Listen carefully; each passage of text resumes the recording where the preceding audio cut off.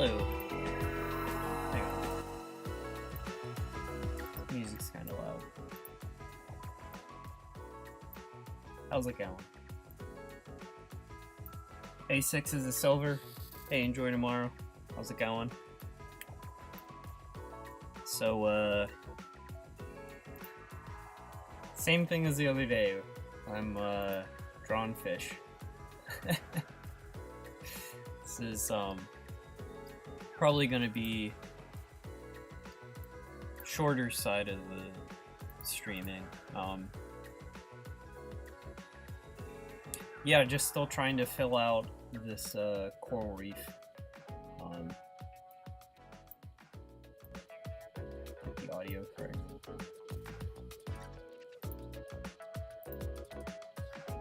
I'm alright. It's a lot of work to do. Both in terms of my art projects and my day jobs. But going fine. How's everyone doing in chat?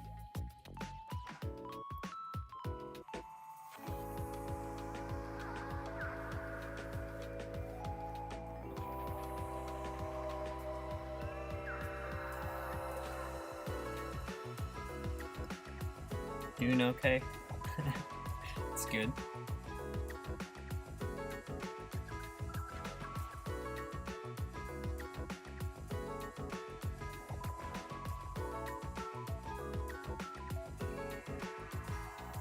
Like, keeping on. Status quo, I feel like, is the best place to be. You don't want to have excessive peaks or valleys.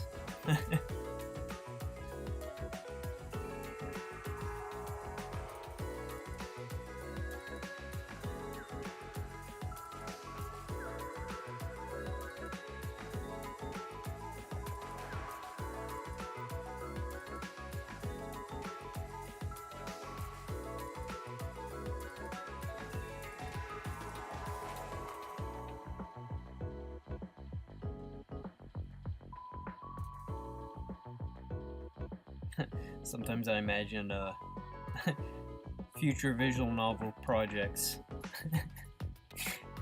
The next one I do is gonna be very short and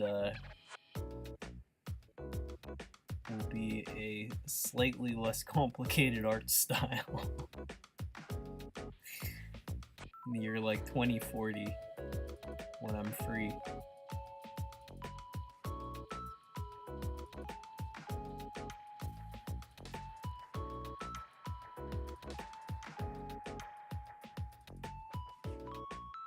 I don't mean to start this up and immediately start complaining.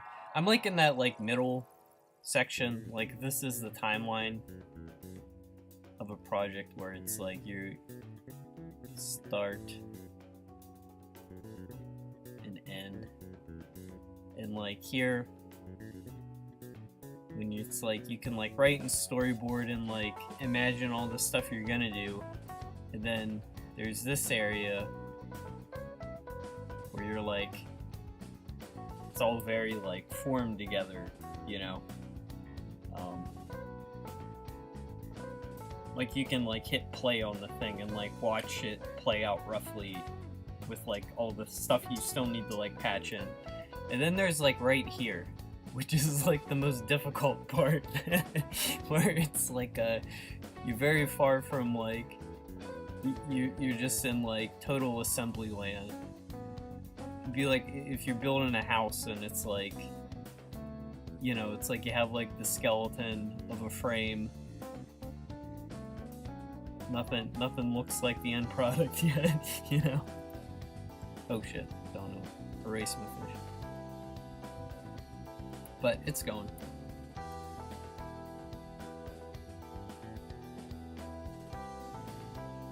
Hey, funny name. How's it going? Lemon-like creature, good to see you. How's it going, Merrick? Appreciate you stopping by again. Drawing fish today.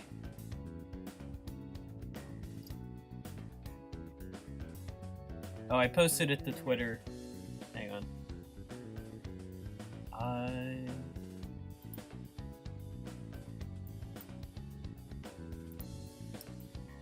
This is the crab.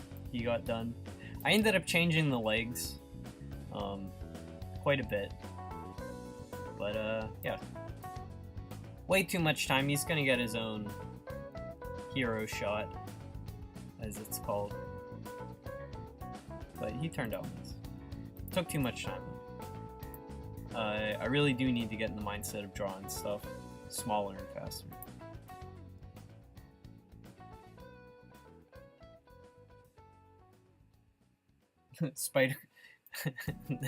Spider crab visual novel. No thanks.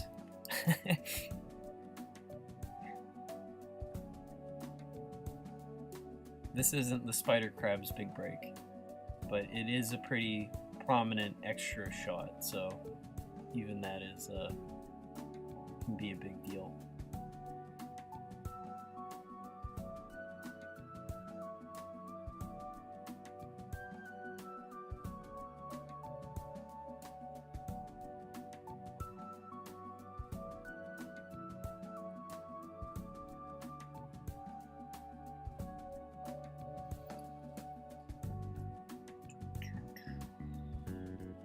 Let's see.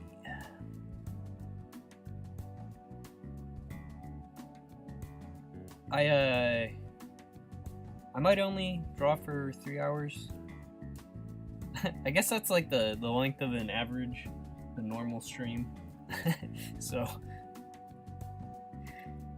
I don't think all of my streams have to be as long as my entire workday.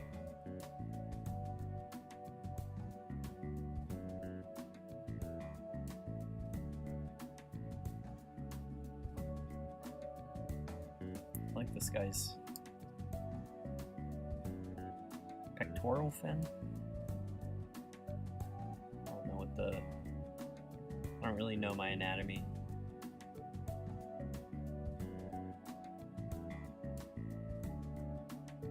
I should show you guys the when I do like line work, I don't like color sort of annoying me in the background, but like as a rough background, this is one of the coral reefs. This guy in the background might be an oarfish, but I just blobbed in sort of like the flow of how I want the animals going over the reef, and stuff in the background, you know, I did like transparent colors so I can distinguish foreground, background pieces. I did a few of these.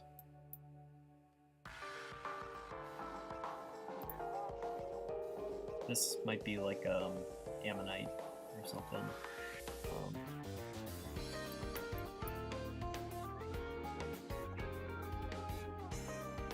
Big fish there. Maybe like a slug or something on that rock. So I mean, that's kind of the general vibe. All these like shapes, you know, I have to fill over with a fish. But I figure if like 30% or like stuff I do like real deliberately, I can kind of get like more generic with the other ones, or just kind of, you know, I don't need like a specific photo reference for everything, you know, it's like I can doodle fish out of my brain and just fill it in. But I do want, you know, like I was saying, deliberate. May actually be procrastinating talking about it instead of actually drawing stuff.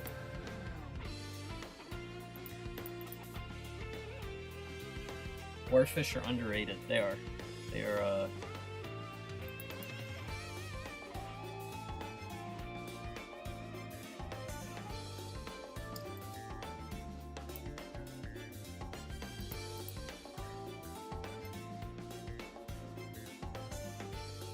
I also don't want to like overuse any specific fish, but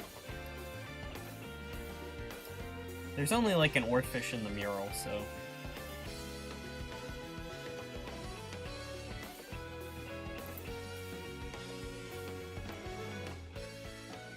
music's a little too aggressive for me.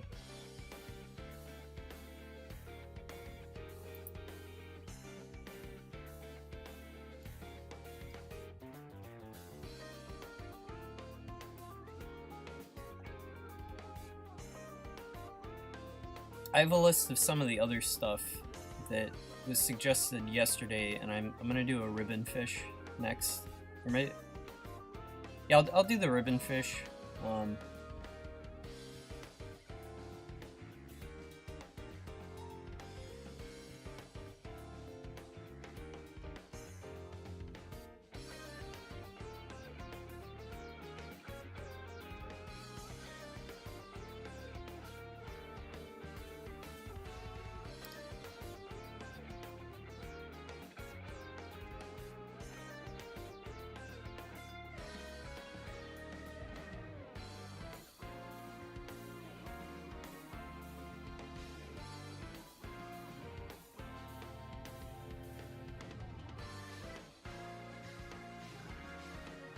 Also today,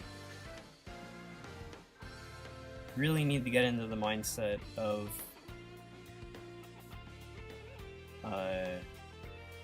not being like too perfect with these guys. Like that crab, kind of a disaster that it just like ate up an entire day. That's this will never get done if I allow that to happen.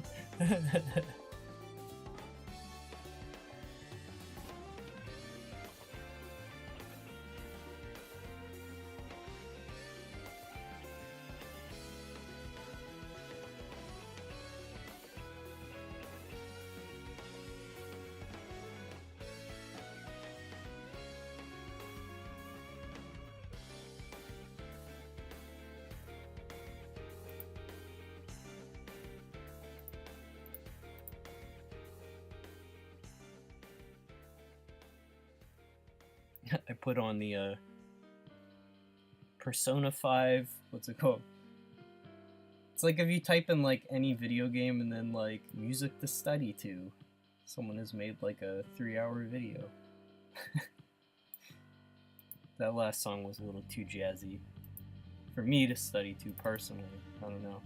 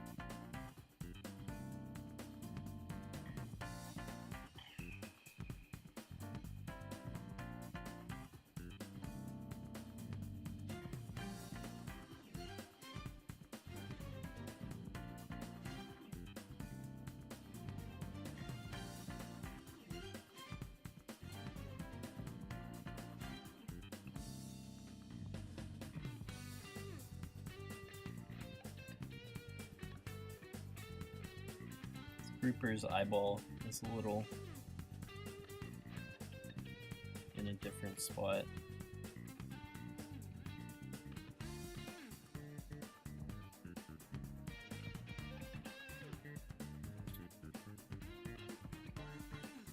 Alright, let me just get his expression correct.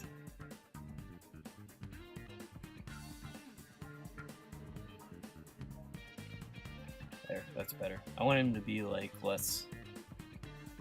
Looked like he was staring over his shoulder in anxiety.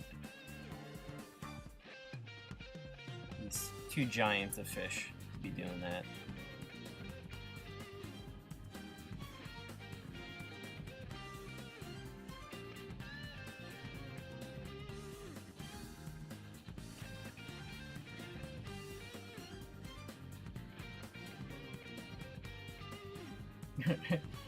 Rain World 10-hour crushing. Actually, Rain World. Let's put on Rain World. That does have a good soundtrack. Rain World. Study.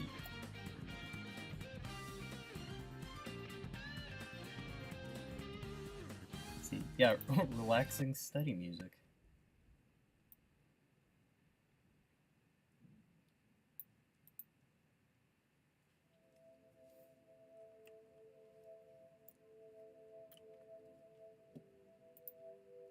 I listen to like audiobooks a lot. And then when my brain tires of listening to audiobooks, I switch to like just podcasters or like streamers talking.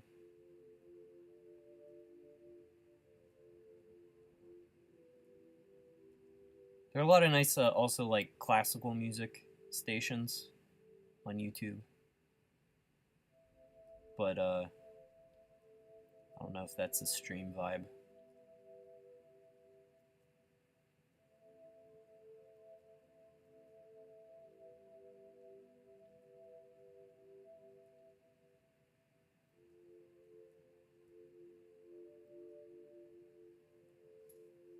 Hey Comics, how's it going? Good to see you.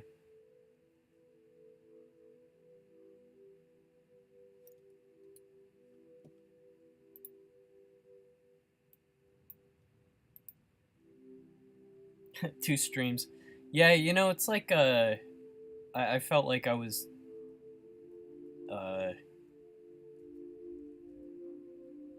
having trouble doing just the this density of fish and animals is required, so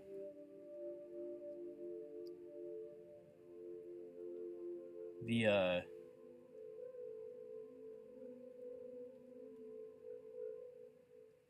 don't know how many more I'll do.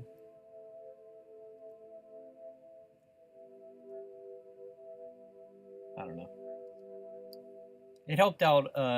What was that? Thursday was helpful, so I'll keep trying if it works. But at the same time, I'm not bringing like terribly original content each time I push the go live button. So.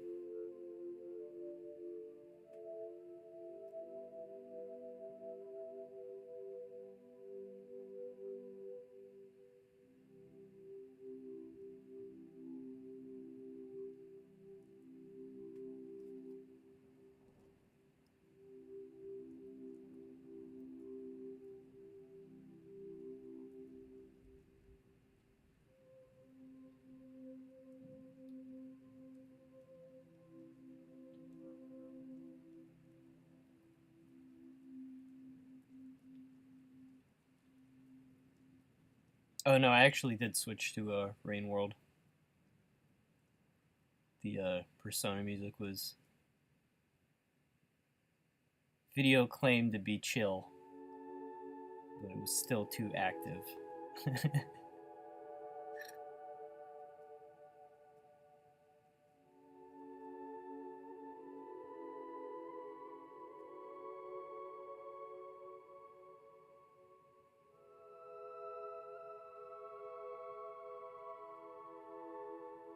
This is very melancholy music.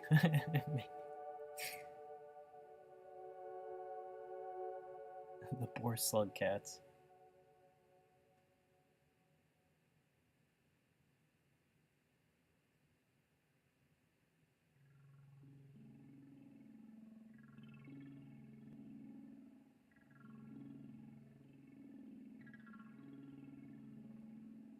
I know this track because I cut a video to it.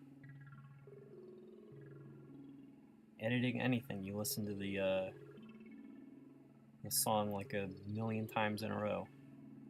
So it's like etched into your brain. You can't hear the real song anymore.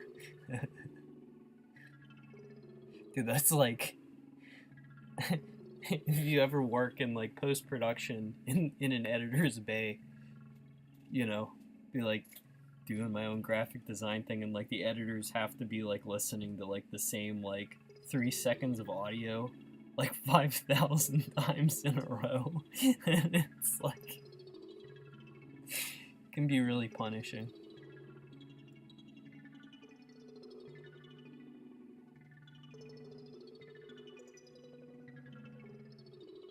There. See, I can draw something quickly. That didn't take all day.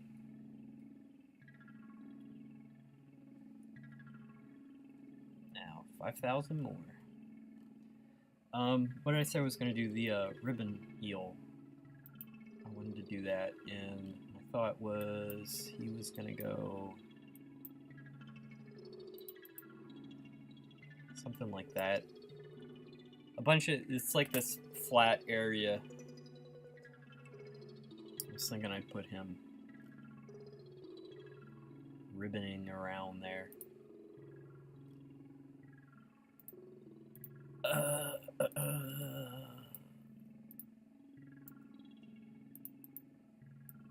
Get rid of that guy.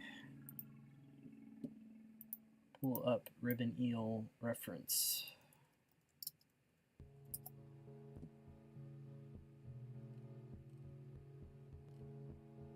Preferably different than the one I did for the mural. Man, some animals are always in an action pose.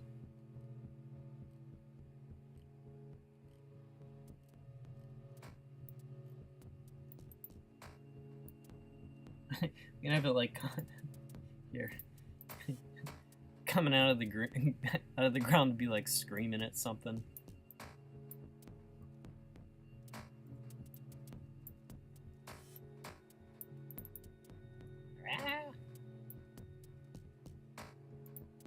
Doesn't really capture their ribbonness.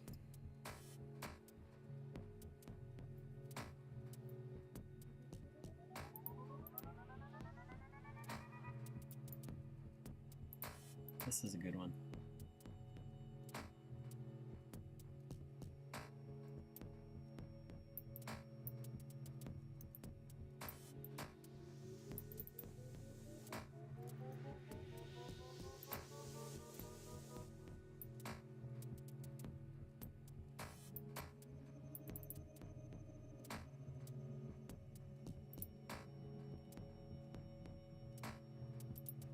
Yeah, maybe it is just his head sticking out of the ground, like, rah. Because that's pretty funny. Ooh, that's a good photo. Man. Sorry.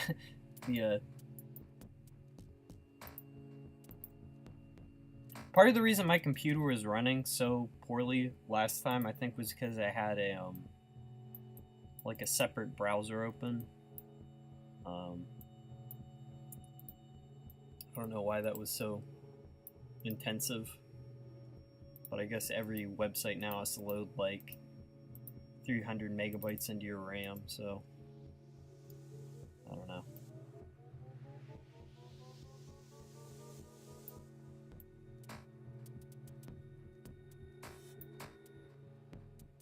Oh, hey, Pingus.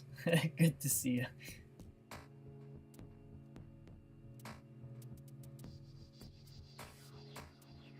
Google Chrome and Photoshop means your computer becomes an IED. Yeah, you know, Chrome, I use Brave, but I mean it's all the same. They're all like Chromium. But I don't know if anything's lighter than that, you know? If there's a better browser, I don't know. I think like OBS might also be the killer. Having a million layers does not help. I see other people like doing like Photoshop and YouTube, and they only have like 5 layers. And it's like, it's like I have like 5, like hundreds. It's like, see what I got going on now. you know?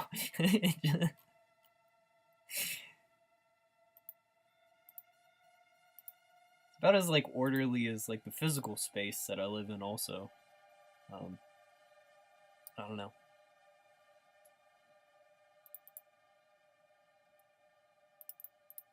Let's draw this guy, edit. Let's flip him the other way. So he, I don't know, doesn't matter. I'll figure it out later. Get rid of that. Fish gang.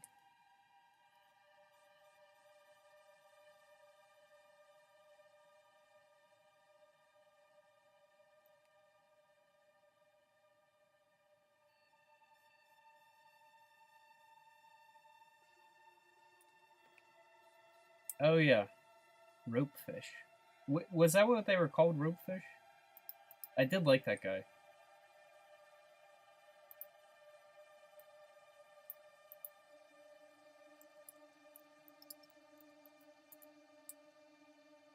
I wish I could work in an aquarium or something like that. It'd be helpful.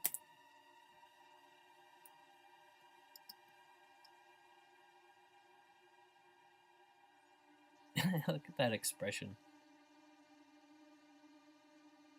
Endearing. Okay, so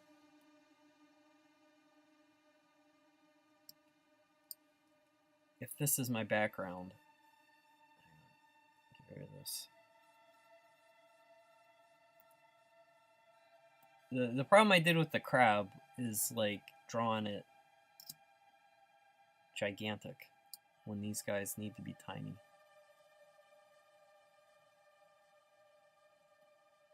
Also, Pingus, this is how the crab turned out. Because I know you're not on Twitter. I like it. Took too much time, but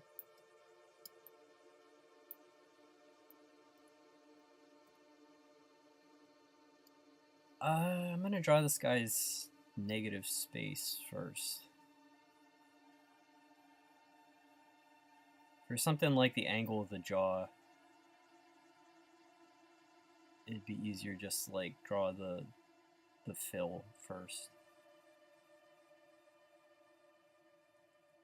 Getting like the parallel angles correct would be very difficult for me.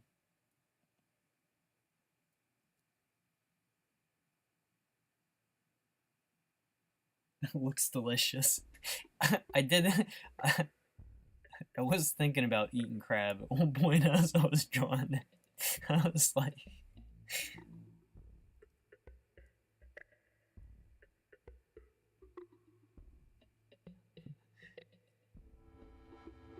go for some overpriced shellfish.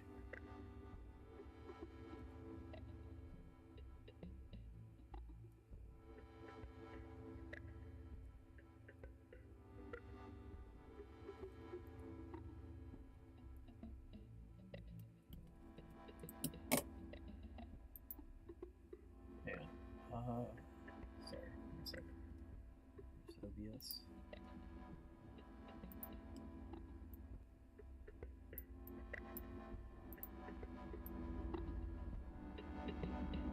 I'm making sure the music's kind of soft. I just want to make sure you can hear it.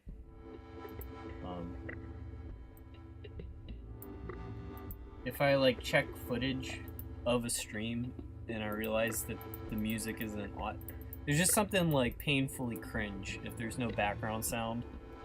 I don't know. I don't know why it feels that way, but it does.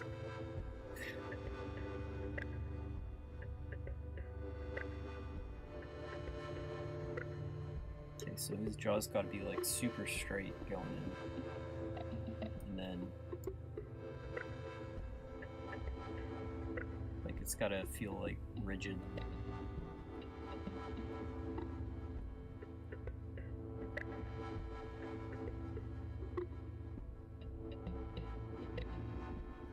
He's got these little feelers on his chin.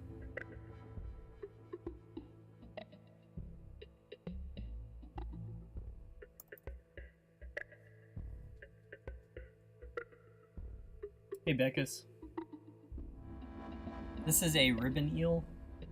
I think it does have very clownish nostrils. Maybe we'll try to capture some of that.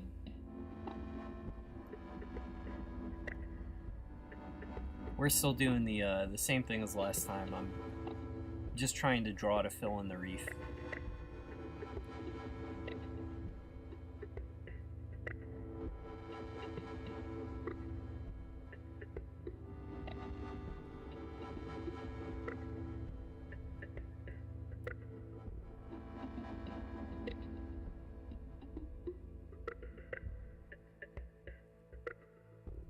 So the other, hang on. This is my other conundrum. While planning these next illustrations, I'm going to pull up the previous chapter as reference.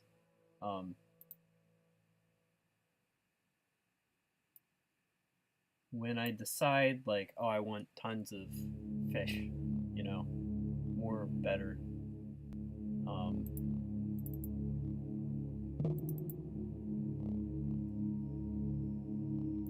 Images.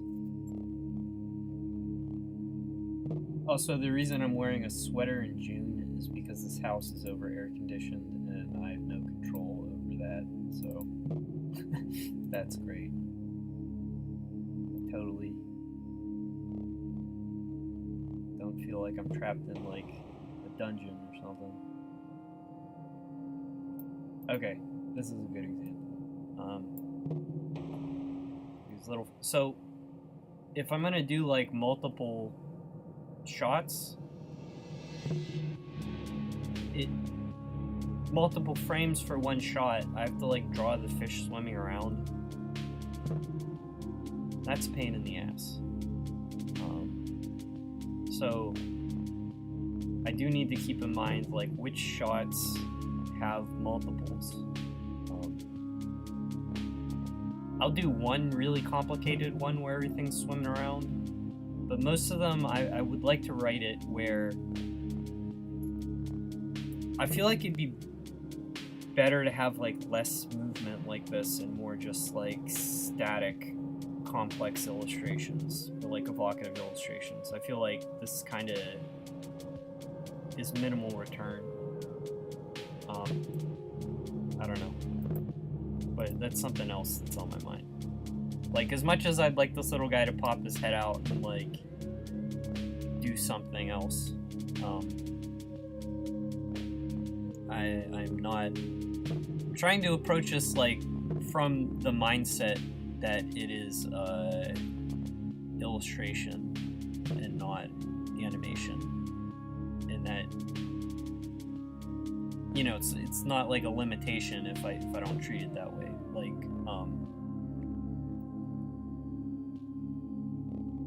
I can just make things more complicated than what I could do in an animated project, and then, but the trade-off is like stop trying to make everything move.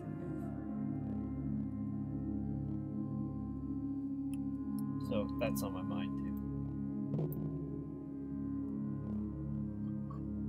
Oh, no worries. You can. I'm doing the exact same thing as the last stream, so.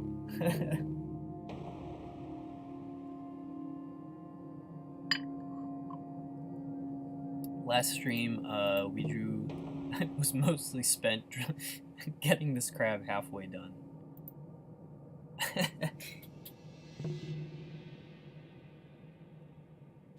Oh, hang on.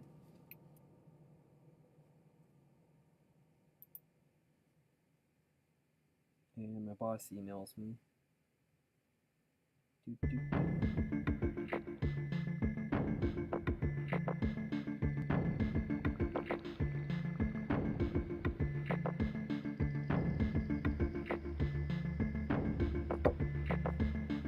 My fictional gauze brand name has passed clearance.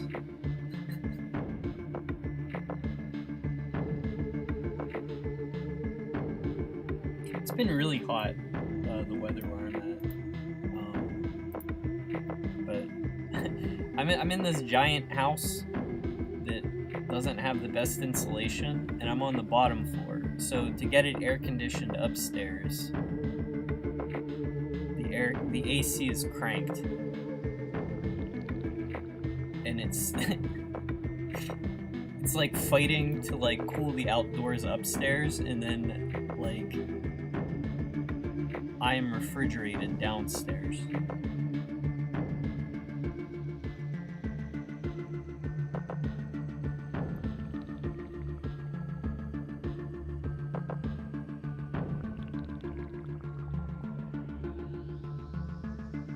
I go outside after a day working, I'm like, damn. Like, there are like clouds and birds and shit.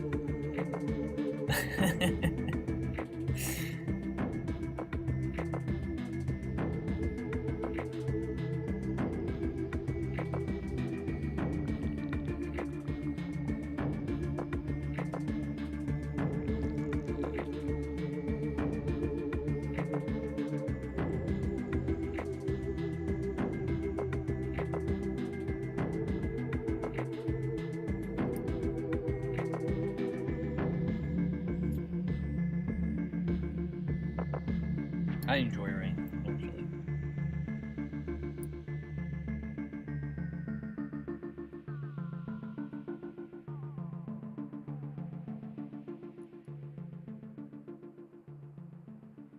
I also live in a part of the world that's, like, known for overcast skies.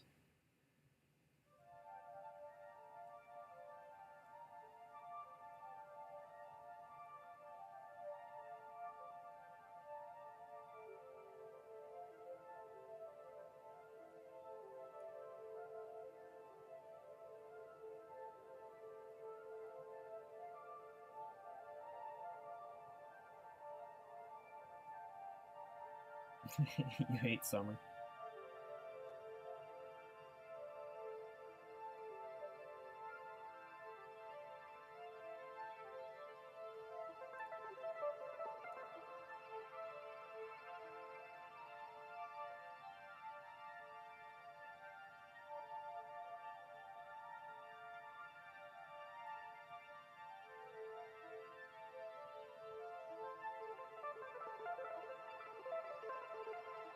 I hope if your weather's crappy, you've at least got some shelter from it. Because I can complain about too much AC this year. Last year, oh my god. I had like...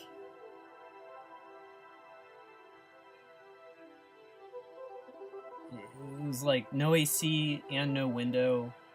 And it was this tiny little room, and it was like being in an attic. And I would just like... Dude, I would just like bake. It was awful. Be like just chugging liters of water.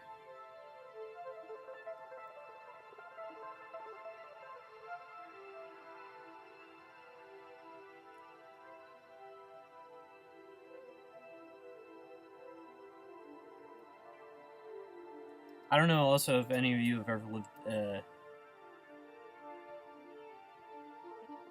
well, I used to live in like the southern United States, down in Savannah, Georgia, and like also being without air conditioner down there was like a test of endurance. Like,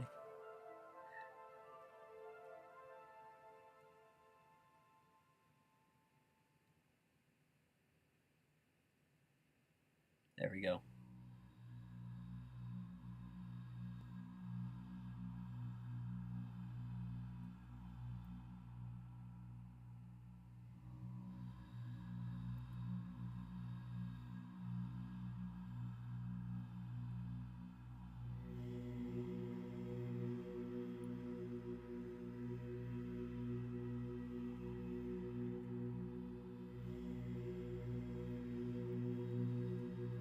Can you survive the heat stroke challenge? I think I did almost get heat stroke once, because I was working as bicycle taxi, like hauling people around town. And there was like one day that I remembered where it was like, I had to just like quit work and like I went home and I threw up and I sat in like a shower, like a cold shower, and it was like, I don't know, pretty spooky to like feel that like, oh.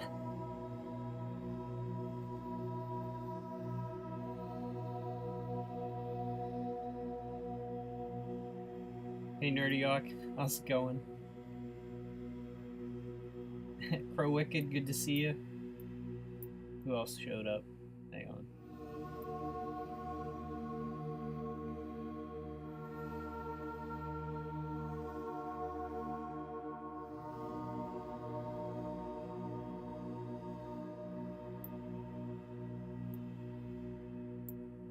I'm like trying to read chat and accidentally closed it. So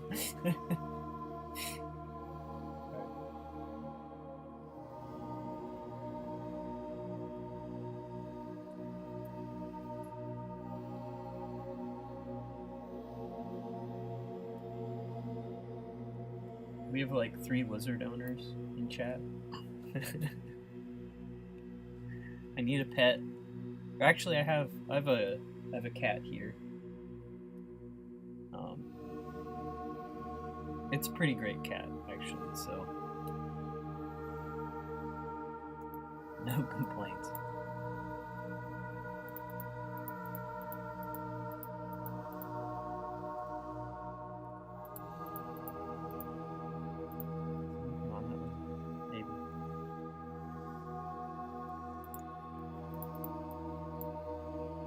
Alright, what is next?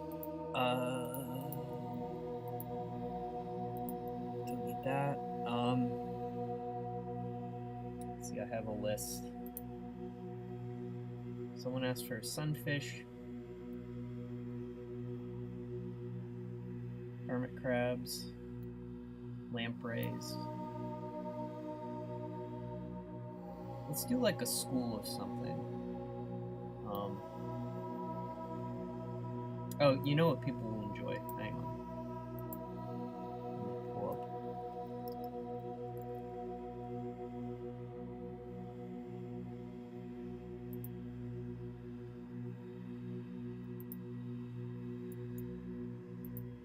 Let me get some good reference.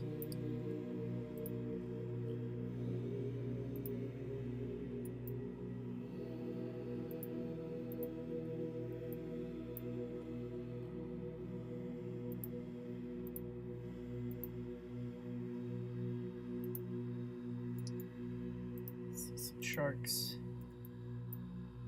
Gotta get a good some dynamic swimming poses. I kind of like to just get like a board going with a bunch of stuff so I can see stuff from multiple angles.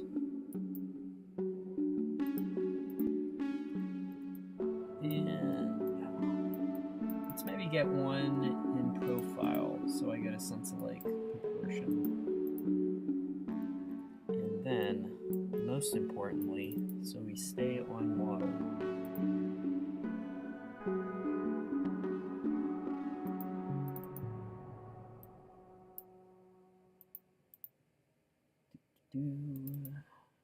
One second, apologize for the delay. Images, chapter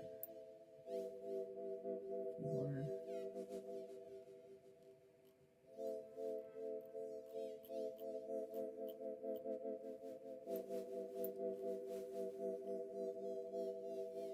God, I need better naming convention for stuff.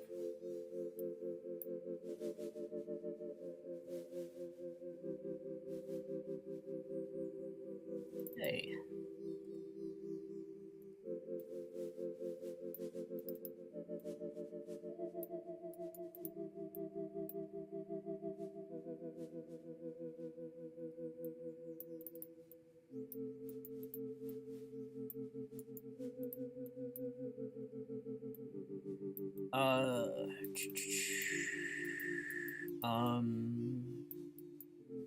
I'm gonna leave a couple of these over here, but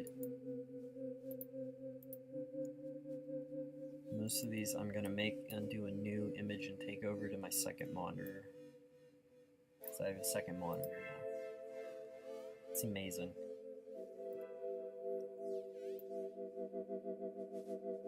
I didn't get a second monitor until like this year, and it is like the single biggest quality of life improvement I could possibly recommend for anyone who wants to do digital art. It's like, I thought it was just like this luxury, or like, I don't know.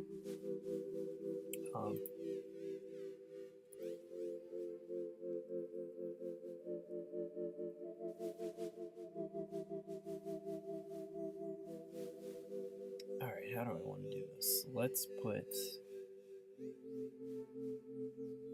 get like a mid-tone down. And then what I want to do, I get more dynamic forms if like I draw the shape in instead of beginning with the contour.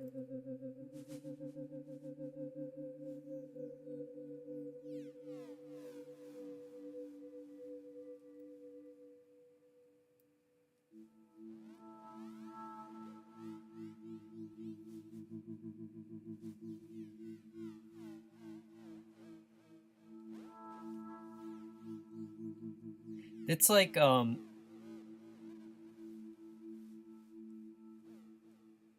working from photo reference can kind of be like a trap of like ironing out I don't know, any sort of like energy or life in your drawing to do it like correctly. I don't know. It's like, it's good to come up with like a working process that helps preserve. Like my sketches generally. Well, this is in that like making of book where I need to maintain the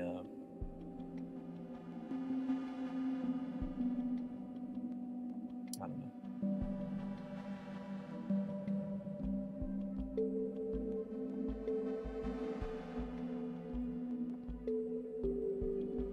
Realism is not the purpose. It's not the reason I'm drawing a shark here, you know? Actually, it doesn't matter at all how realistic it is.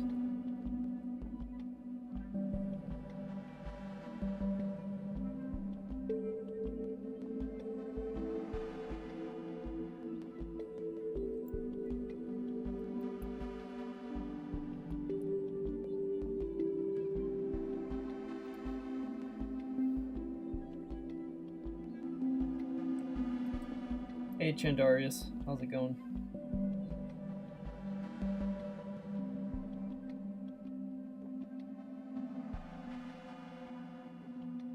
Yeah, this is there are choppers.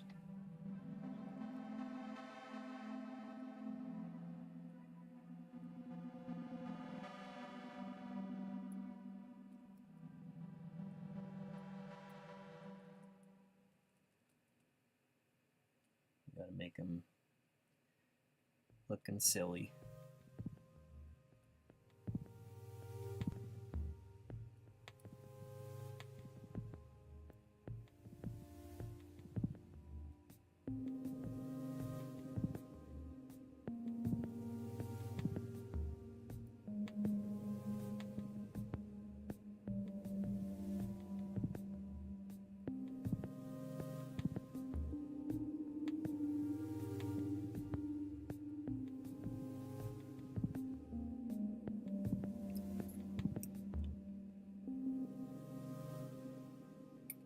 Plushies, chopper plush, man. my finances barely survive stickers. It's like I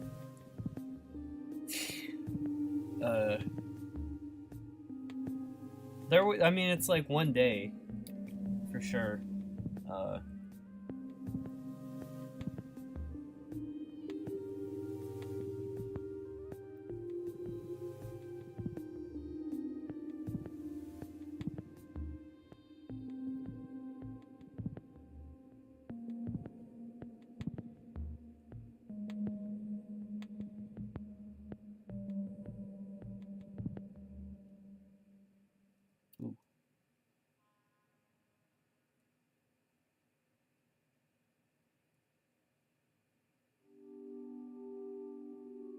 This guy's fins are slightly off model, but I don't care.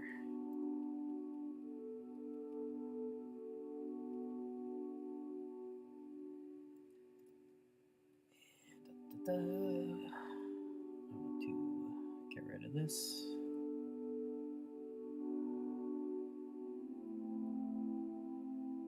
So that I can move it slightly closer.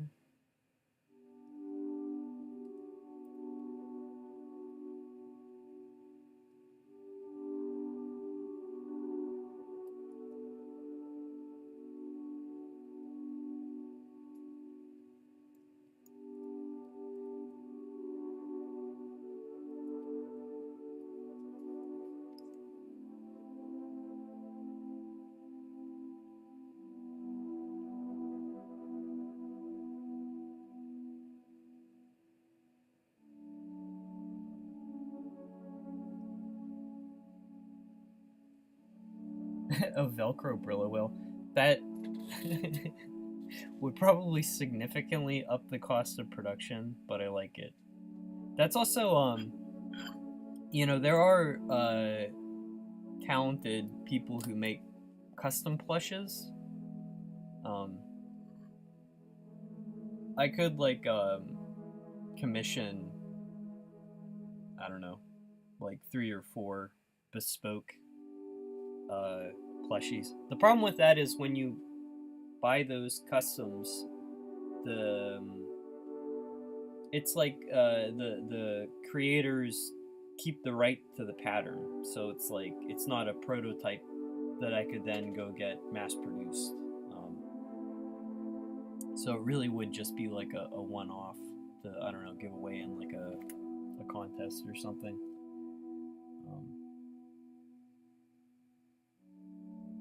Snowplope are actually in this as well. They're not like as anthropomorphized. They're more dog-like, but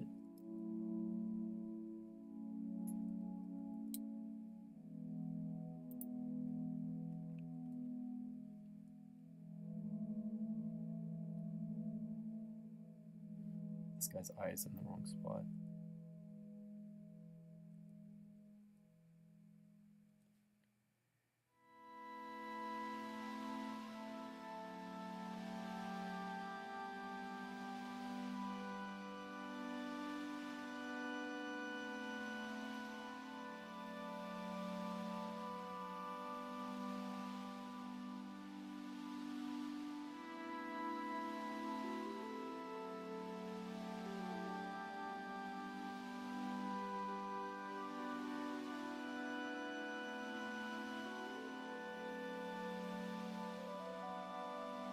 Yeah. Beckus, that is a Rudolph Pindersnipe is a snowballow. That is correct.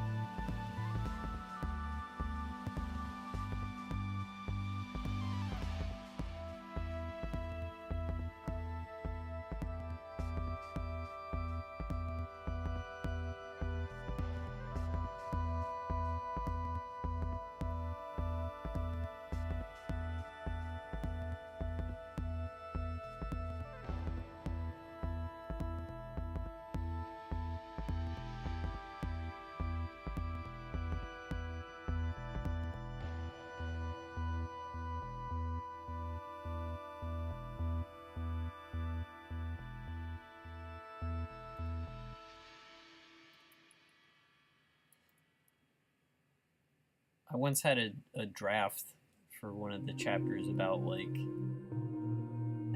if cats would get imported or not, and it ended up that like cats were, despite everyone knowing it was a bad idea.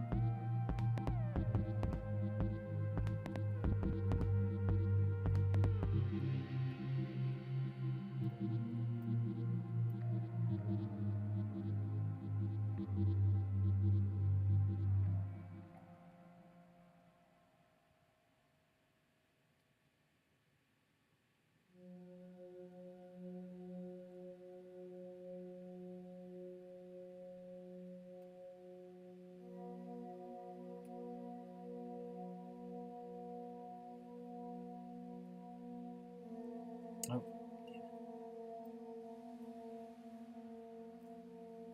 I should just disable the print hotkey.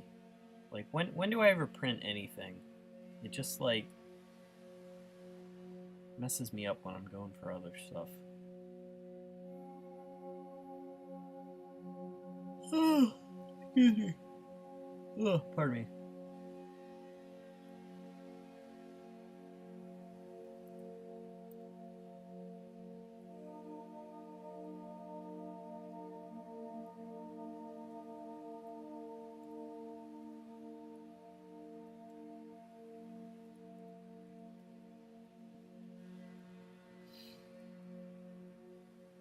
The ribbon snaw.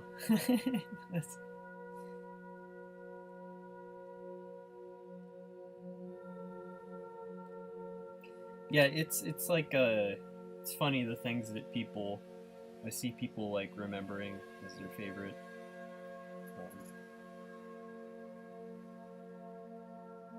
I don't know, it's kind of neat. I'm trying to like pack more weird stuff into future installments just for that reason.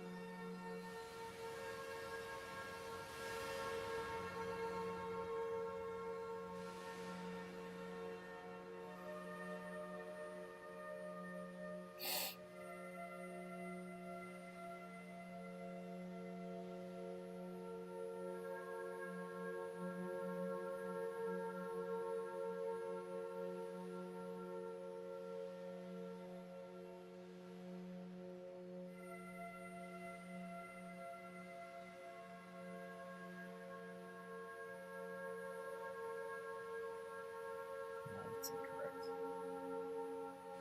Like his gills would be right here. And then I would put his eye here. Here?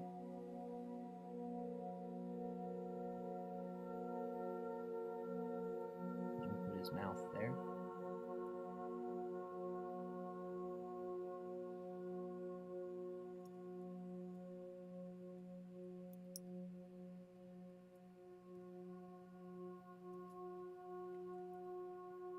This is the type of thing where, like,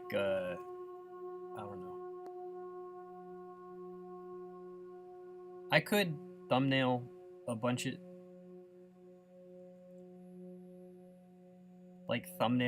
different versions of this to, like, I don't know, see how I want to do the composition. I'm just kind of going by feel for this.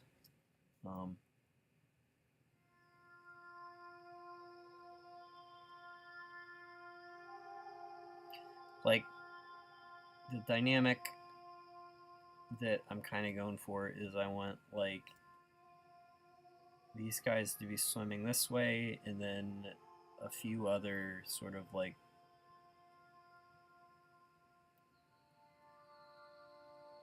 sort of balance it like that, and then maybe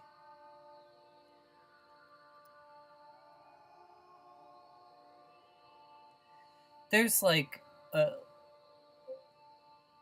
lot of, like, pet theories people have about, like, how to keep the viewer's attention moving around, and, like, some of it's, like, you know, a lot of it's, like, valid in some ways, and but, you know, at the end of the day, it's like sometimes it's the stuff you come up through intuition can end up feeling better than the stuff you, like, overthink according to, like, principles. Like, it's better to, like, try to internalize the principles so that, like, you don't have to sweat them. Like it's like some recipe in baking or some shit.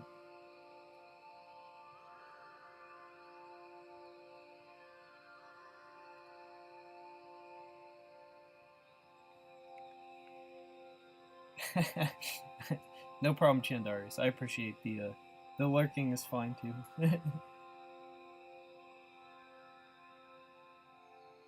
Least liked animal in real life: cockroaches. Easy.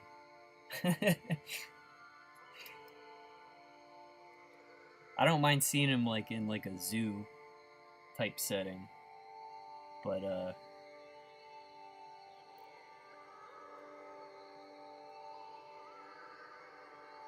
is, like, the grossest thing in the world when they're in your space.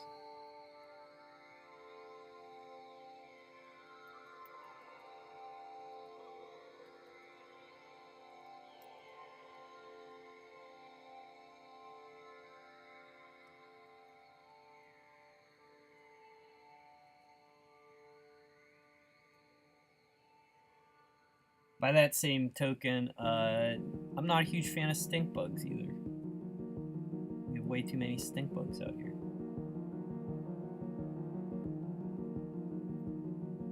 And they stink. Like, that's also really, really annoying.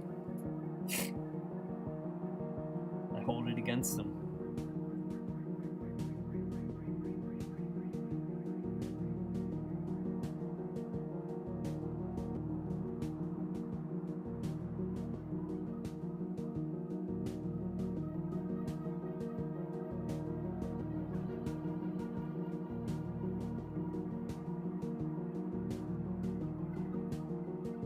This guy's a little too exaggerated.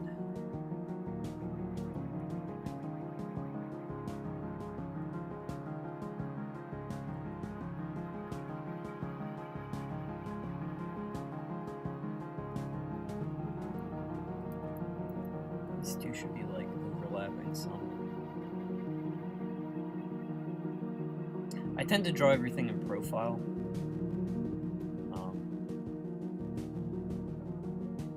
It's just something I do.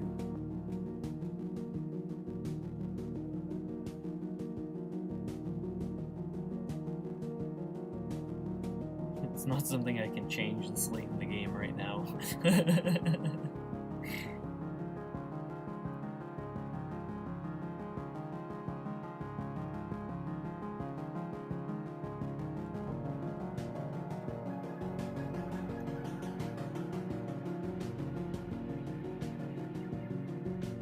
Okay, yeah, this is feeling good.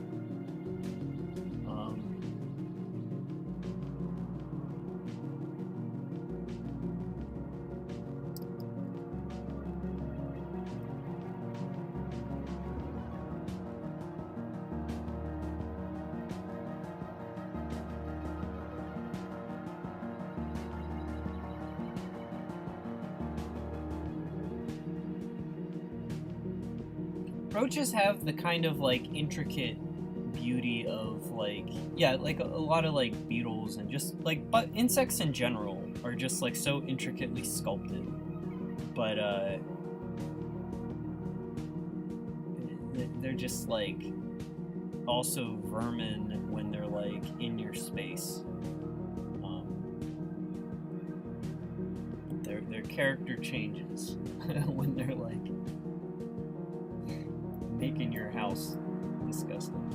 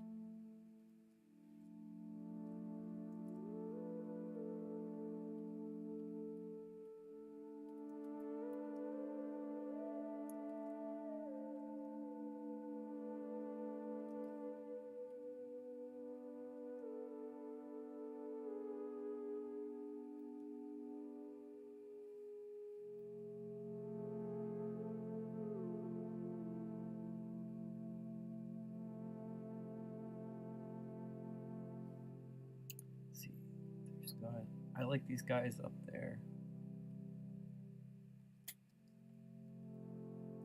Switch to the left. They like.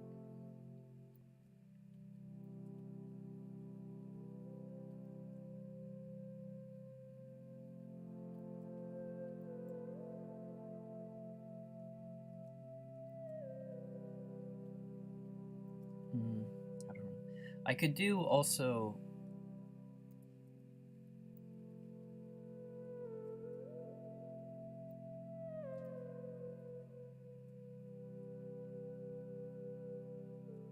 Some slightly smaller ones in the background going the other way.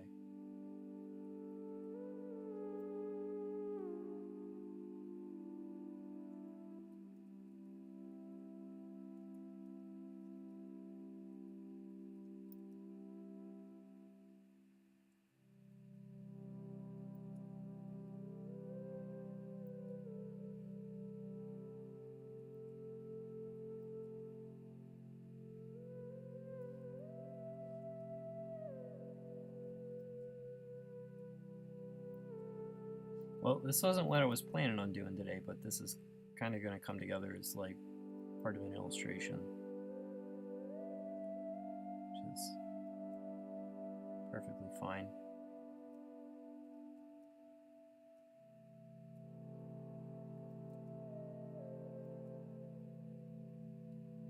Worry about him later.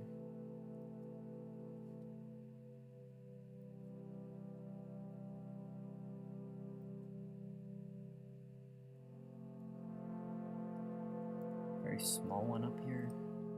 It's like even further in the background.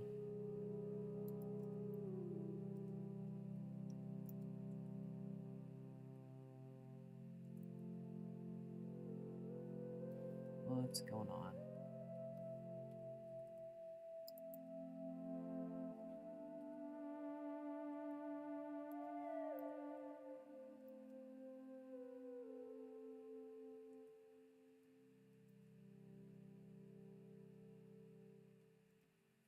Might be too much.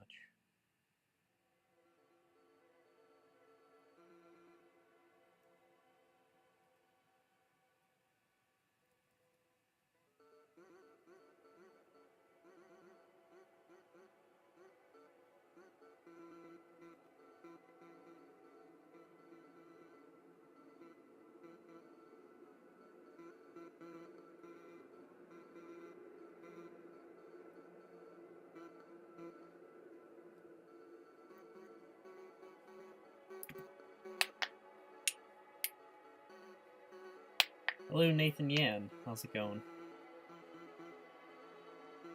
Sorry, I'm like... I'm deep in thought. I'm forgetting to check chat. I'm glad you're all there to welcome people in the meantime.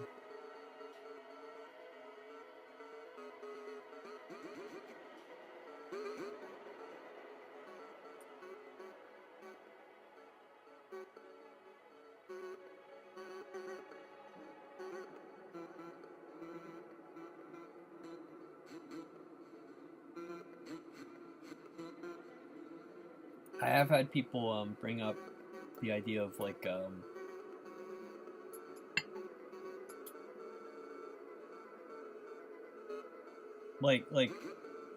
South Scrimshaw. It's like you could.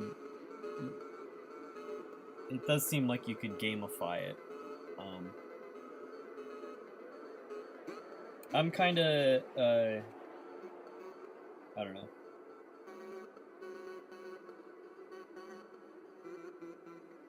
I like strategy games. I like tactic games. I like sim games.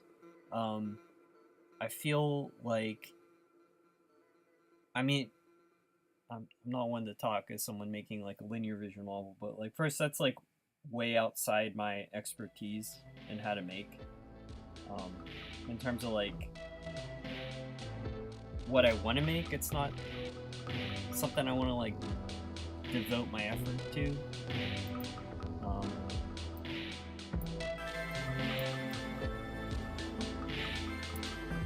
There's this YouTube channel called Tierzu. I don't know if you've ever seen it. It's really fantastic, but it basically explains evolutionary biology in the terms of like video games, and the language like lines up exactly, you know, because like RPG mechanics are like, you know, meant to simplify like real life, so it like works the other way too. But it really does, like,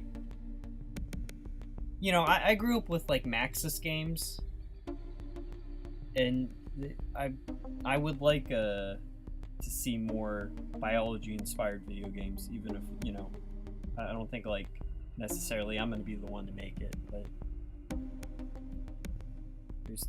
there could be more of that. There's like a fancy, like, let's see, and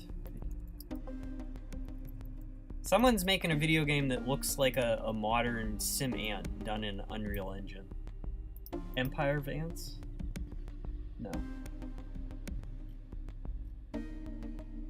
Oh yeah, it is a new Empire Vance. I guess there was like an older one.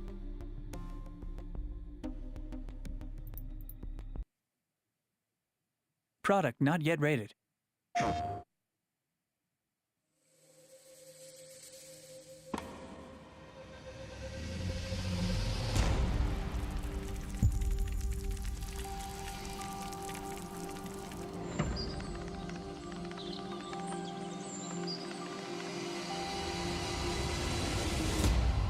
I want to play this.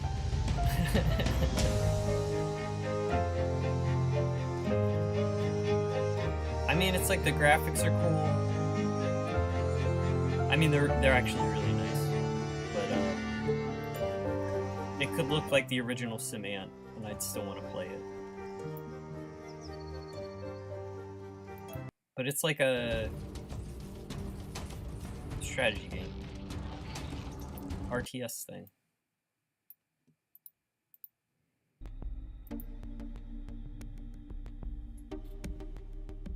No, I'm not really.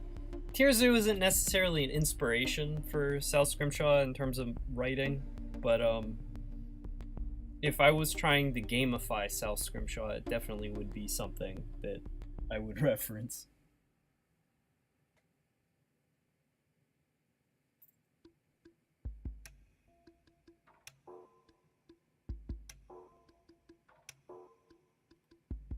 Hey, Devilcoat. Do the whales in South Scrimshaw taste good? Probably not, but I don't know if actual whale tastes good. Although I guess it's very subjective. almost anything tastes good if you're living off it, so... They seem like they'd be a really poor choice of something to hunt for sustenance because of how unpredictable they'd be. Especially with, like, Brillos that could, like, you know, potentially be poisonous. I don't think there'd be another animal that could be, like, as unpredictable like that. Usually people want to know what they're eating.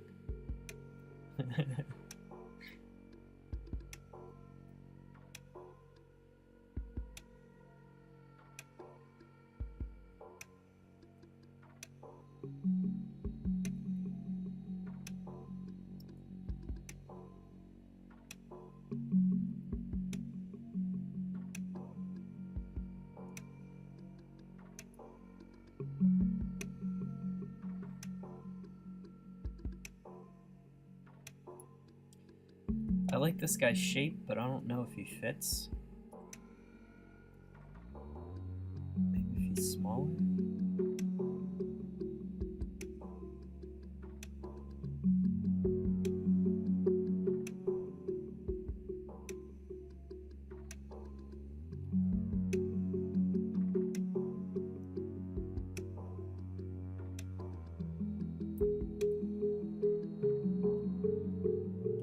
I don't think it's a hyper-realistic ant simulator. Like, it seems really like... The gameplay footage does not seem realistic. Like, it seems like an RTS game where you make different units that have, like, StarCraft-type abilities. You know? It's like, these ones are range units, these ones are flying.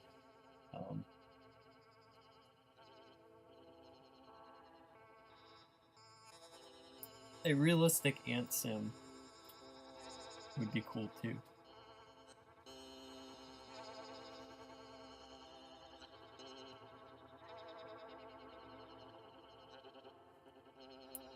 Cuttlefish. There could definitely be some cuttlefish on the reef. I should actually... I'll leave the suggestion up. I'm just, I started drawing an illustration, like a proper one of chowper sharks. So, I might stick with this. I'd like to get the line work in on these guys, and then I'm not going to worry about any of the painting or the background stuff. Ooh, yeah, what if this guy's swimming like this?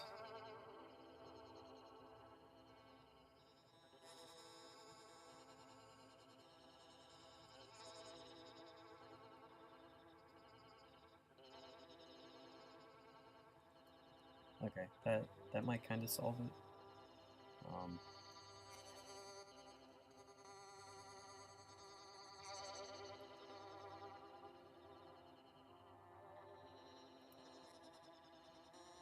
Does it though?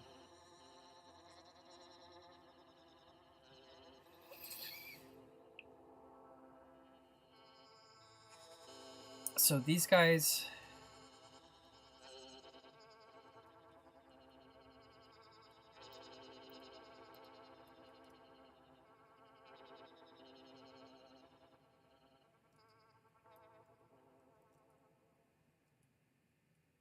I'm just trying to balance my composition because I don't want to, like, have to redo stuff.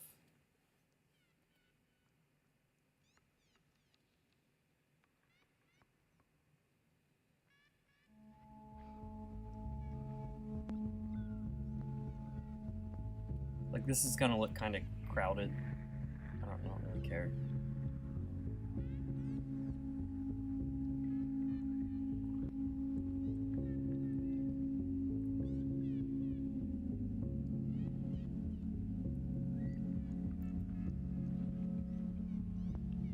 Does that work?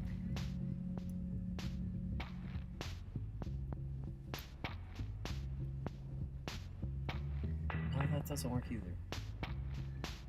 Ah, this is killing me.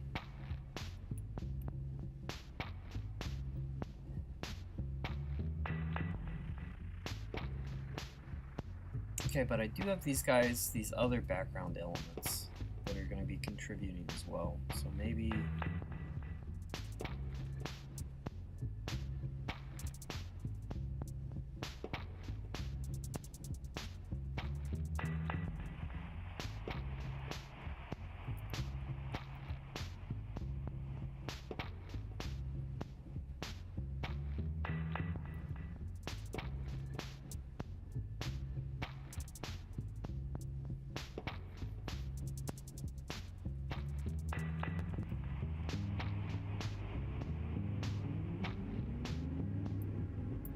the art was pretty advanced for the end game.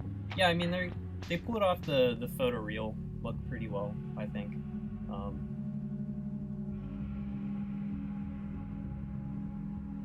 Me when I try to hunt the whale, but he has a giant gun adapt to do it and I die.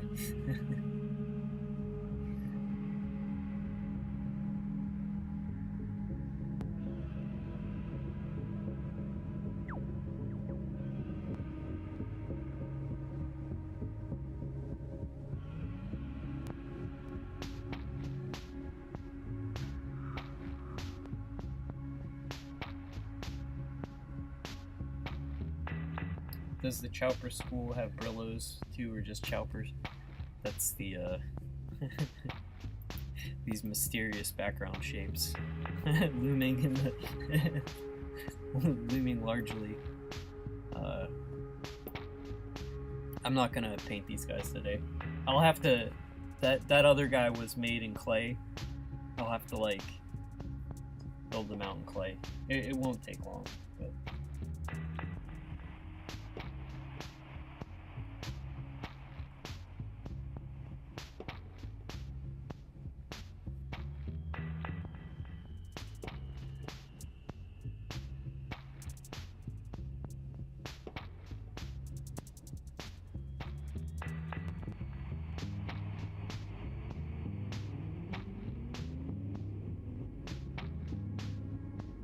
I don't know DPO.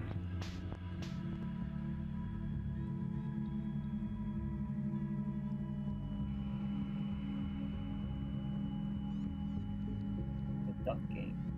Sorry, I'm like hyper focused on this and then I like can't follow chat at all.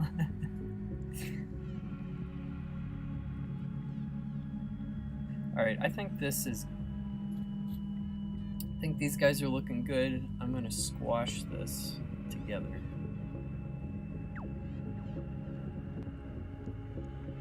going to get rid of that.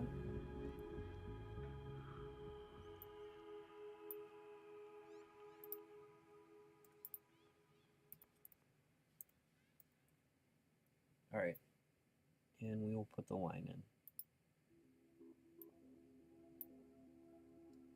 Pull my chopper up for make I feel like choppers are more about just like the mood and the attitude than like anything I'm drawing like specifically on them.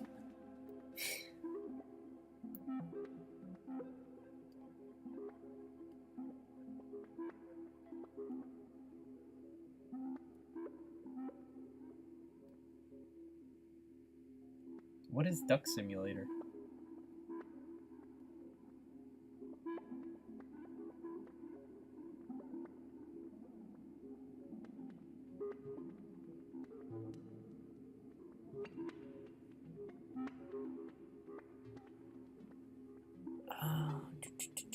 Alright.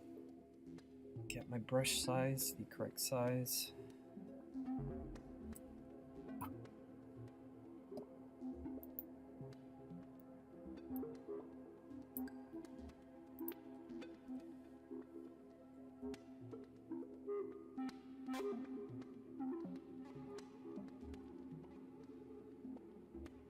And a lot of these guys are like at straight profile.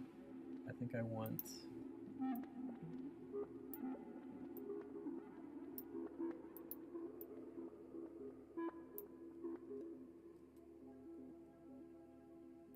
Ooh, shark. No thoughts behind the eyes. They're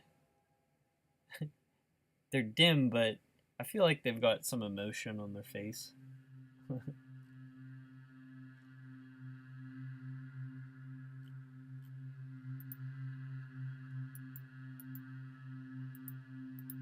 Just gonna grab a couple more shark images to help me out here.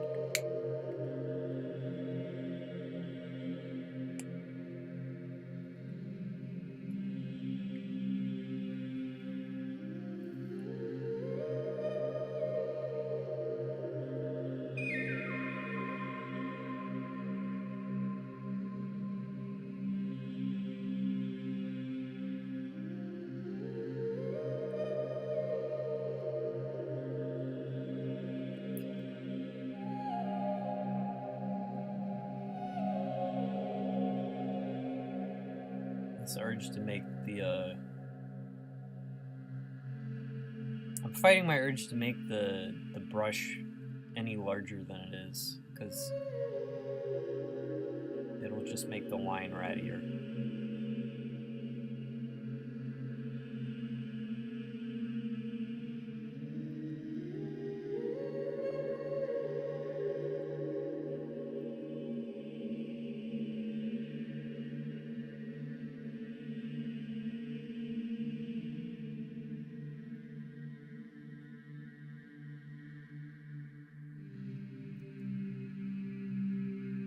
I mean, I guess the quality of the line is pretty,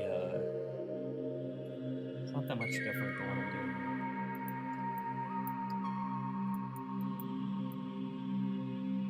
here. Yeah, it's about the same.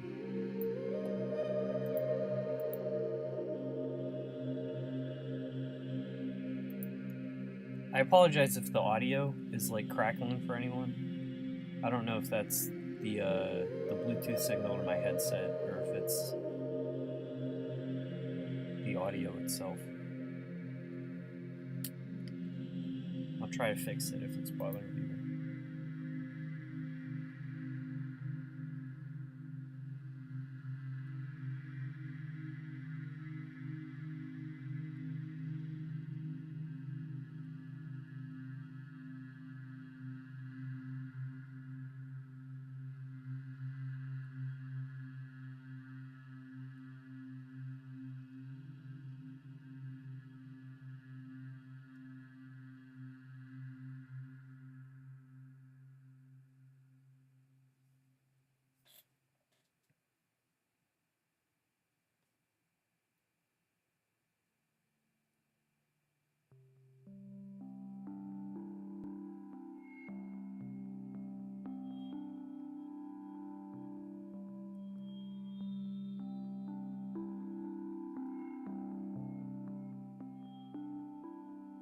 This is intense. the Chopper drawing, or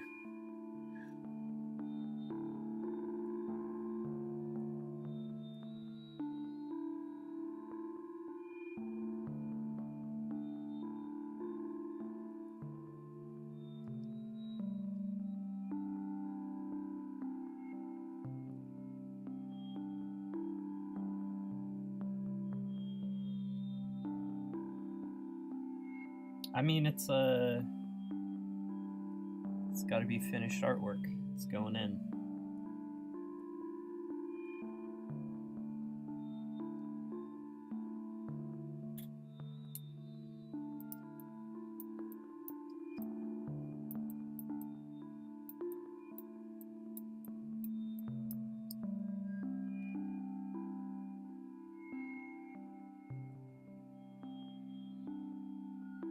Something's not right with his mouth here.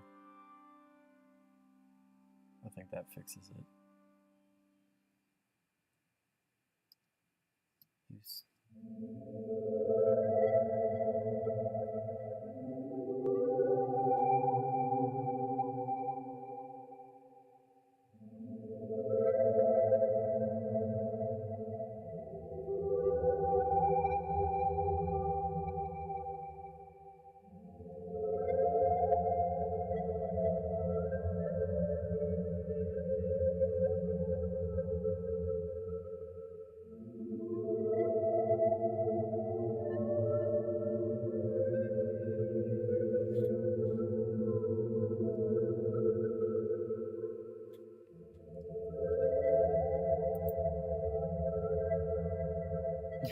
Rainwood fans crying right now over this song.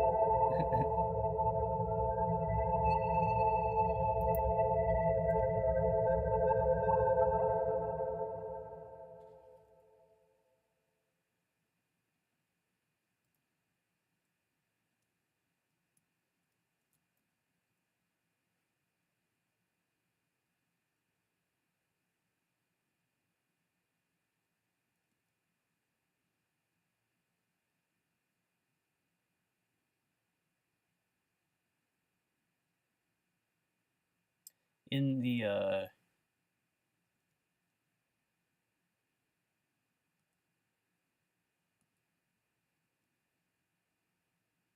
in the following days after people started reading South Scrimshaw, it was like one of the takeaways was that the Charpers are a favorite of readers. I'm trying not to bring back too many. I'm trying to favoring making new things over bringing back old things. But I do want you bring back some stuff for continuity. It is the same place as before.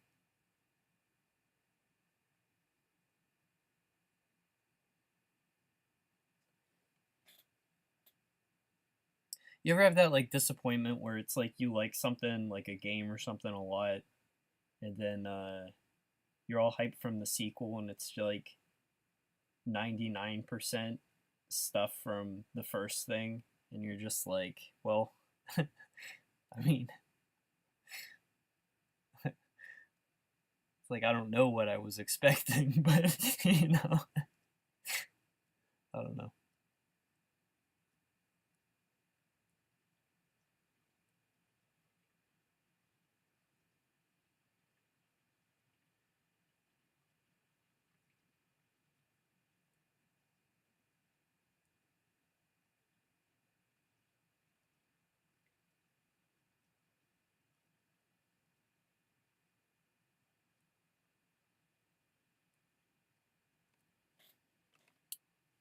Every COD game.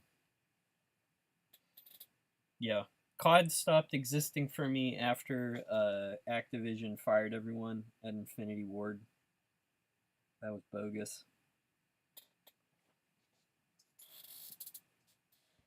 I think the original Modern Warfare 1 and 2 are fantastic games.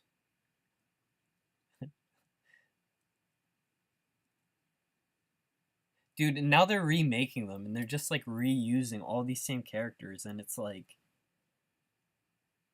throwaway characters like Ghost. He's just this guy in the background wearing a ski mask from Hot Topic, and then it's just like after like it's like what happened to like Boba Fett. It's just some dude in the background, and then it's like fans just like, oh shit, it's that dude in the background. Then like, I don't know. It was cooler when he was just the dude in the background. Oh my god, Phoenix Wright actually might be the worst defender. In the original, why'd the music stop? I do know that in the original Game Boy Advance game, the reason each trial reuses so many people, like the security guard, you're like, why does she keep coming back? It's because of like the sprite limitation they had on the cartridge. Like they could not fit more artwork than they already had. So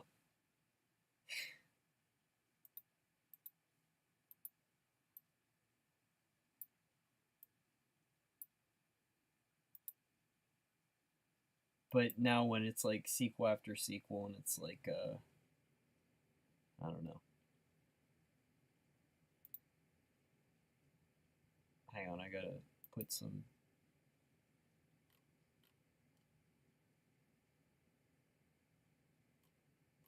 I thought I had a playlist going. Just do this again.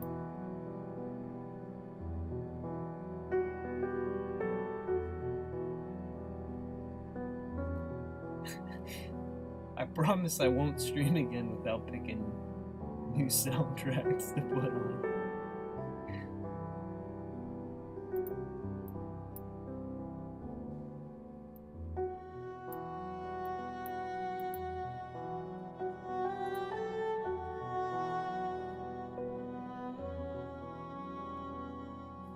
Pokemon is also really bad at just being in a rut of not being creative. And that's also, I think, like a trap of just like necromancing old franchises, or just like, you know,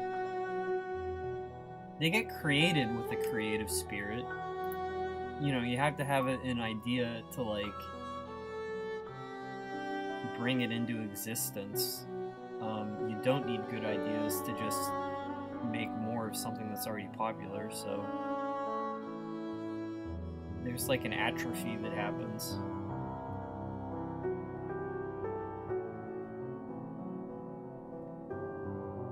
I'm also like, I don't know, you do want familiar things in the sequel, like people complain about Dark Souls 3 reusing too much, and I can see what they mean. It's not like an amazing story or anything, but like that did callbacks in a way that was kind of cool, and I wasn't. It's kind of like I saw the thing and I clapped, but unironically, you know, it's like, oh, I'm at Anne Orlando. That's, I remember this place.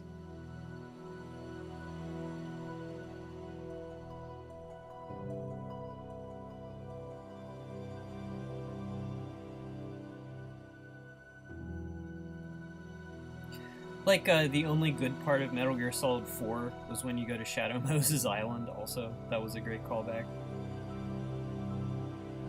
I'm not a Metal Gear Solid 4 fan, obviously.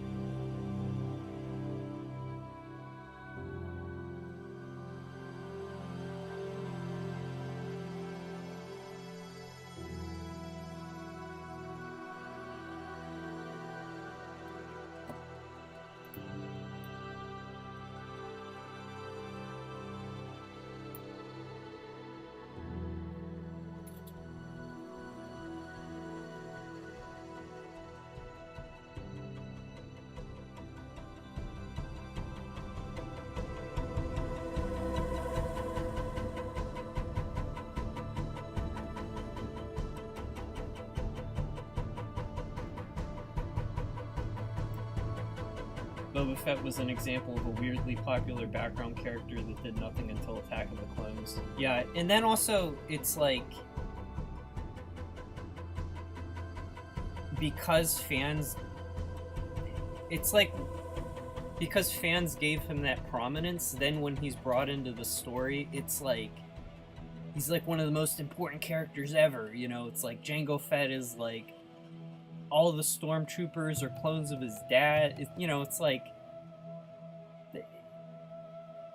the exaggerated place in the story also makes him less cool. Like, it's cool when he was just a bounty hunter, you know, because that's like a, you know, he's, you don't have to overcomplicate it, you know. Just played through Turnabout Big Top, still baffled.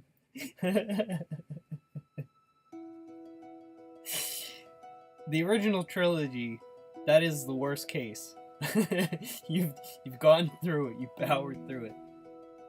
The last case, the second game is my least favorite in the original trilogy, but the last case redeems it.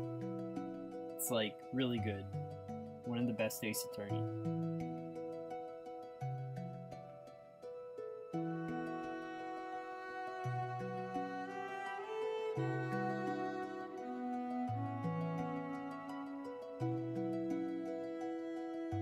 Big Top, the circus one, but it's painful. Like the investigation, it's like the least fun. I guess it, yeah, it is funny. it's questionable.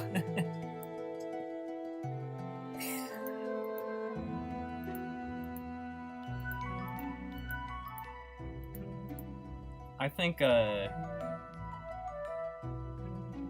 Pingus, did you see they announced the remaster of Investigations with Miles Edgeworth?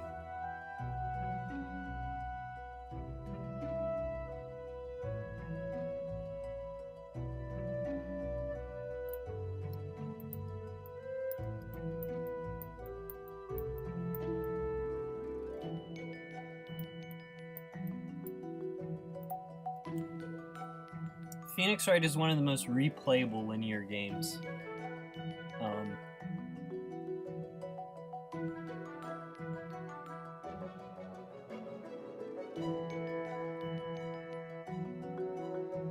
It's just like a really like comforting cartoon or something.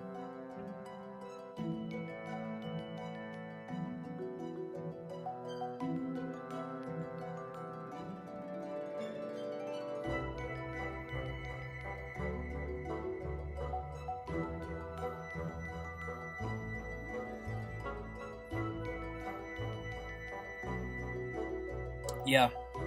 They're also, I like... I mean, I could play the trailer. But you can also... Oh.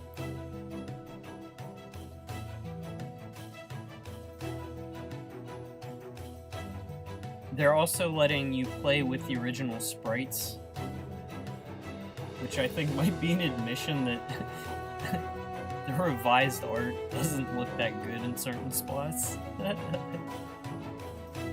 Like where they're like walking around.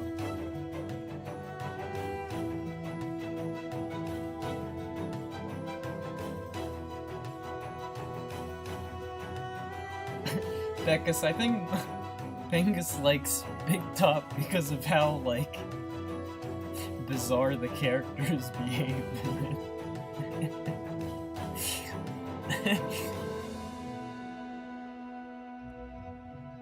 Like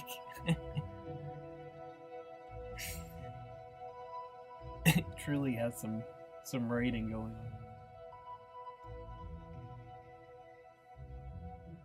on. Like my dad became a star.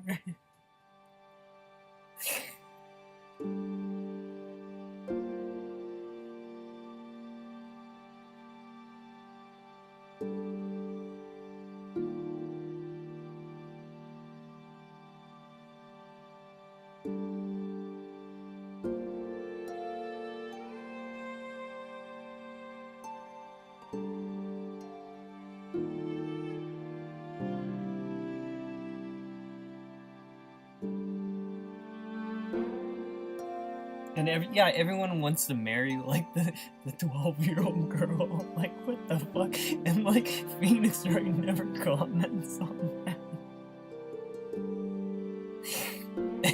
Yeah, and then there's that like the ringleader that Maya's in love with. Oh yeah, no, and the guy's like creeping on Maya too.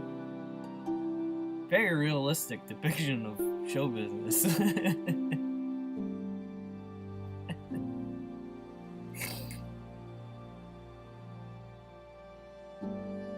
Man, Ace Attorney rocked. What a game. Like...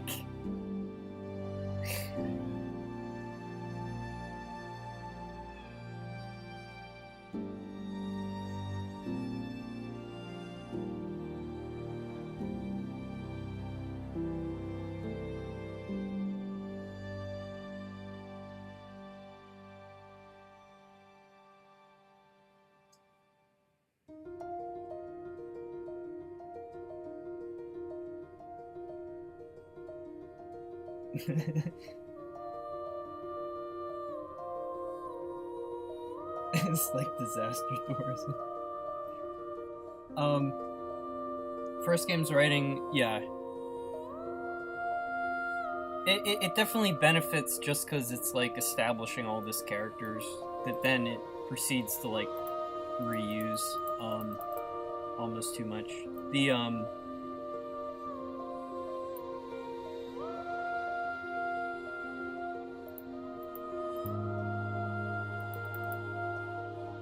this guy's fins are in the wrong position. It's tripping me up. Does that change the composition too much? Kinda does. Yeah, first, I think the first is the best, especially the last case of the first game was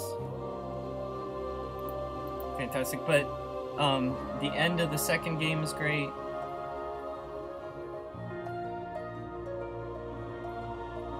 And the third game is really good too.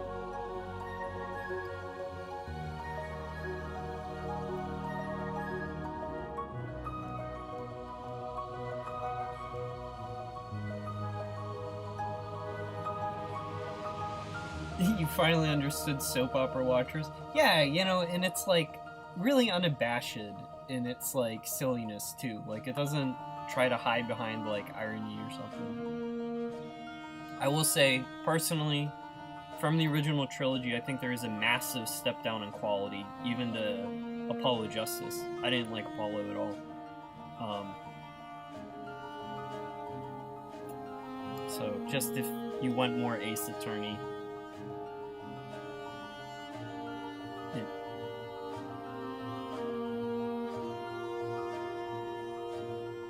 Shu Takumi's best after the original Ace Attorney games. Ghost Trick is his best game, and it's not related to Ace Attorney. It has like a few callbacks, but I would recommend that instead of any other Ace Attorney game.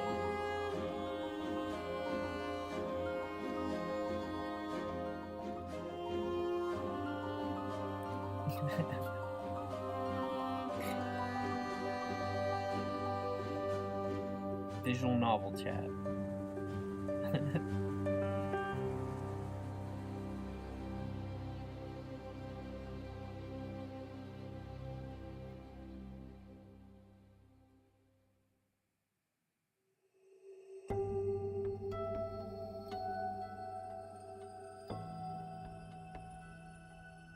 Oh yeah, no, I won't spoil.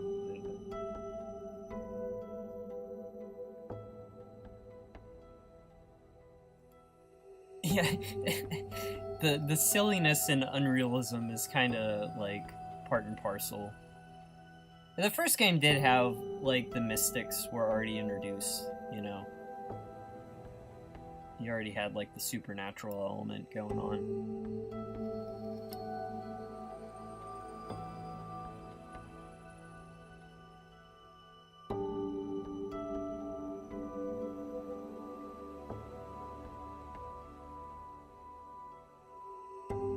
Actually, you know what's one of the best? Because Ace Attorney has been so influential. It's got like so many. I mean, it like minted a subgenre of games, but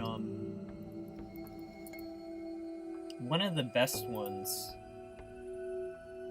is surprisingly, because it seems like a joke game, Aviary Attorney.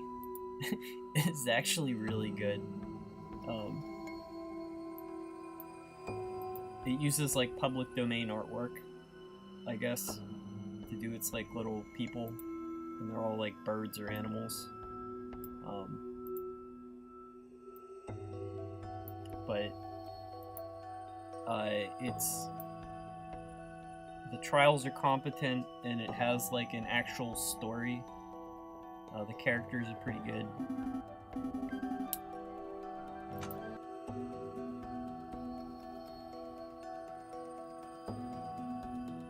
A lot of heart.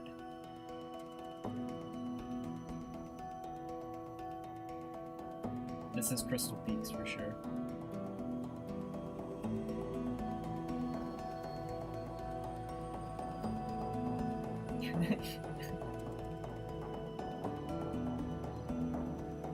Executed for infringement. I think all my streams get claimed, but I don't make any money on my streams, so nothing to claim. I think video game music, they generally don't take your stream down.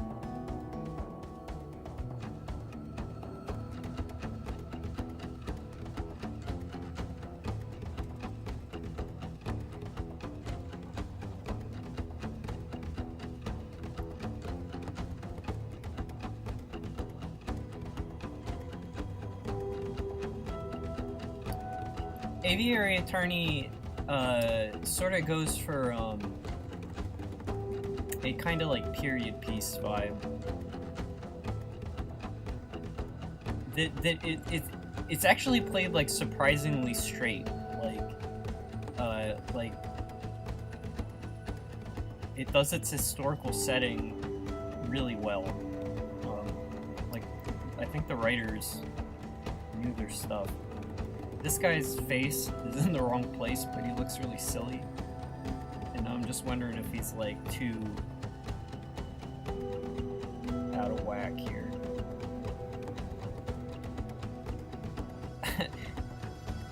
I'm gonna leave him like that incorrectly. I think you'd like Aviary Attorney. I don't know if it runs on the Steam Deck.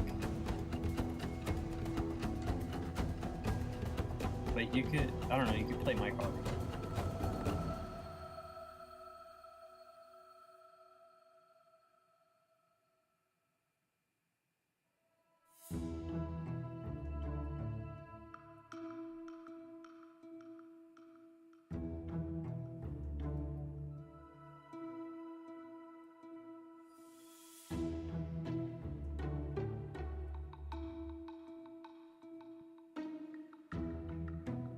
I'm really taking my time with these.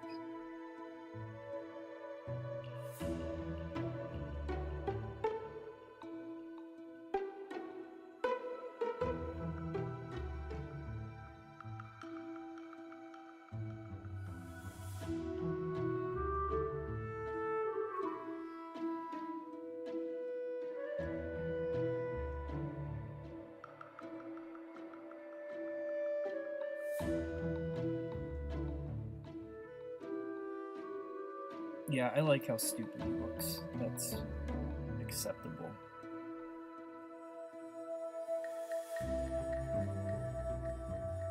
I do think court trial games are kind of done as a genre. I think they're like super played out.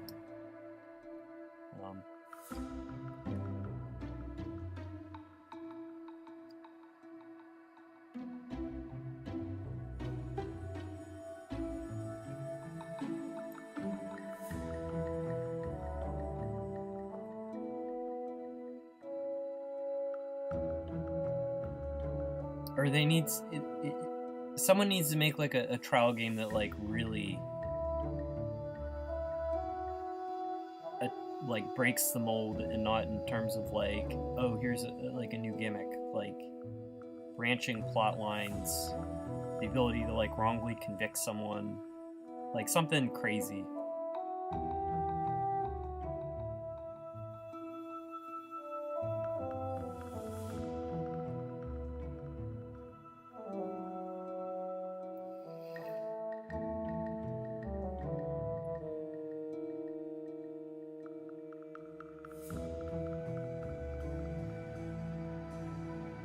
It's slightly better balanced.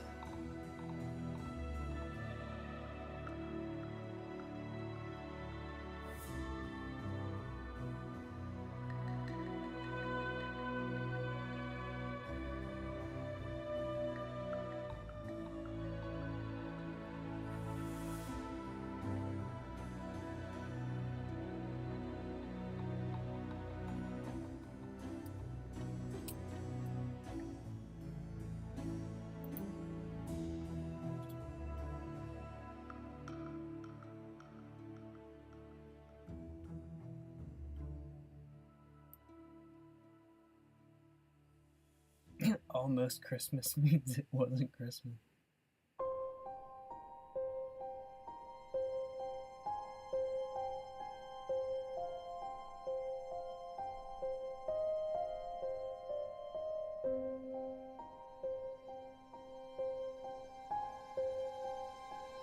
Ace Attorney, but the sprites are replaced with furry versions of the characters. There is a whole website that it's like for role playing as Ace Attorney, where like someone can be like, you like log into the chat room as like prosecutor, defender, like witnesses, and you can like choose from any of the characters, and you can like type back and forth, and like the camera cuts around. It's very elaborate, but that's a thing that exists.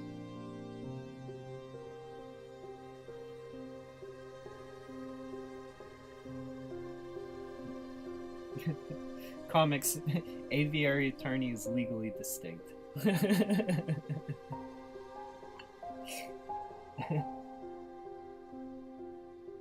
Just qualifies. Nintendo, they would have been sued by now.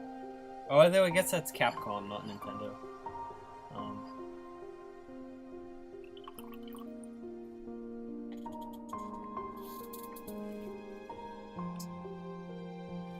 Trial game, but you only defend super villains. Arguing simulator. That'd be like a... What's the game? It's really old, where you just invited to that couple's apartment and they start arguing and you can like side with either one. Oh, what's the guy's name? Oh man. Facade, that's it. Thank you. Thank you, Make Eyes. Trip the melon.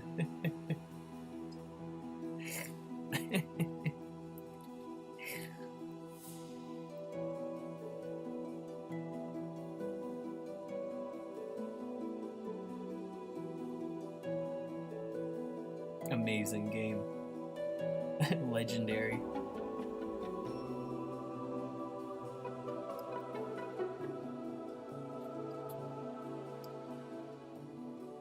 Yeah, I can't worry about these guys' proportions too much, just because I sketched them silly, and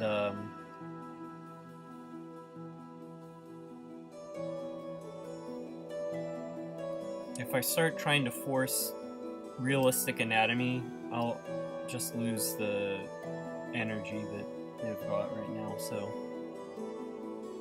it is what it is.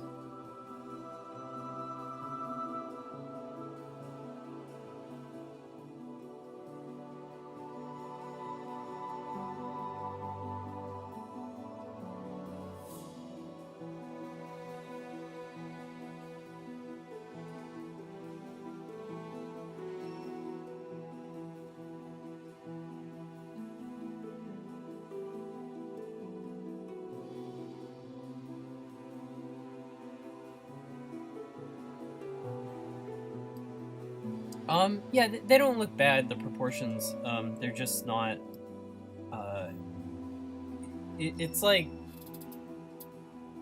South Scrimshaw is this place between, like, cartoony and, like, realistic, and I'm trying to not let it fall. I'd rather things, like, lean towards, like, a more realistic look than, like, getting too cartoony. I guess. But I'm not trying to overthink it, because that never makes anything look good.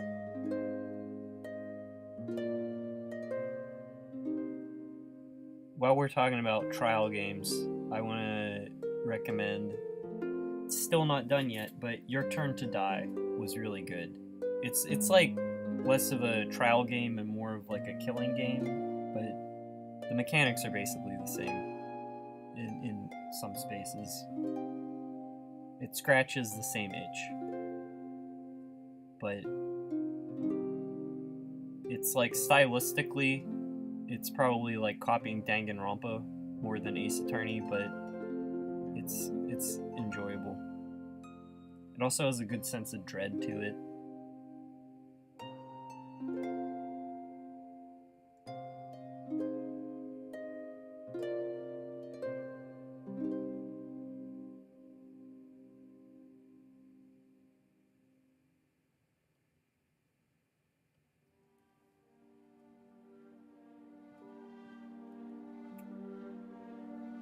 You want to boop them. Choppers could be booped.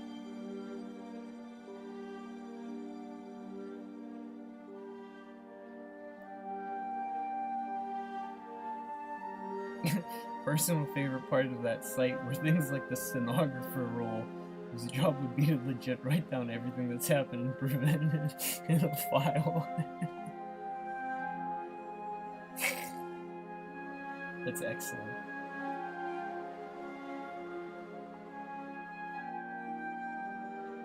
Your Turn to Die is a great name. That's like on the nose and like in a way that's to its benefit.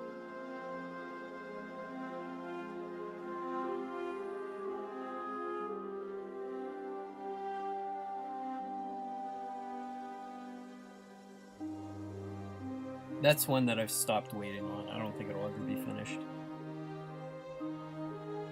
But enough of it's done that you can like play it and be like, have a good time.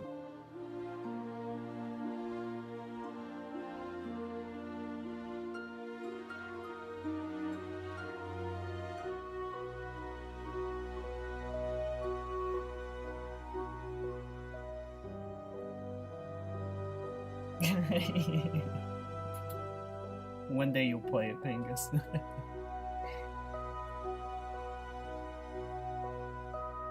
See, they're waiting for me to completely forget literally every detail of the plot, so I'll be able to play it again for like the first time when it comes time.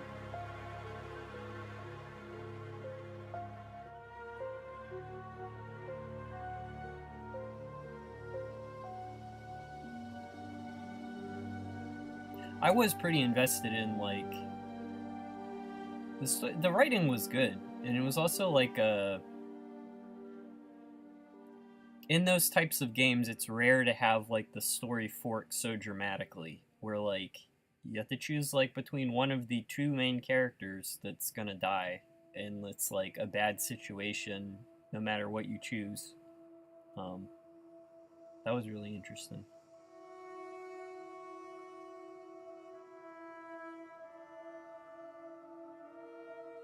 Just generally in games, it's like meaningful forks in the narrative. Like you really don't come across it often unless you're like in the late game. So maybe the delay was like they had to make the end of the game twice or something. Then you'd also have to write it twice.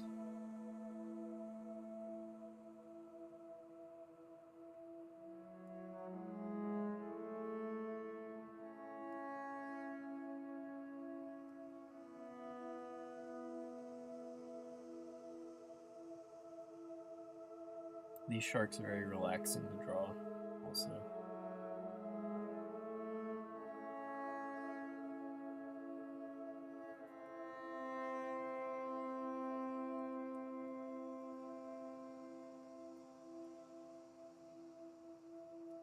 Wrong cover.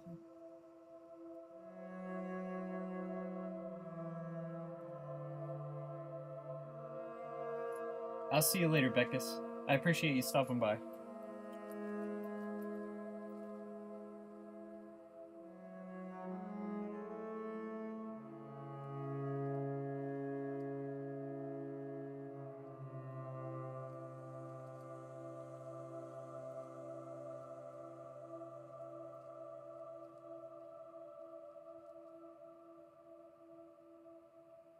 Thanks, Beckus. I appreciate it. Yeah, they're turning out. The art's coming along. This guy looks really silly.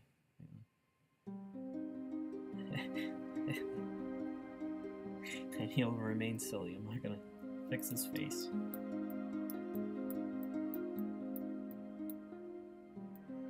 Make up some reason why they all have weirdly shaped bodies.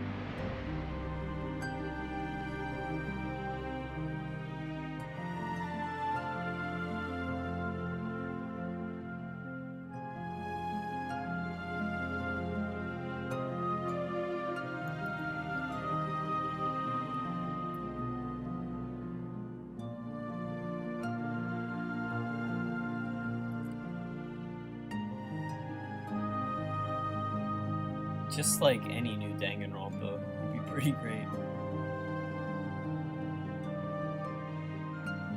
Or like, you've seen, what was it called?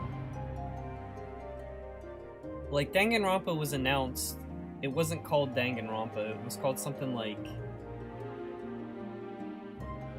Despair or something. It had like a really basic title, but it's like the art style was way more edgy, and like it wasn't meant to be linear.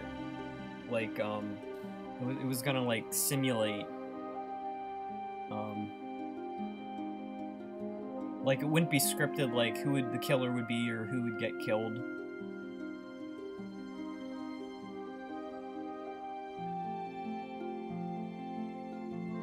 Distrust, that's what I was thinking. Yeah, and Red Blood.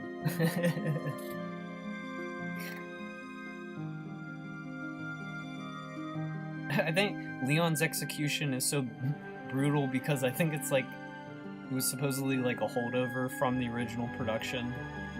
It was like hella dark.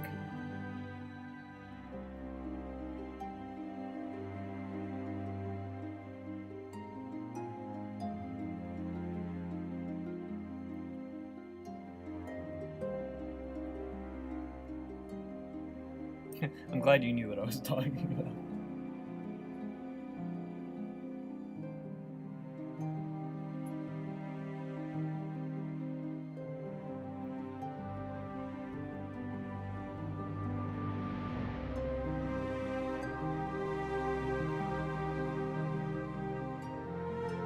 I have the art book for V3.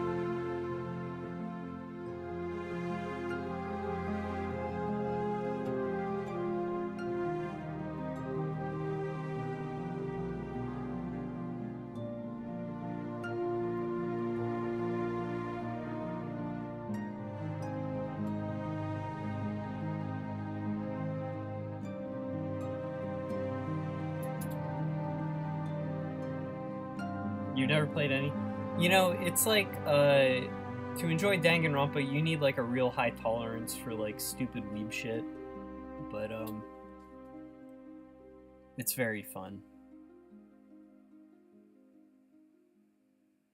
Also, it's like, if you're able to appreciate style over substance, it is style in spades and zero substance.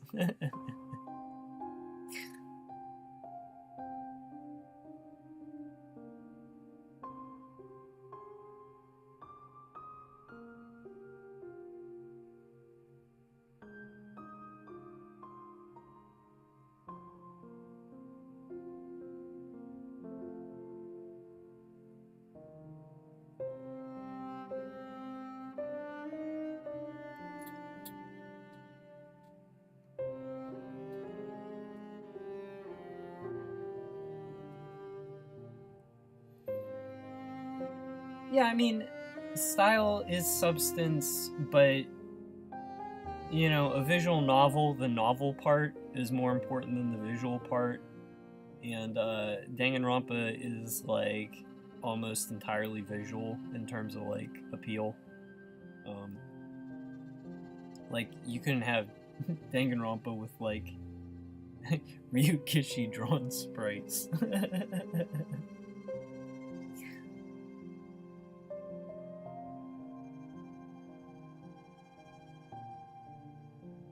Like, I like Danganronpa, I'm just, it's not something I can like recommend without that like asterisk next to it.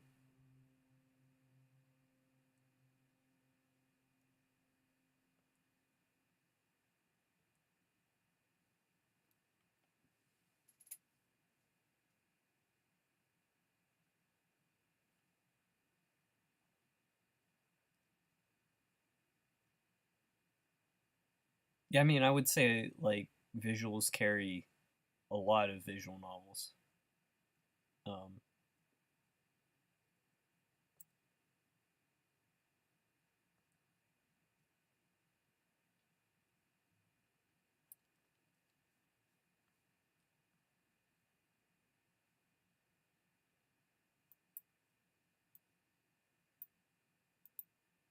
I think Phoenix Wright is better written.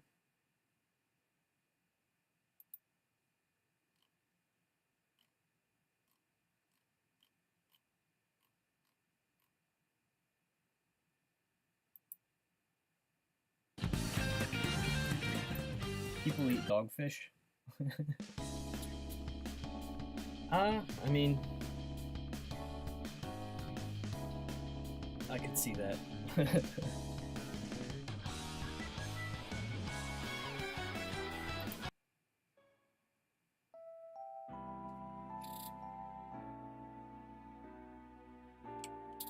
Oh no, not every Phoenix, right? But the first three are better written. I feel like a lot of sharks are in such bad condition we shouldn't be eating them.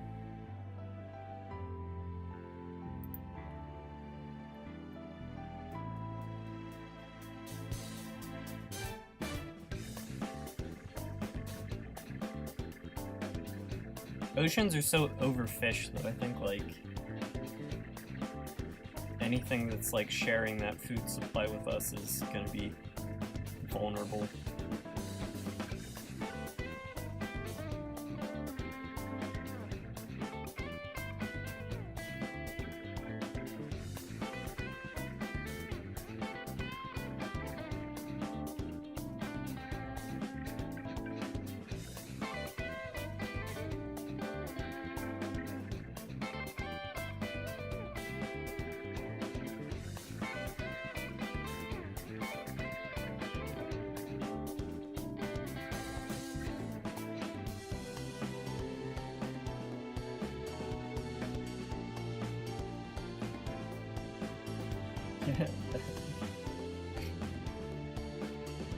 The Persona playlist was back up in the playlist.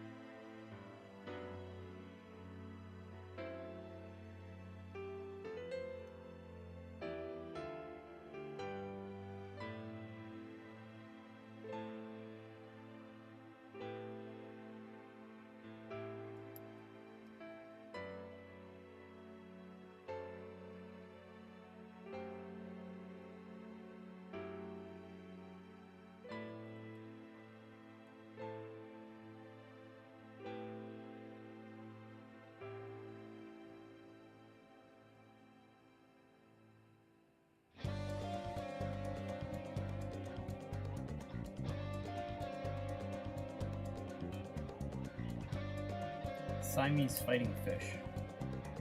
No, but I can throw that on the list.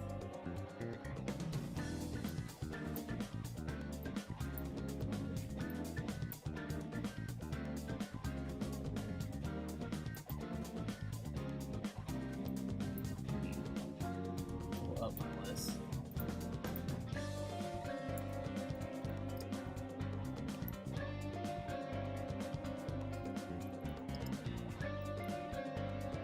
have some in the reef. I ended up doing a single illustration instead of trying to work on the reef wide shots, but I still do need recommendations, so that does help.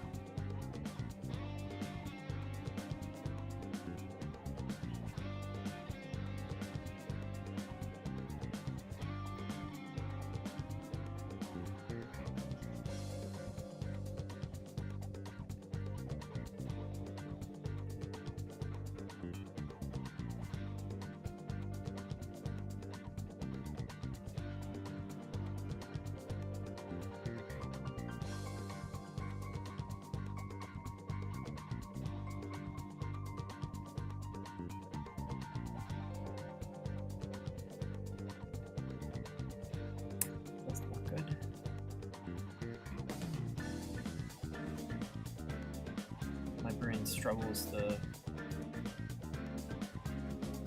really understand what angle I'm drawing something at. You just see something looks wrong.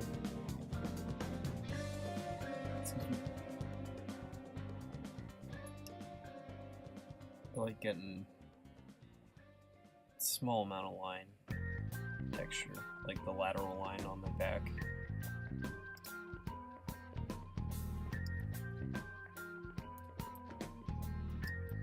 Let's do this guy.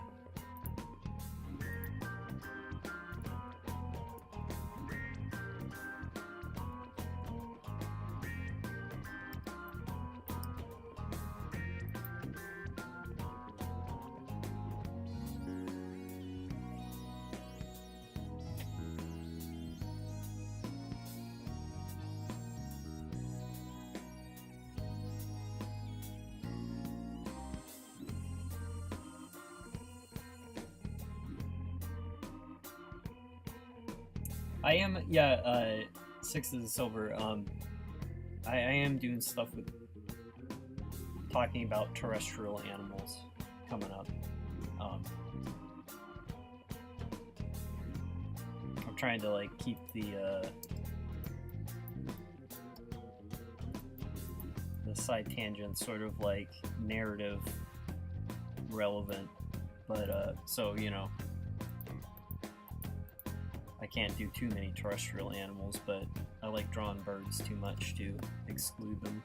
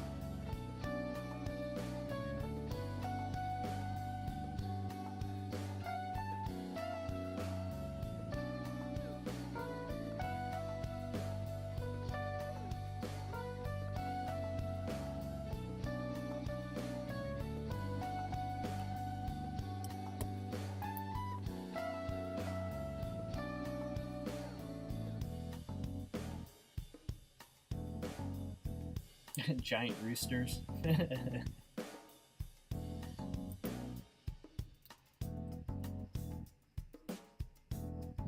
we were talking about chickens yesterday. That was a point everyone agreed on, was that they're terrifying.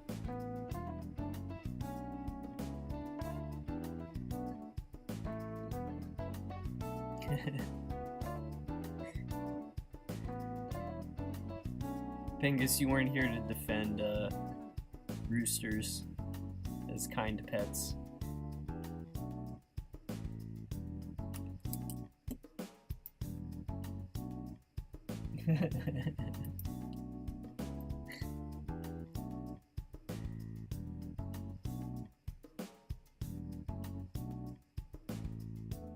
They were very pretty.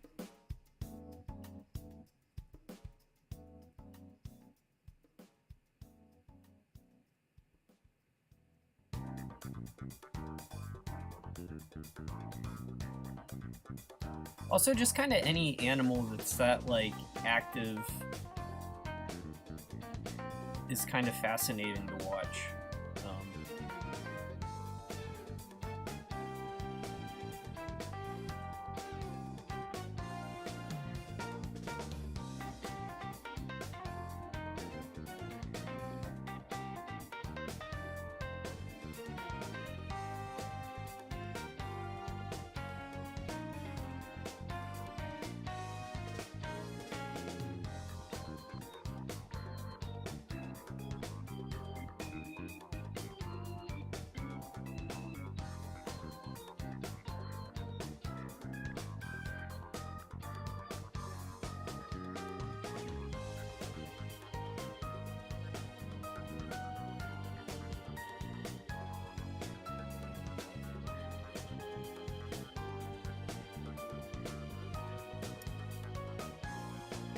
They attached a wood beam to a chicken's tail feathers and developed a TX gate to counterbalance the weight. That's really cool, actually.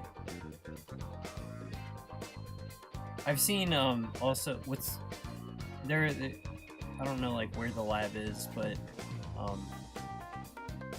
there's some researchers that are they take, like, chicken embryos, and then they try turning on and off different, genes during the embryo's development, and they can get, like, chickens who express things like teeth or, like, scales.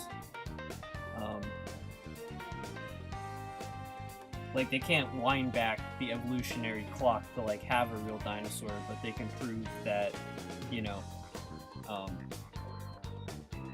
obviously they came from reptiles if you can, like, tinker with their, like, genome and have the egg hatch out, like, something that's, like, half lizard.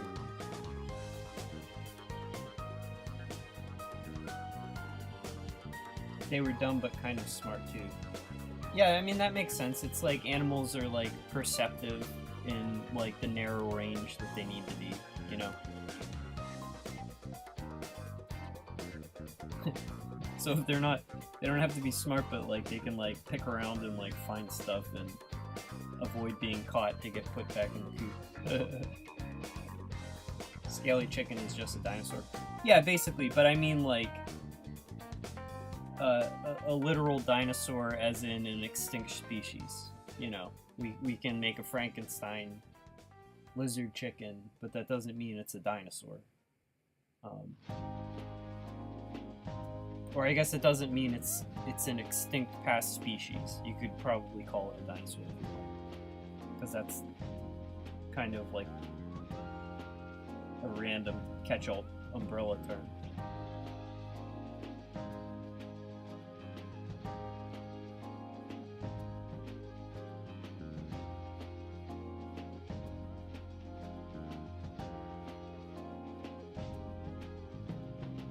There's like 15 different movies that explain why experimenting with that is not a good idea. I mean, there are even more movies about robots rising up and killing us all, and it's almost like people... it's like... life imitates art, man. Can't stop it. We can believe. Yeah. Well... You can come to my shitty Jurassic Park that just has a bunch of deformed chickens waddling around. Charge like $80 at the gate.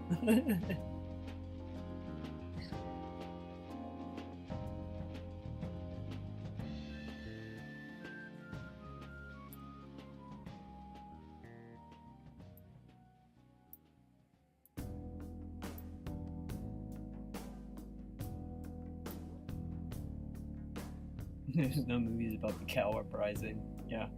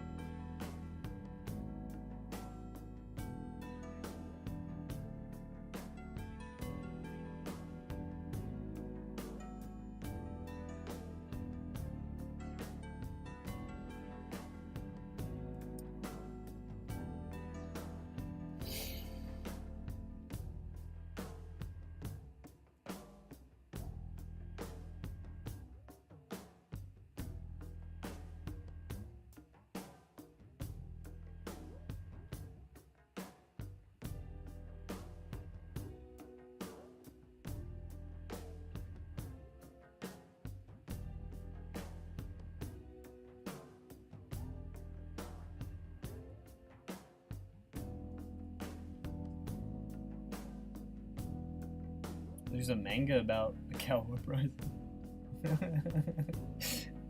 Well, then it has been prophesized. I thought we were onto something though, because I was like, I would watch a cow uprising movie. Sounds amazing.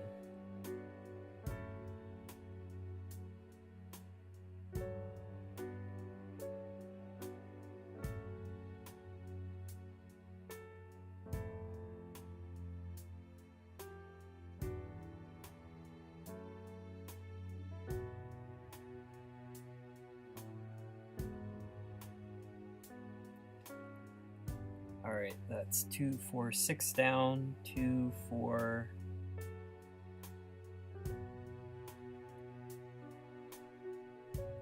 Six, 7 to go.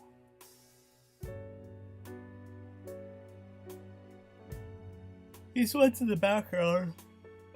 Pardon me. Will be drawn with less detail. I kind of had a thing going in part 1 where stuff in the foreground would get this level of detail, and then stuff in the background is like very simple. Actually, I can show an example, or I should check an example too, because it's been a while. There was one that had sharks in the distance. This. No. Oh yeah.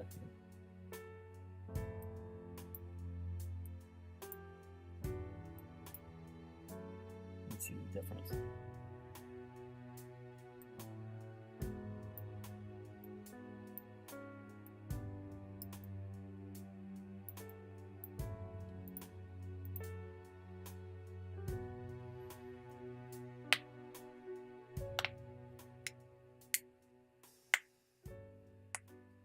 Oh, chicken uprising? Well then cow uprising's still on the table.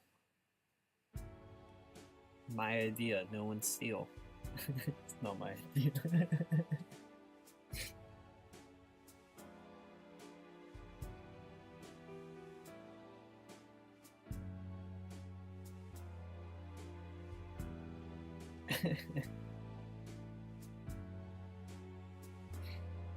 You know what's funny about the very inaccurate Velociraptor was it's like, at the time that was like a selling point of Jurassic Park was like, it's so realistic.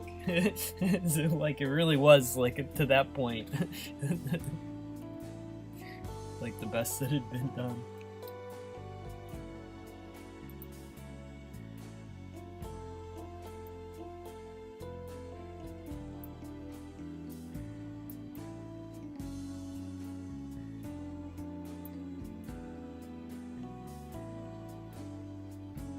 Original Jurassic Park looks amazing.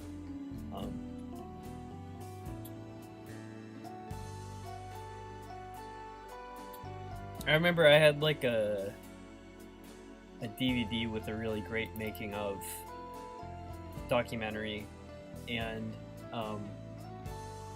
you know, that was like an early application of CGI, but they used the raptors in the kitchen scene as the test for claymation. They were, you know, there were like two separate camps, like the CGI people and then the claymation people. And it, you know, it really does not look realistic, but they also had like flickering tongues like snakes, and I forget the paleontologist they had on staff was like he like hit the roof when he saw it. He was like, who did this? Oh yeah, no, it would have been like the most intense episode of Wallace and Gromit if they crossed over. Yeah, Pingus, they did, Sam Winston did practical effects, and it was like they split shots between like some were CGI, really limited amount of CGI, and they were like super intelligent about how they used it. Like, skin still looked like really plasticine when it would render, but if it would look realistic if it was wet. So that's why like it's almost always like raining when the T-Rex shows up. Yeah, no, they got rid of the snake tongues, obviously. Let me see if I can find that. It's pretty cool.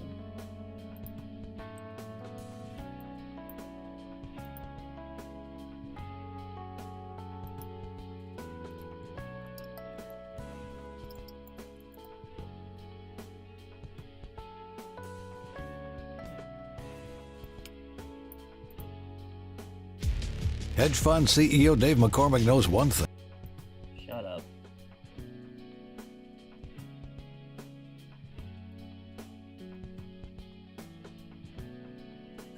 Dinosaurs made out of Utah. Okay, here we go.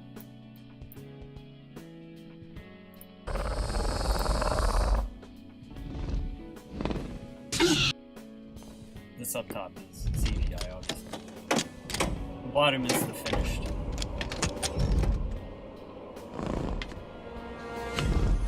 That actually, like... Timmy, what is it?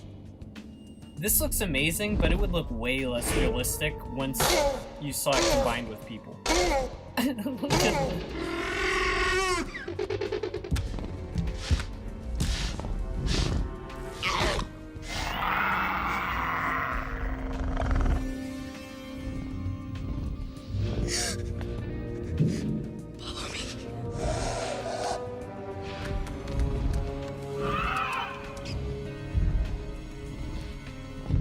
This film was like my life as a kid. Jeez.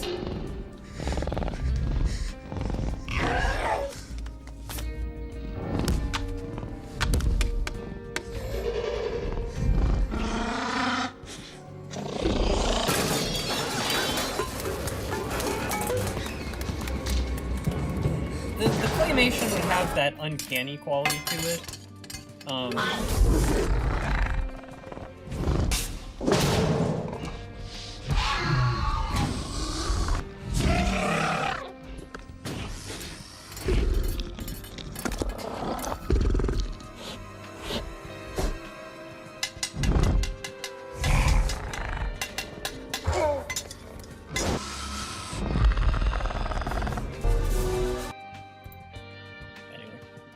Pretty cool.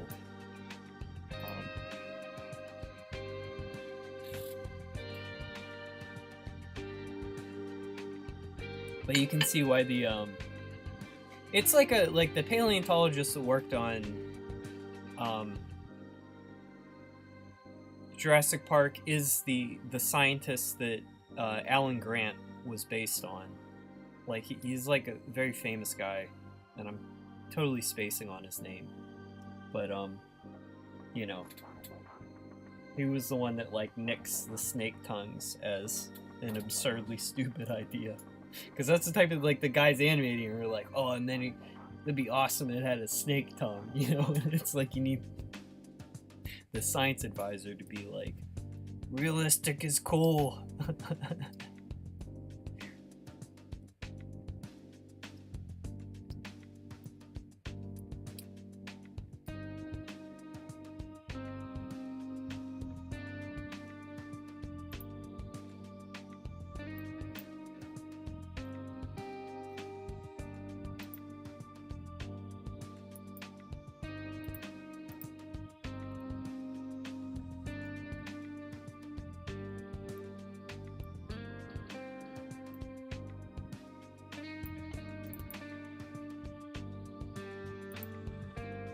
Thanks for stopping by, comics. I appreciate it. Choppers have snake tongues.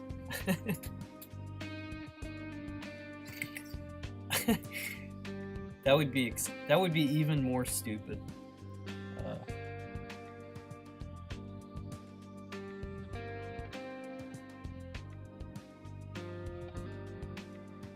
Like I have some silly nonsense stuff going on, but I try to avoid anything that just like blows up suspension of disbelief.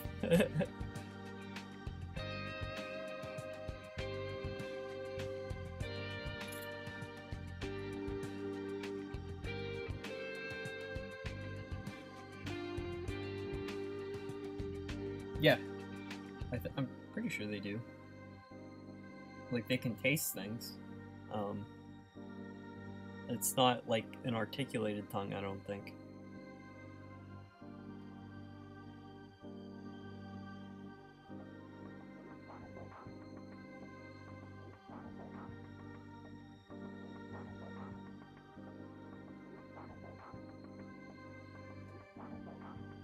Yeah, it's not prehensile. That's the word.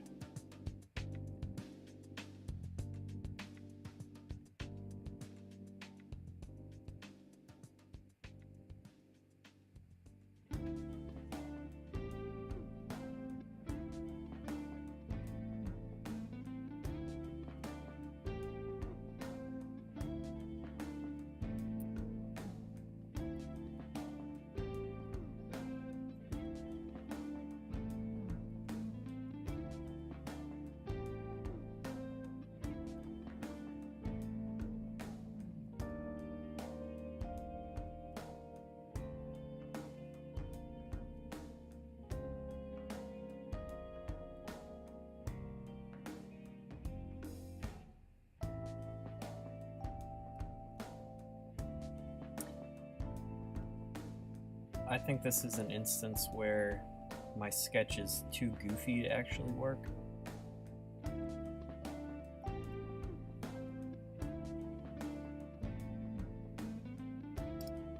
Because he's got like that much snout before the nose, so his snout should be like...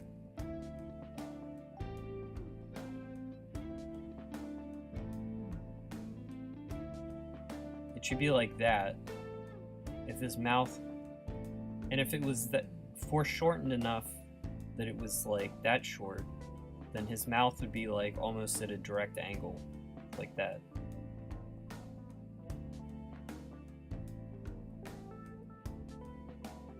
So maybe that's what I do instead.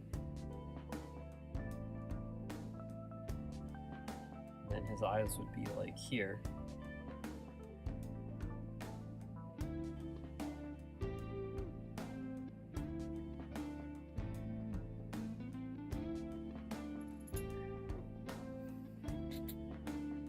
This is annoying. This is just throwing me off.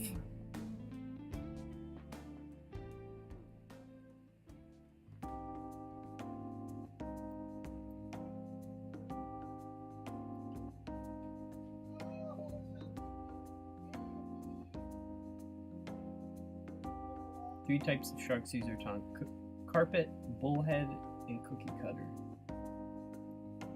I know cookie cutter sharks, and that kind of makes sense.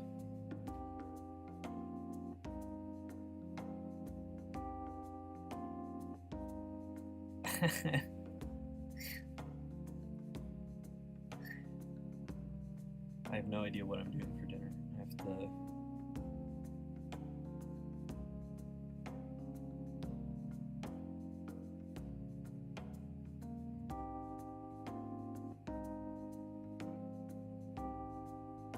I don't want to go to the grocery store.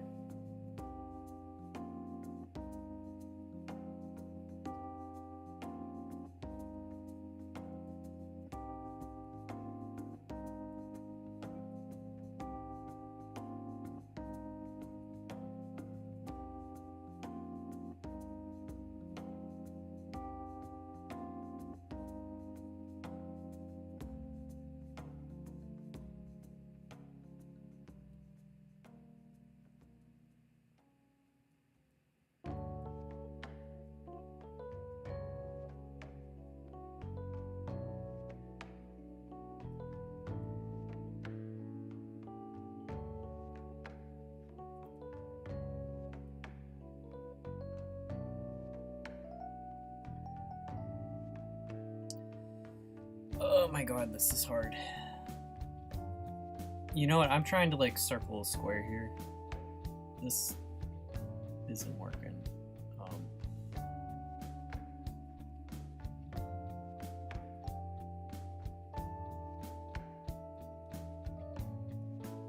Shit, what's going on?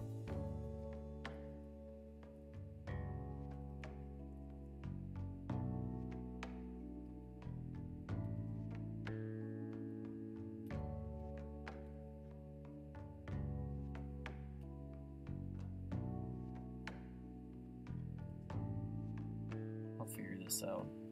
Because I still want him to be like... he needs to be carved that way and not just go like straight up for like reasons of composition.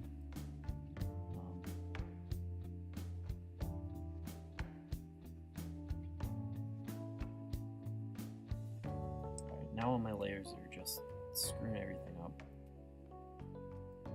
Layers, gosh. Get out of here.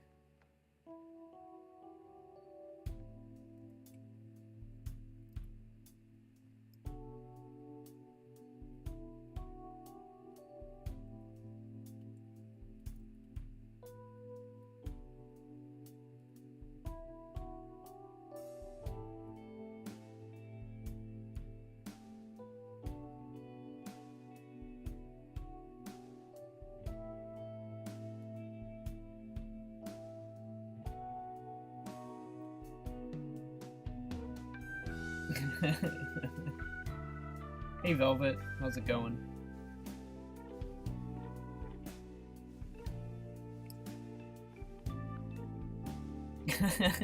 I'll take your groceries.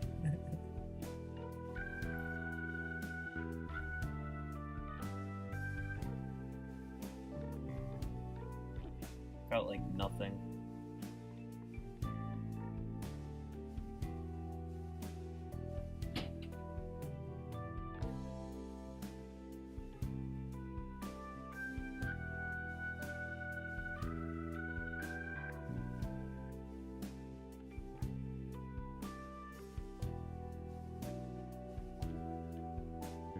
Yes, this is a Chowper illustration. Part of the reason I'm streaming is because I have these giant landscapes of coral reef that I need to populate with animals, so I was taking suggestions, but then, I don't know, I got started on an actual illustration, so I'm just doing this instead. A crocheted mother with lots of plant bits sounds amazing. Scrimshaw Kids Meal.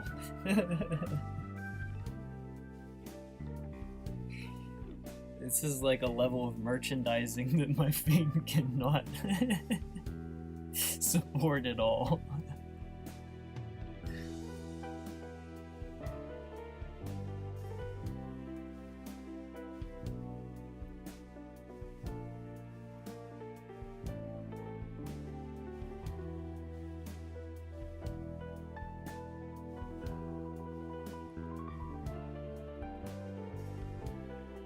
Although what I do have arriving Monday, if anyone wasn't here for Thursday, I got some buttons coming. Because the print company had like a sale, and I was like, yeah, why not? I might just take these to conventions as like a giveaway, because they're kind of too cheap to sell online. It's kind of like they cost as much as the shipping.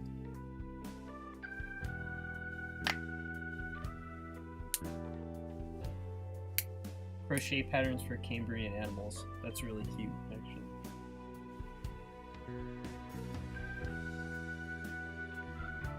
Bath toys. Bull floats. Yeah, I'll just, you know, it's like Sanrio, get in touch with me. They can like license it. Free reign to make whatever they want. Give me a cut.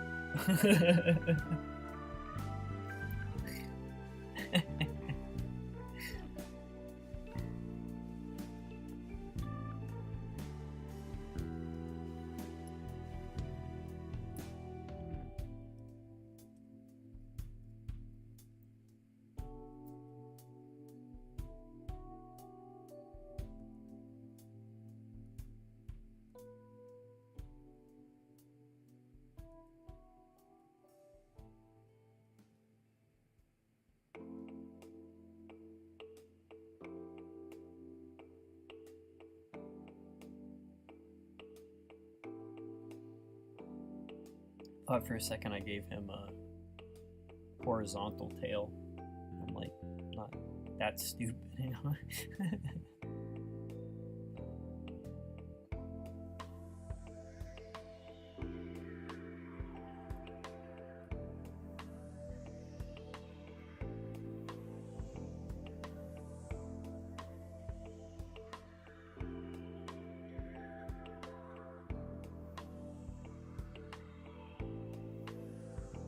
Put him down there.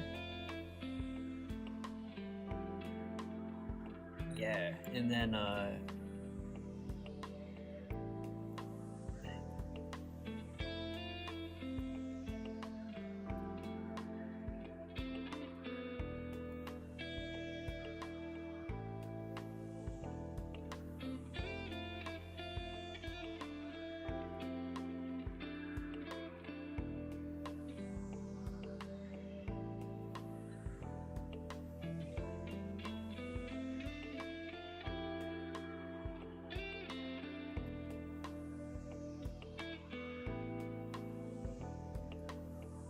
something like that,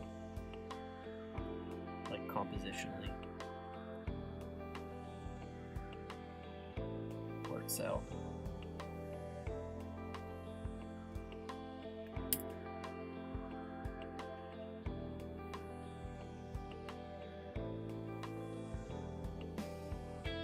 Sanrio does crossovers with anyone.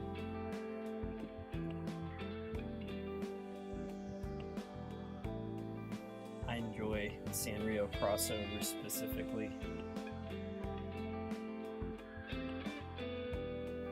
I saw like a Hello Kitty Godzilla that I guess they did for that.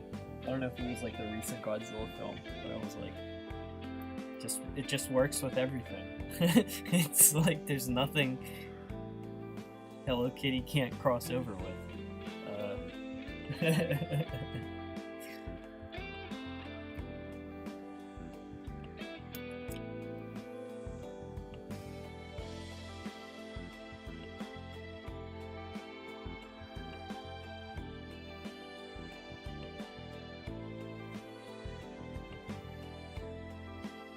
You live right next to the stadium.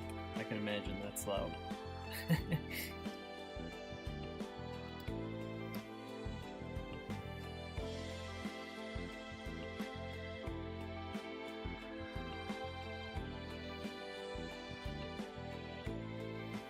My roommate is huge into football or soccer. Just for my Americans. But I can tell how well his team's playing by like the shouts coming through the wall.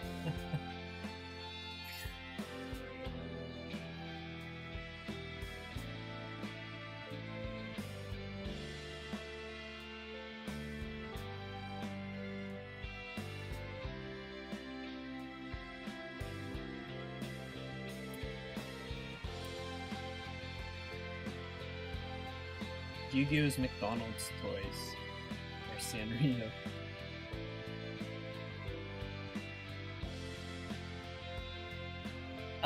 He's into, his teams are, Guatemala and, Real Madrid.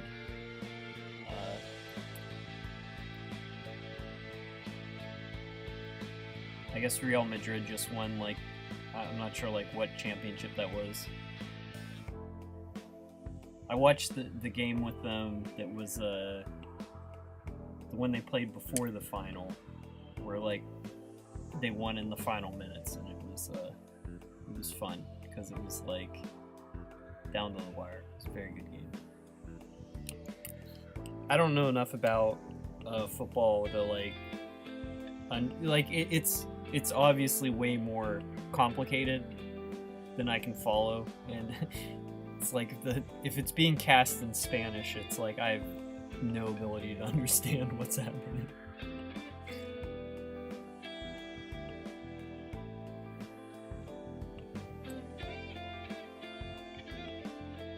There's Spanish fans partying it up in the street. Well, if they're happy sports fans. It's good for local business.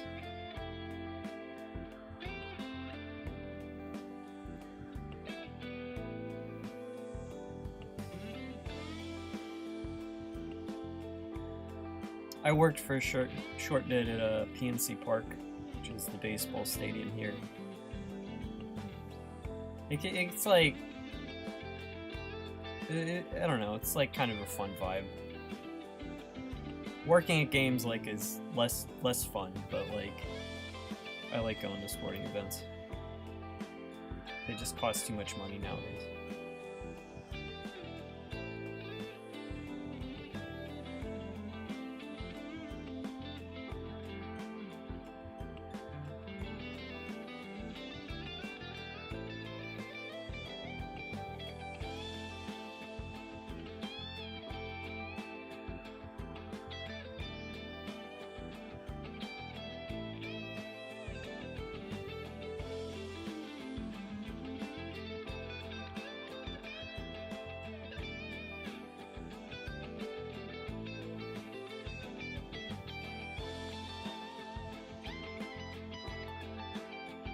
You're getting McDonald's.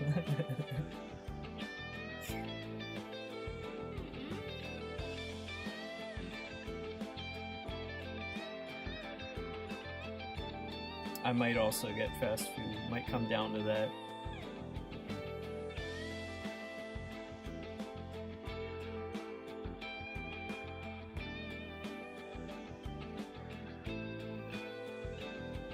Treat yourself, yeah.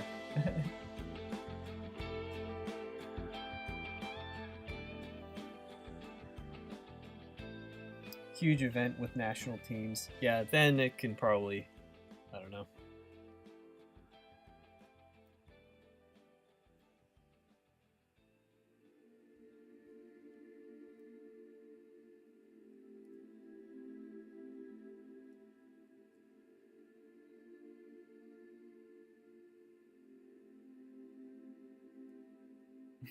You'll probably be up late listening to their, either the winners or the losers, whoever's noisier.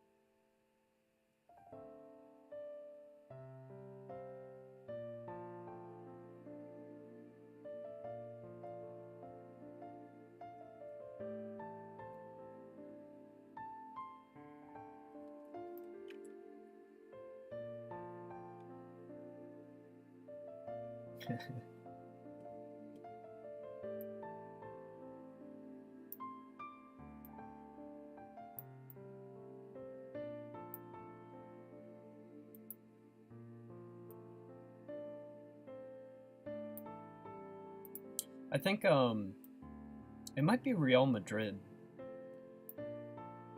It's like one of my friends here, one of their favorite teams is playing an exhibition match in Pittsburgh, and like just because they never play games in the States, like that's probably gonna have like an amazing energy to it. That's, I don't know.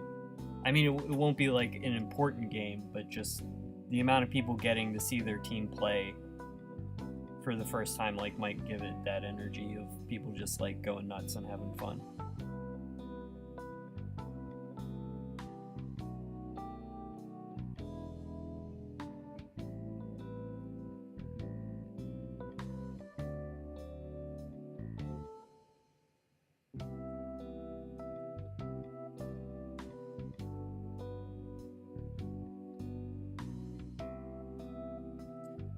It'd be probably Heinz Field, I'd imagine. But I don't know. I think that's where the Pittsburgh soccer team plays.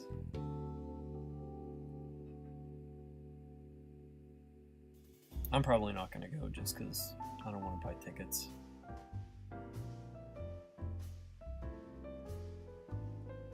The last sporting event I was at was a hockey game, and it was just like the only beer they sold were like $20 tall boys, and it's like, really, man?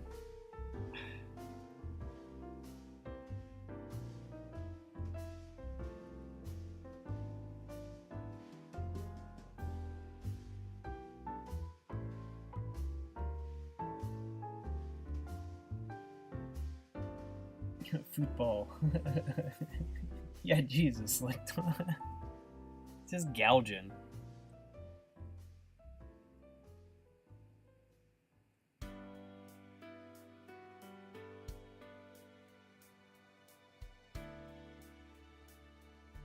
It's like, I didn't have to buy these overpriced crappy nachos, but it's like, I wasn't just gonna sit here without beer and nachos. Price gouging.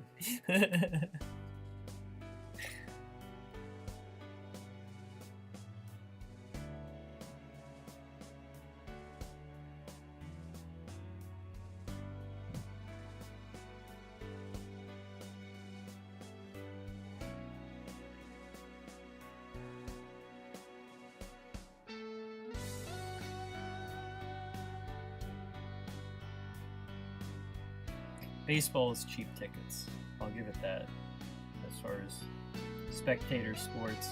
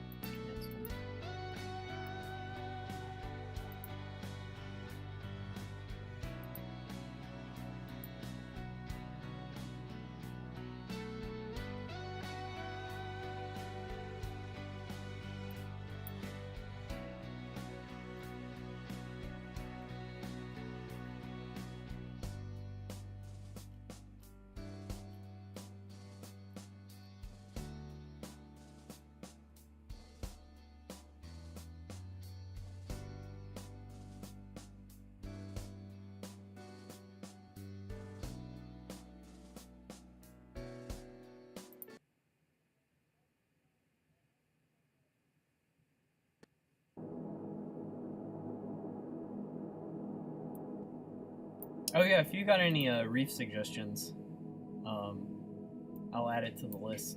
I won't be drawing on the reef today. I'm gonna 7 o'clock. Maybe I'll go for another hour. But yeah,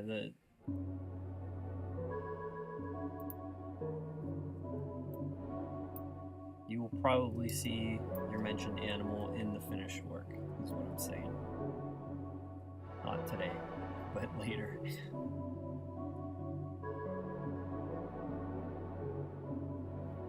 And generally it's like, because it's set in a reef, it's ocean animals, basically. I think someone like said kangaroo earlier. And it's like, for the supporter mural, Yes, we do. It's like, but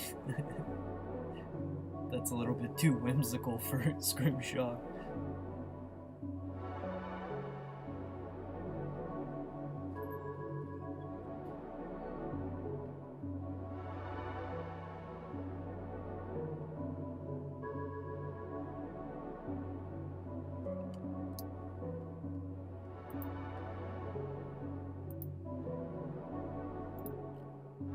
Ooh, bobbit worms. Yeah. That's a great one.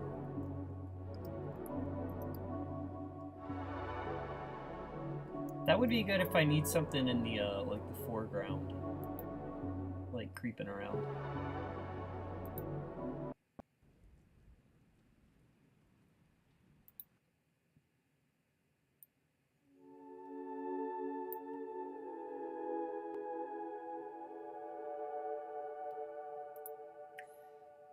Unfortunately, mantis shrimp, I drew one for the supporter mural, and I was like, this is one of the most difficult effing things I've had to draw. At the amount of time I spent on that spider crab, I am not doing a mantis shrimp, unfortunately.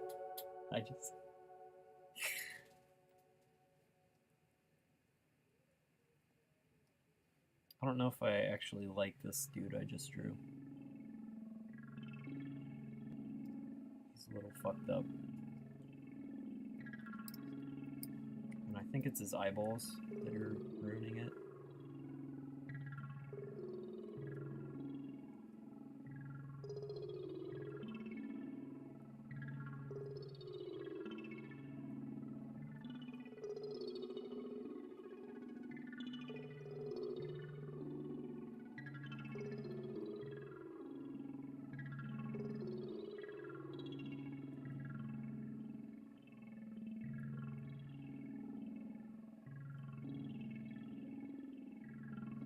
Also helps to smooth this line out some.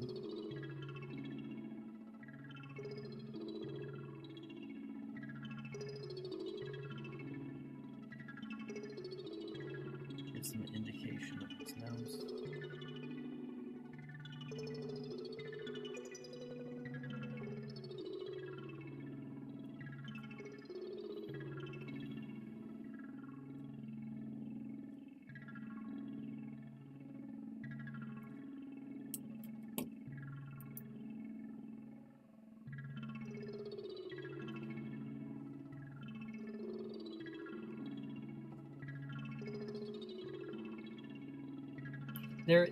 It's like, this is Rain World again.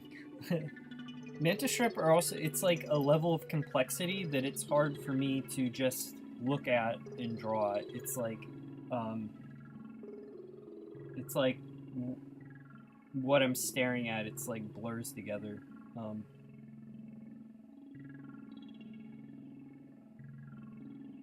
I am drawing shrimp later.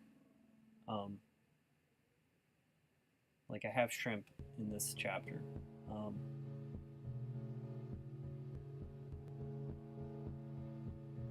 The new ghost shrimp I got are way hardier than the Petco ones, but they don't clean anything.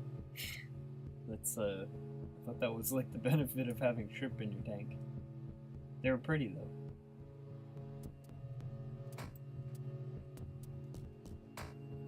Cambrian creatures. Yeah, I was thinking about like putting in like well, I guess I have trilobites are in it already. There's no reason like I couldn't have some extinct stuff swimming around.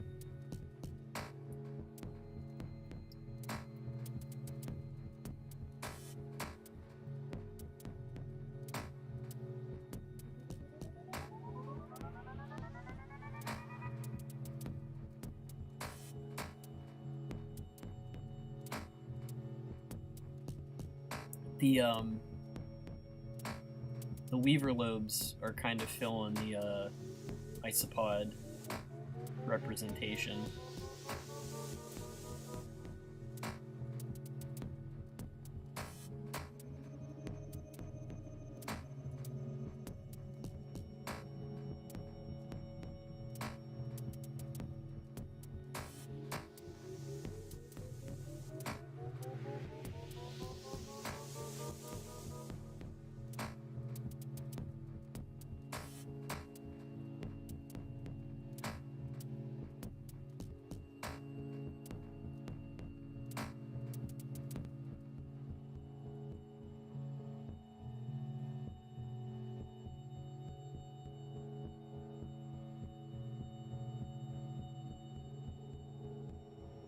Toadfish. I'll look that up.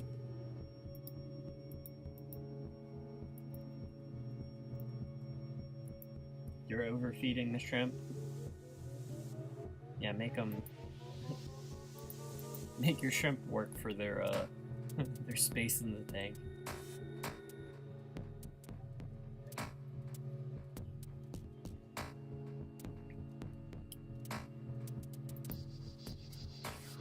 Show toadfish. Alright, I'll look it up.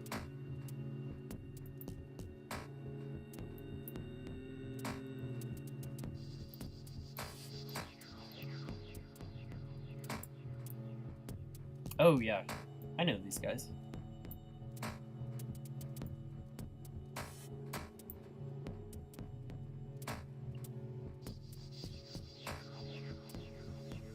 I think these were actually suggested for the mural, but this is one that will do much better in color than in black and white, with like this kind of detail.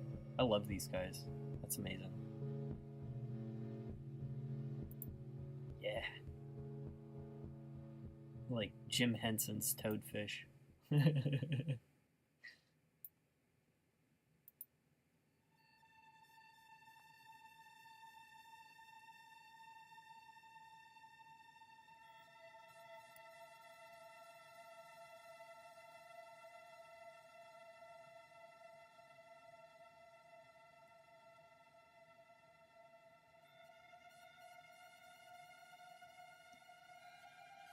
Struggling to correct this guy.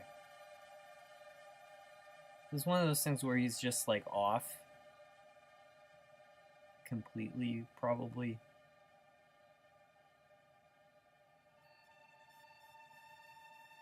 Just want him to be like stylized. I don't even need him to be like good.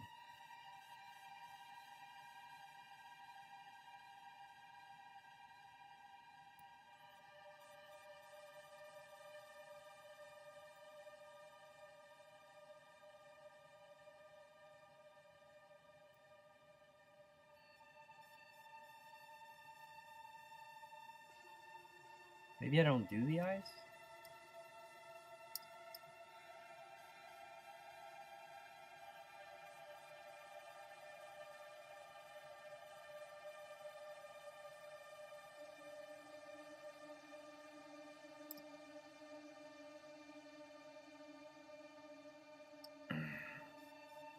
I don't know.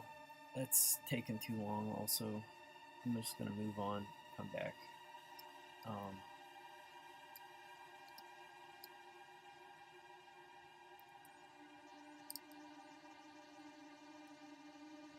The rest of them look fine. Layer 101.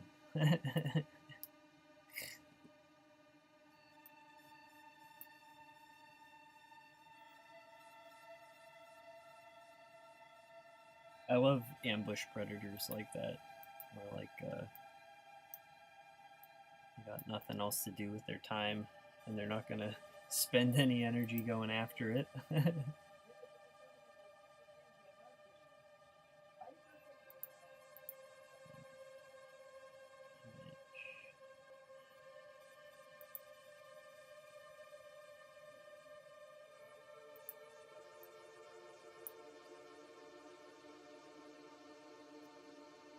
Okay, so these background guys are gonna get less detail.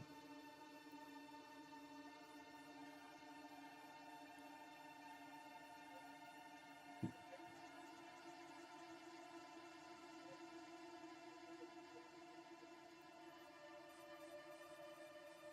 I want to do this.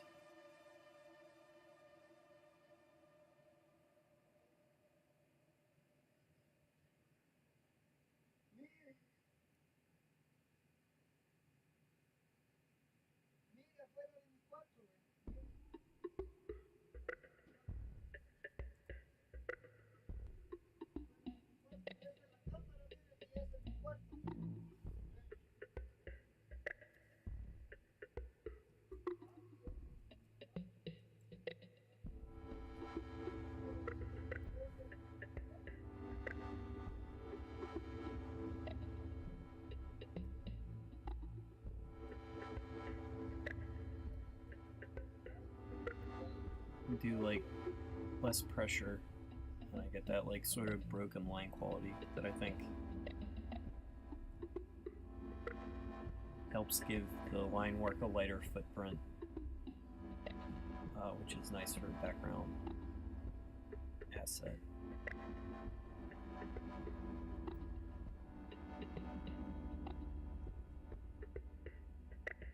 Also, like stretching little guys' bodies, it's like makes them feel like they're moving fast, even though they're like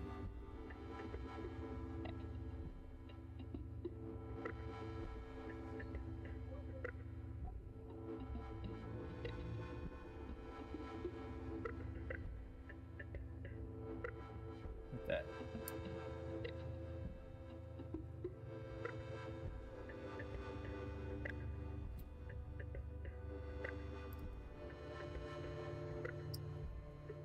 I'm not feeling this guy at all. He's got something's got to change.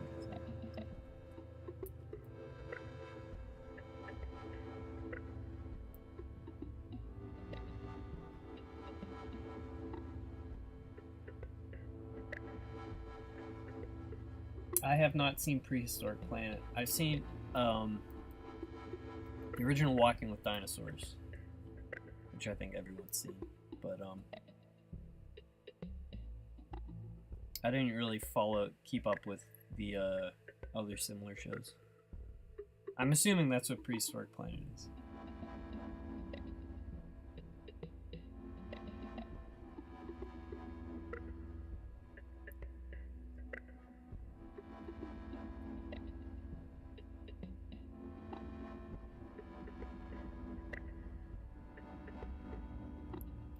Yeah.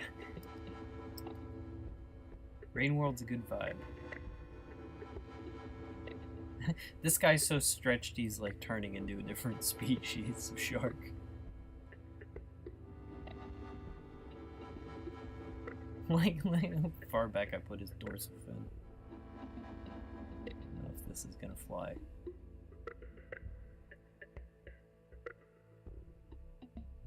I don't like tangents being developed.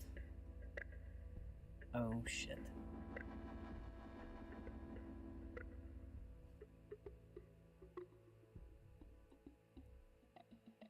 If I move the fin up, it overlaps with this guy in a really unpleasant way I don't like. So maybe we'll just draw it in way back here and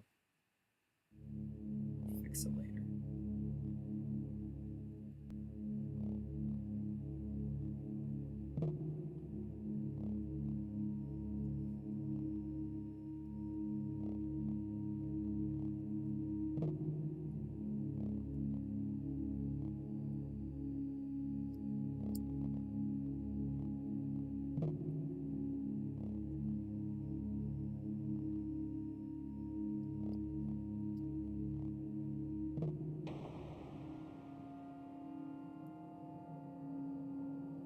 Scientifically accurate masterpiece.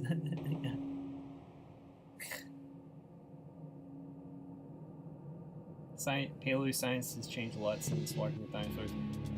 I mean, my God, when did that air? Like, paleontology would be a stagnant field if it hadn't. I'll check out Prehistoric Planet. That actually sounds like a good thing to put on while I work. The Walking with Dinosaurs is getting, like, they're bringing the show back, which is always like a crapshoot if like a resurrected franchise will have the same level of like care brought to it. Do choppers get preyed on a lot? Not when they're rolling with the Brillo. I think as pack animals, I think that would give them some amount of lessen the vulnerability. But they're also cruising waters with like some pretty savvy predators, so they are not the toughest thing in the ocean. Early paleontology is like cowboy shit. Like, who is it? One of the guys was named Marsh. Who was the other one in the Dinosaur Wars? Cope? Yeah, they're Walking with Dinosaurs. They did the teaser trailer where they just show the title of the Walking with Dinosaurs. I don't think they've said much more other than it's been greenlit and is in production.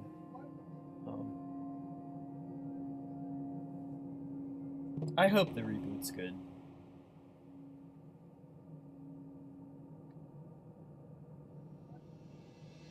There's a good PBS documentary about the dinosaur bone wars that is really entertaining if you haven't seen it. There is something also very romantic about like science of the era where just like enterprising people could just like go out and make like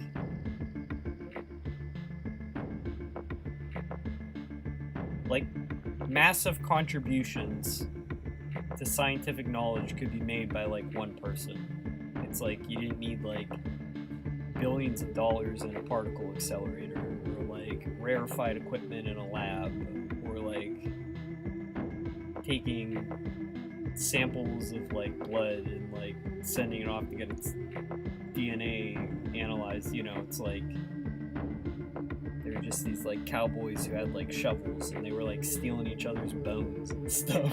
Like, yeah, Othniel Charles Marsh was the one. Othniel, forget how he pronounces it. Who was the other guy? Was it someone Cope?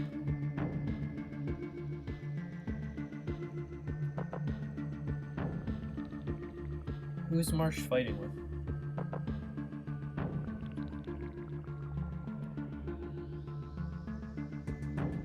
Yeah, no relation, unfortunately. Yeah, Edward. Okay, Edward Cope. I remember the last name. Yeah, Edward Cope and Sieve.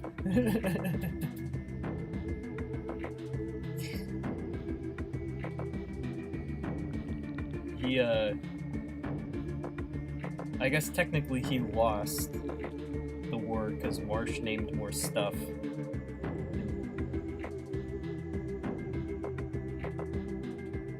Yeah, Cope versus Marsh. Like I said, there's a hang on.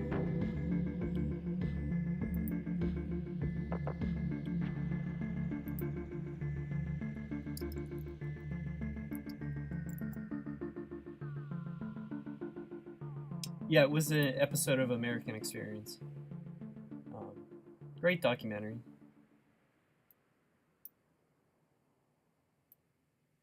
Man, I used to like watch exclusive corporate funding for America. Thank you. Every episode of like these documentaries.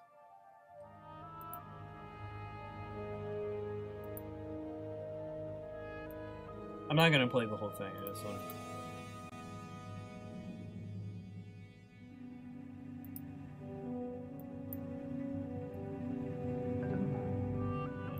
Fossil bones were discovered in front of the young field of paleontology.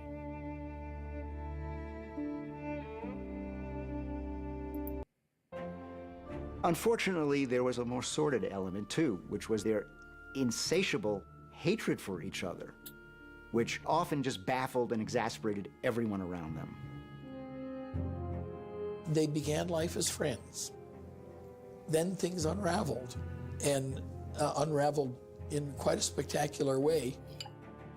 Cope and Marsh locked horns for decades in one of the most bitter scientific rivalries in American history.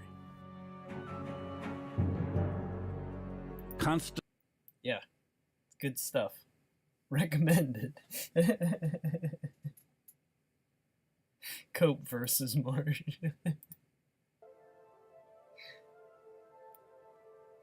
Hey Nathan, welcome back.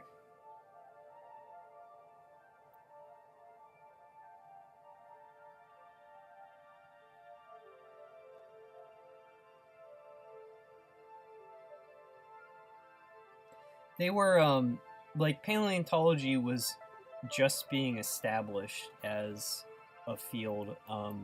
Marsh sort of represented the university establishment, and was really like obsessed with like I don't know, like controlling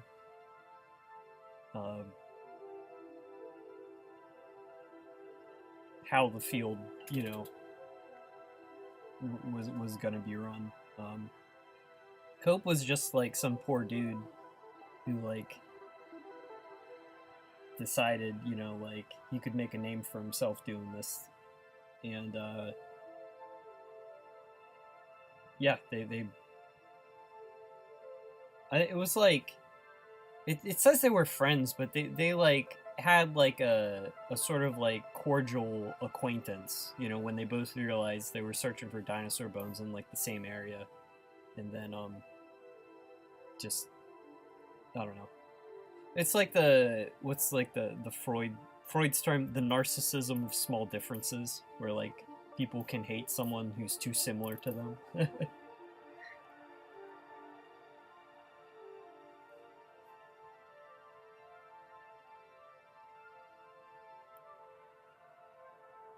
Both of them like only suffered for like their like rivalry too, because it was like, you know,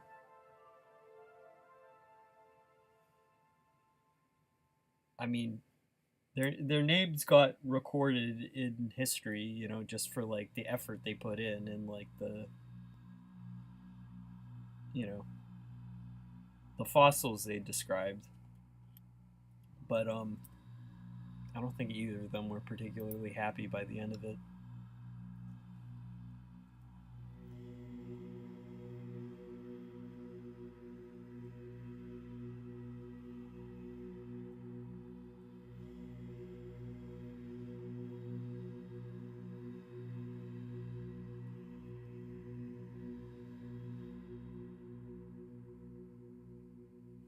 I had a tangent about paleontology in South Scrimshaw that may or may not make it into the finished product.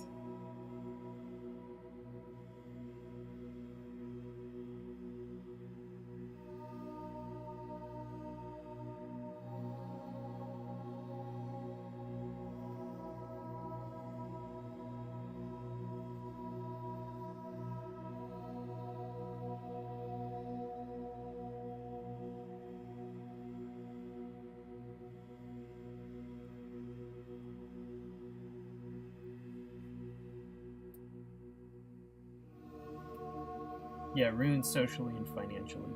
Yeah. Which one was... Who was Richard Owens?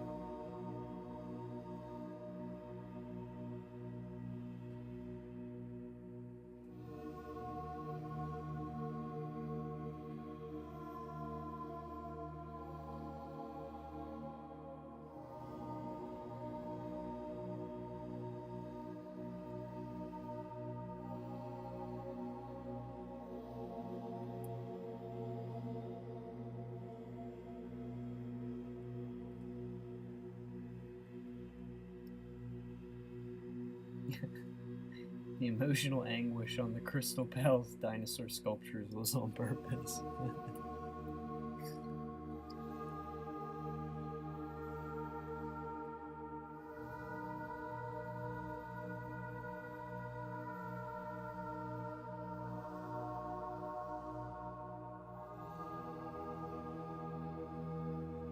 Because I'm a Pittsburgher, you know, Andrew Carnegie, the steel tycoon, was a huge funder of the dinosaur expeditions, and a lot of those fossils are here in Pittsburgh. Like, the museum's great.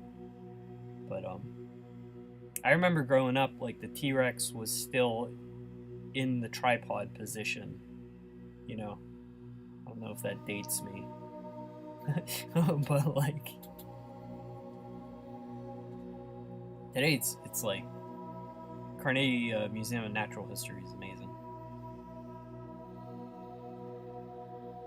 probably like 10 years ago, they also like redid the dinosaur wing, and now it's like you go in and the lab where they're cleaning fossils is like this giant window, and you can actually like see the people and like watch them doing the work. It's pretty cool.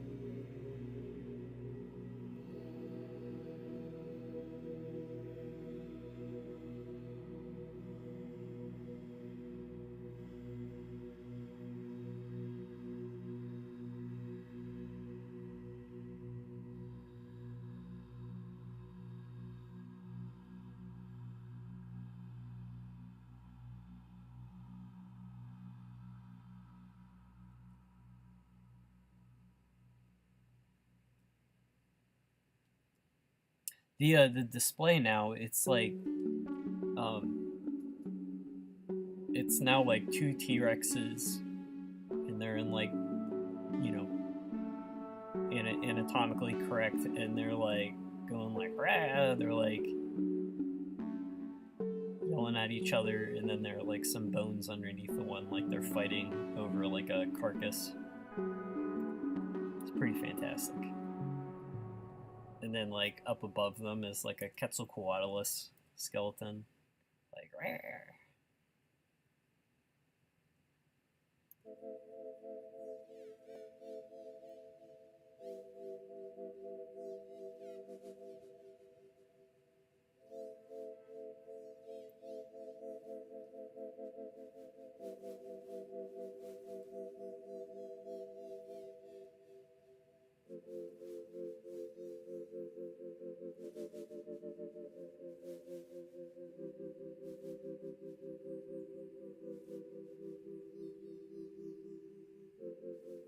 Oh yeah, I mean, even before the recent renovation, they had, you know, fixed the stance. The tripod was that was a long time ago that it was like that. Um,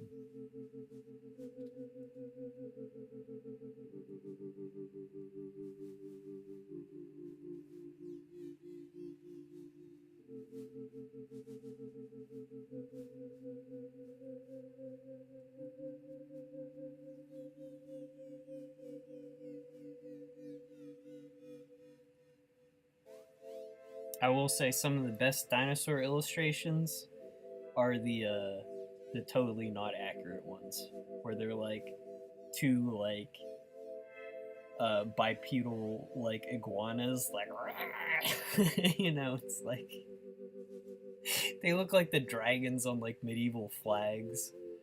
Uh, they're like whipping each other with their tails and stuff.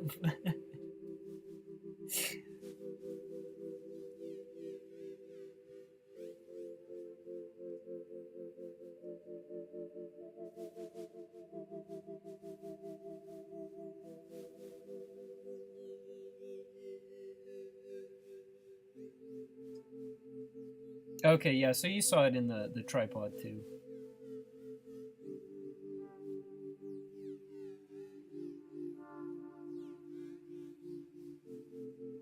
They adjusted the Diplodocus.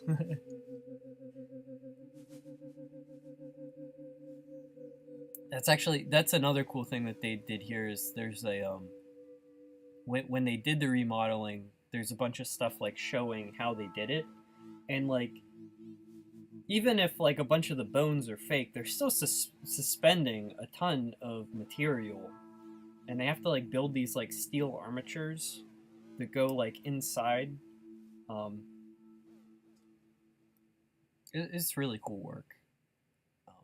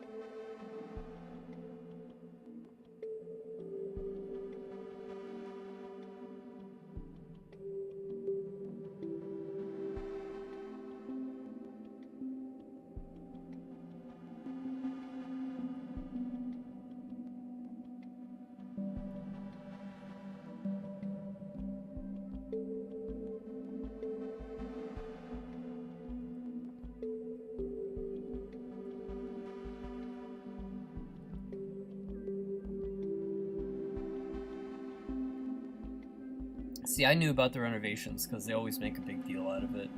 It's like it's always followed with, you know, like the ad campaign blitz. Like,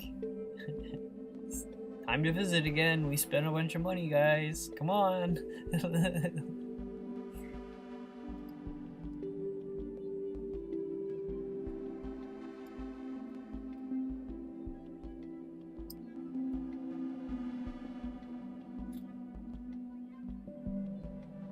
Bonding over dinos. I mean, gotta love dinosaurs. I'll add it to the chat rules.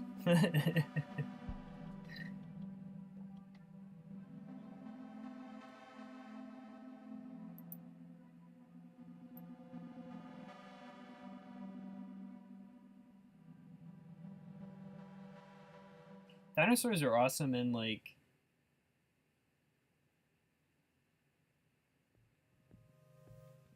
not even like just like the bones or like imagining the animals, but like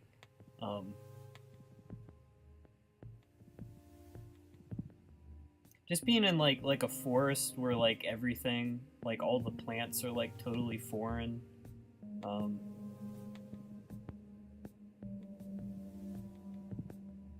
I don't know. It's like you go back to like past eras and things, it would be like so alien to be like present for it. Which is why, you know, stuff like Walking with Dinos is like, you know, like vividly realize it. I don't know. It's just, it gets the imagination going, you know.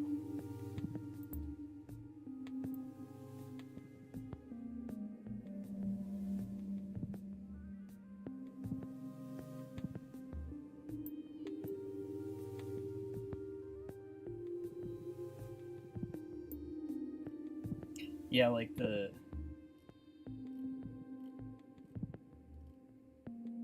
just seeing anything that big would be like,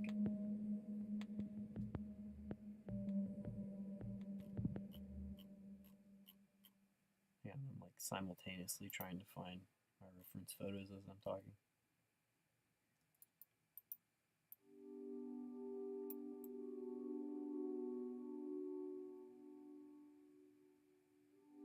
Oh, speaking, you know what is really cool? This is like, I think the only Kickstarter, or not Patreon, that I give money to. I don't, you know, it's just like $1, but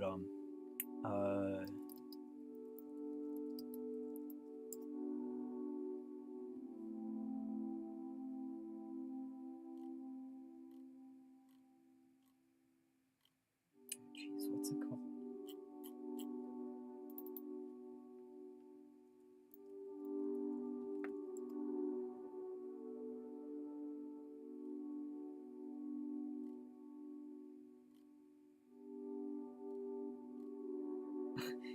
Hang on, I feel really bad that I'm blanking on this project name.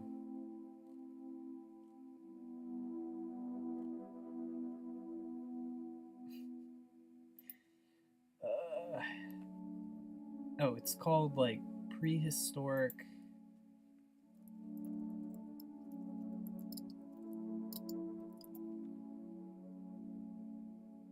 So it's these people, and it's basically like the idea is prehistoric domain. That's what it's called. It's like if Jurassic Park was a literal zoo instead of a pretense to have like a horror movie where people get chased around and eaten. And it just has like zoo exhibits that you can visit in VR, or I don't have VR, so my desktop.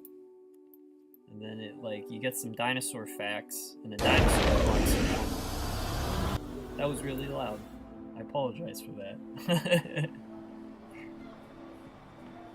But yeah, you know, it's like I think it's a very small team. I think they've got some good press, but I don't know if they're getting the support that they deserve. But I mean, I mean, it's like it does it, some of the stuff right, you know, where it's like...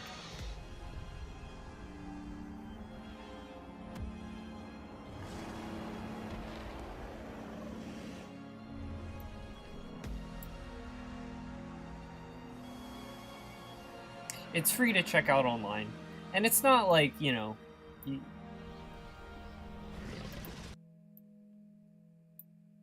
It's cool. I think it's a really cool project.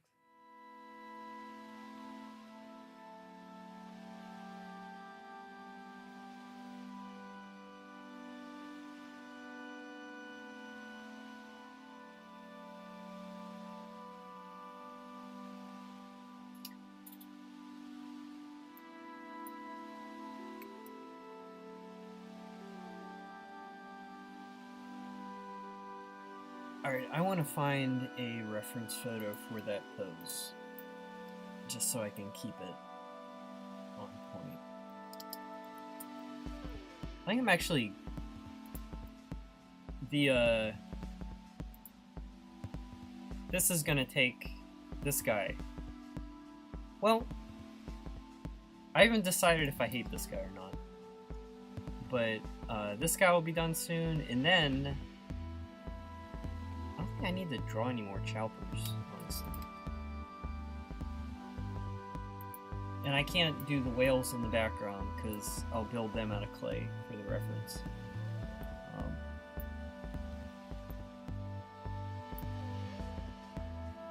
And that's, like, building them out of clay, that's not as, like, crazy as it sounds, because those specific whales I'll, like, reuse. You know, this isn't the only, like, shot with them, so things that have multiple shots, it saves a ton of time to actually, just go ahead and, like, make something that I can, like, turn in my hand and go. Some of these sharks are missing fins.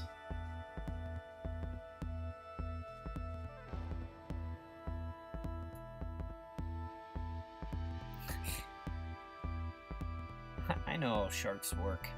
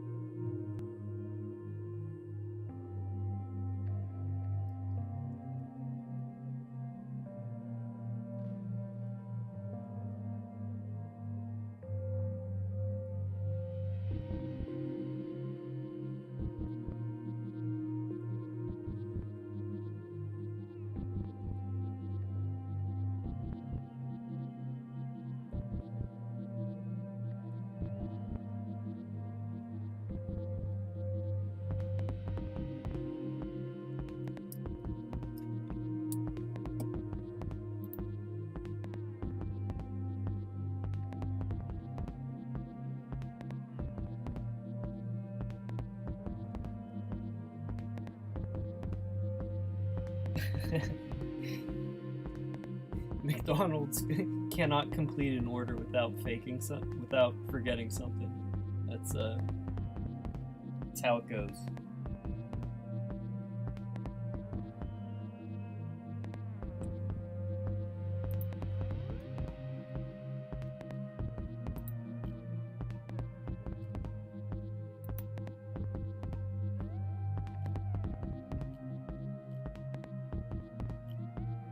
Did any of you ever play Trespasser back in the day? That's my favorite bad game. But, it's also, I think my love of dinosaurs is the only reason I could tolerate it. Literally every time. Yeah, I mean... It is, like, actually every time.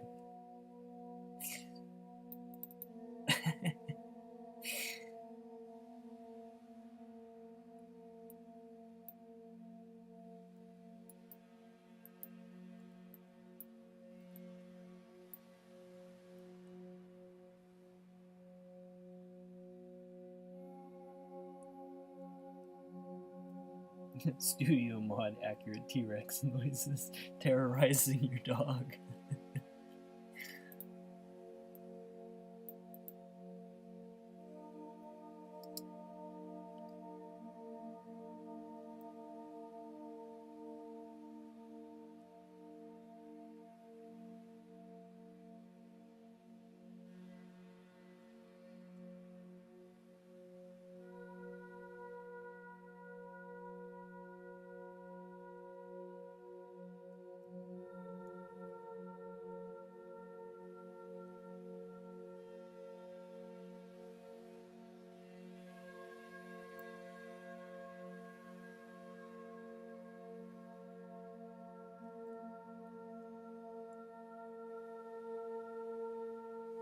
We took what we could get back in the day.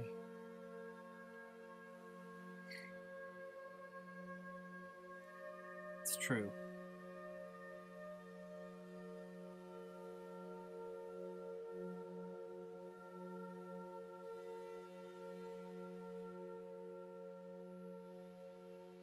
It was so close to greatness, though. It's actually a shame that it just was jank. It's like one of like the first video games to like ever have. It might literally be the first video game to have real-time physics in it. Like crazy technology, like powering the sound. There's just like so much that could have been right. There was like, you know, supposed to be all this like AI powering how the dinosaurs moved and what they did, you know, and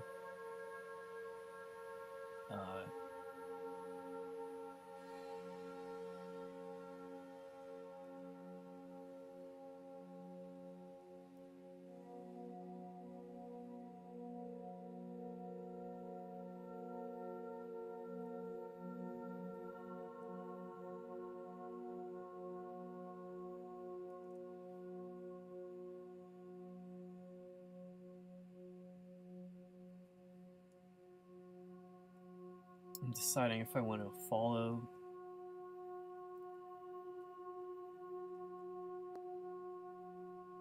this or try to force more realistic anatomy on. Maybe I'll just do more realistic. So the body does that, and then it's like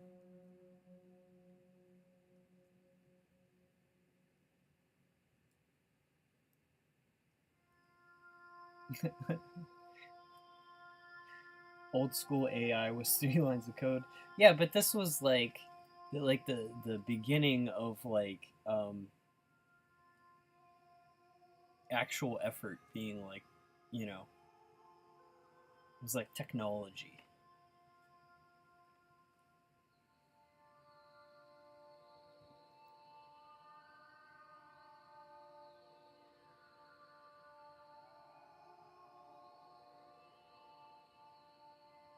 I would say, you know, it's like AI in games has gotten so bad that it's almost like maybe like 15 years ago, it was better than it is today in like a lot of games.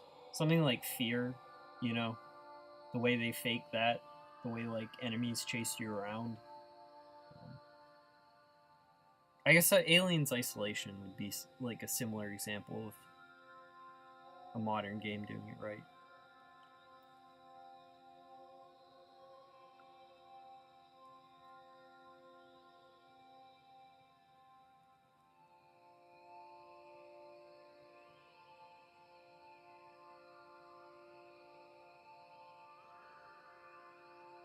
The Jurassic Park Zoo Tycoon game.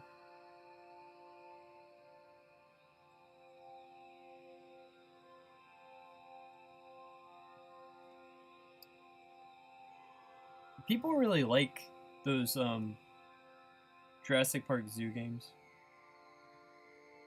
Usually I'm like really skeptical of licensed stuff like that being cash-ins, but I've seen people say it's good or at least better than expectations.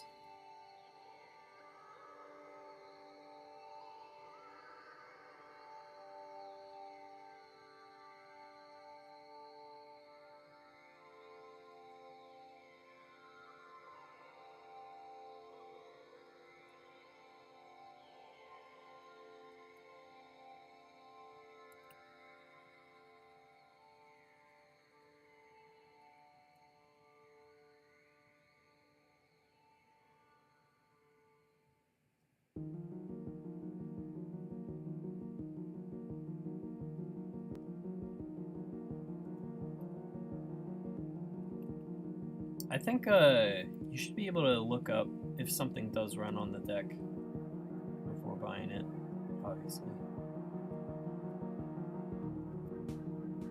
Some games that are just poorly optimized will like choke the deck, you know, even though like they really shouldn't be doing that.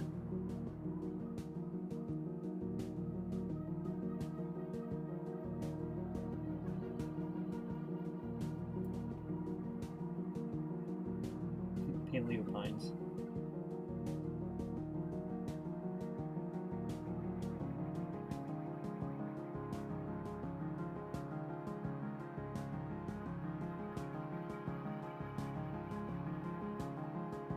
Here's a throwback.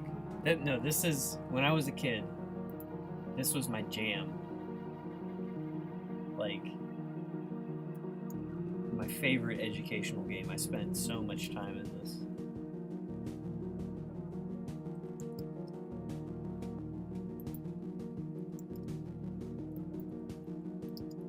This was what, you know, it's like where like literally everything from your childhood eventually got uploaded to YouTube.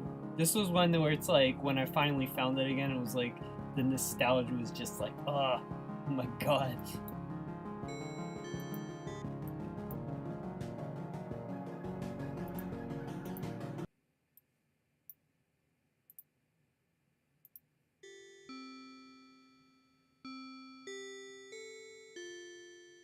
Bringing you a new video to and if you put Get ready. Put your 3D glasses on. And it had the red and blue 3D glasses. 3D Dinosaur Adventure. It's like 640 by 480. And then like the movies are like, I don't even know what that would be, like 480 by like 240 or something like.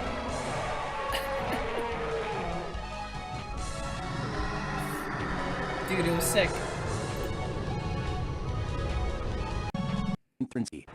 If you need more help, welcome to Dinosaur Adventure 3D. If you need more help, click on the question mark. This is such a 90s product. It's like capitalizing on both like Jurassic Park and like the whole like point and click pre-rendered stuff. And just like the 90s edutainment thing where like these software companies like tricked the school system to like give them read money along with to the buy dinosaur video games. storybook. And so like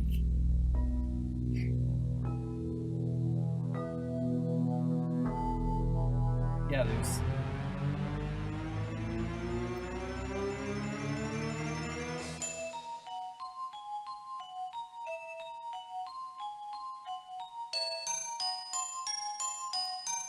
look at those Dimetrodons.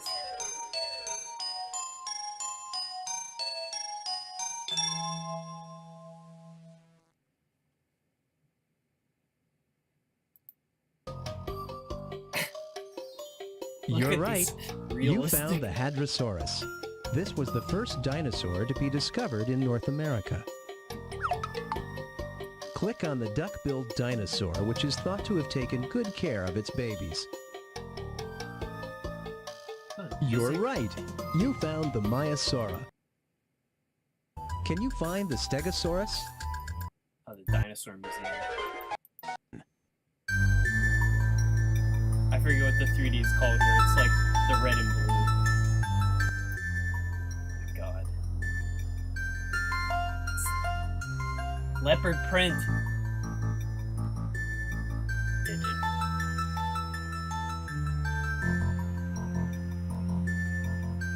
Or like Matrix bullet timing around them. Before the Matrix.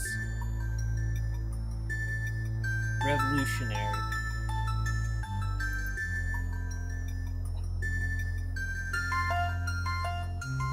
No, my parents bought these for me. The one, we had a Math Blaster in school. That was like the Math Blaster, Oregon Trail were actually at my school. But this is stuff just because I was like...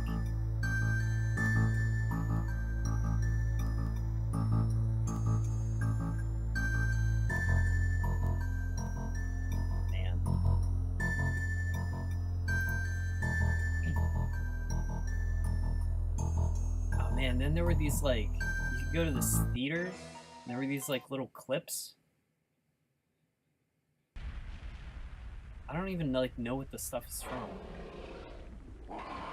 It's just like footage Watch of like as a these fierce Allosaurus weird threatens a animatronics. peaceful Stegosaurus.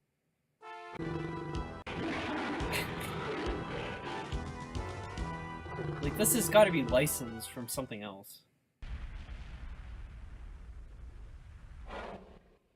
The long-necked Apatosaurus was one of the largest animals to walk the earth. Let's watch as it has a little snack.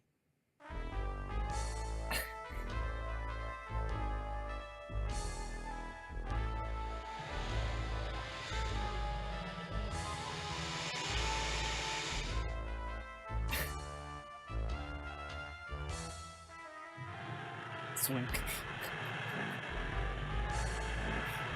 He's not the best at eating. There was one, oh, he's stealing eggs. I remember this one.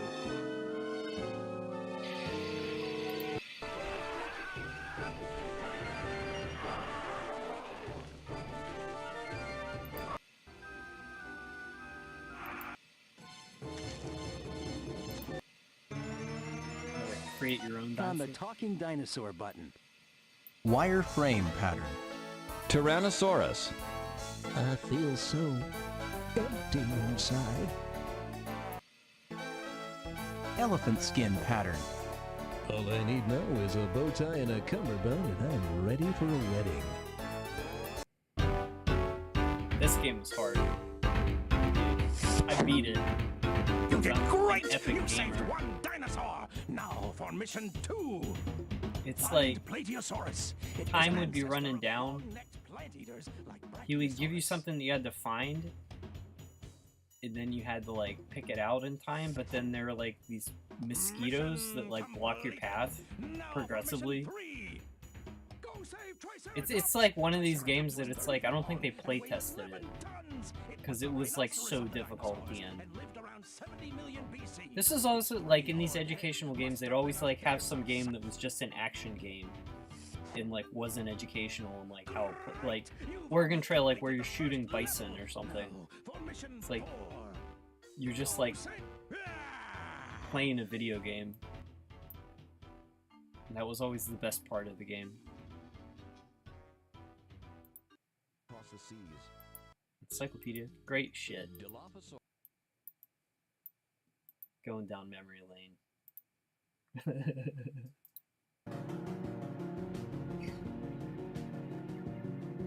Dinosaur Hunter. Oh, dude, I just got a Turok was on sale for like $2, the remaster. Now there's a scientifically accurate game. Oh, the music is totally weird. It's like the schizophrenic. Probably they had like their media library that the production company already owned. It's like you can choose from these like 30 songs.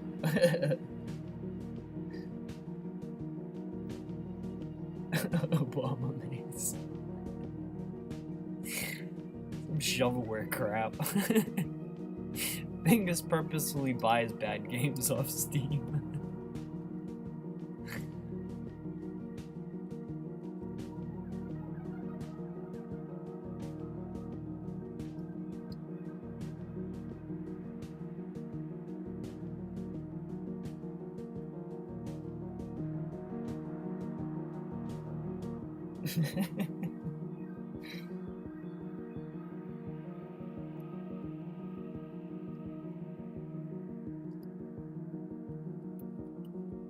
That was the level of quality of Obama maze.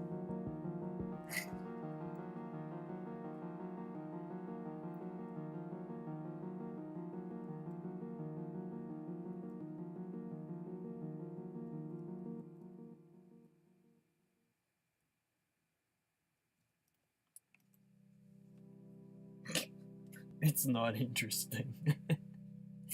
It's just like people make like lol random stuff to bait streamers so that they can hit the jackpot.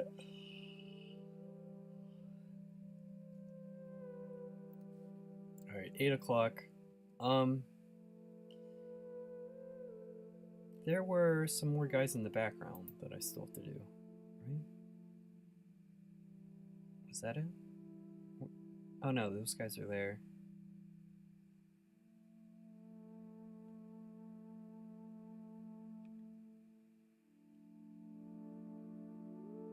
I think I need...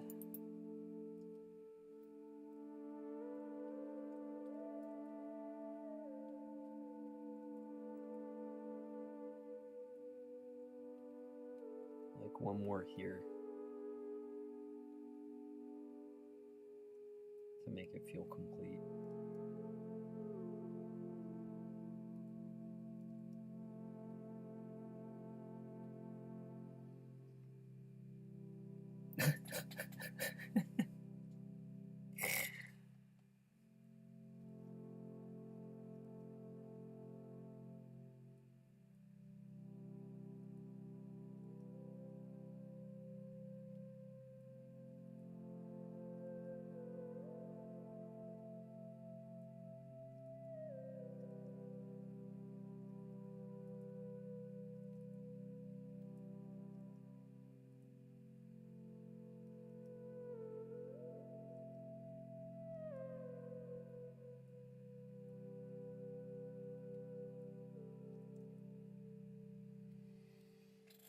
Alright, one more chopper.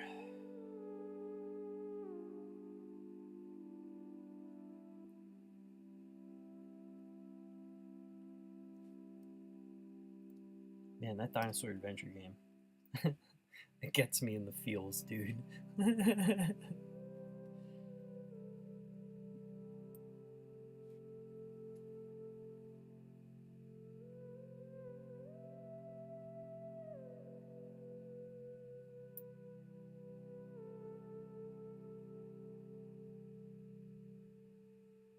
It's chopper merchandise.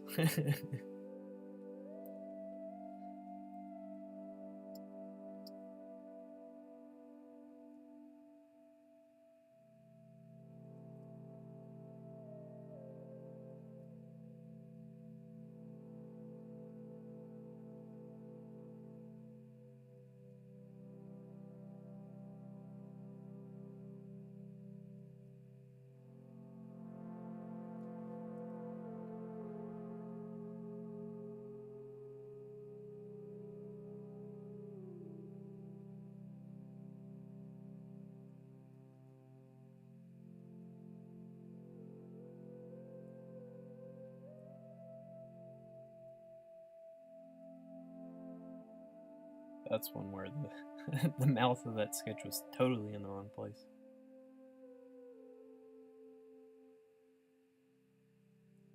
Also, that doesn't make any sense.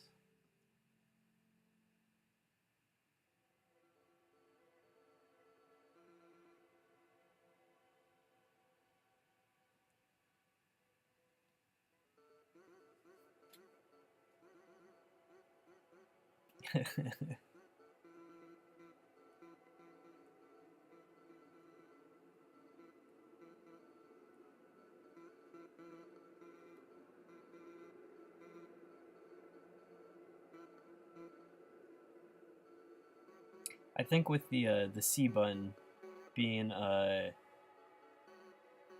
in Aries pop culture specific thing that has to be explained to Earth.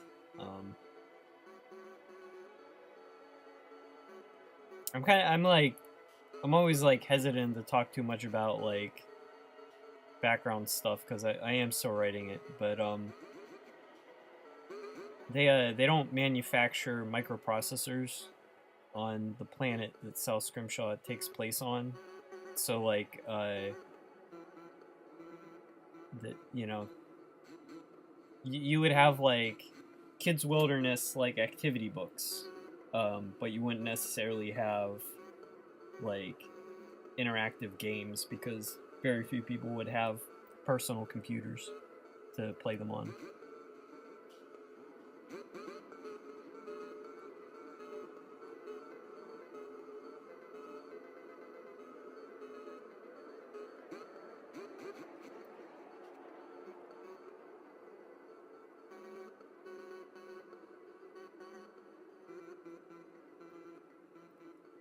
And then also it's like the sort of aesthetic of the main menu title cards, you know, sort of demonstrates that, like, while like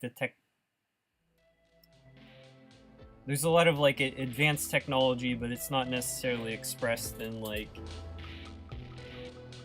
expensive GPUs, because all that stuff is kind of motivated by like a commercial market that doesn't necessarily exist or isn't as mature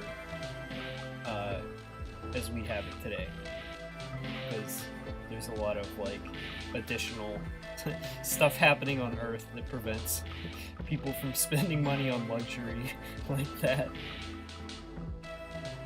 Yeah, kind of low drop.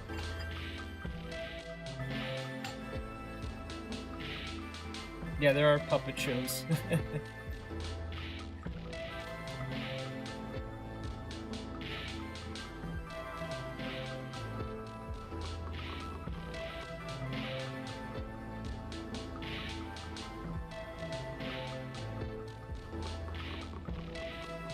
Stuff like that is also like, you know, it'll get talked about in time and kind of as it fits in.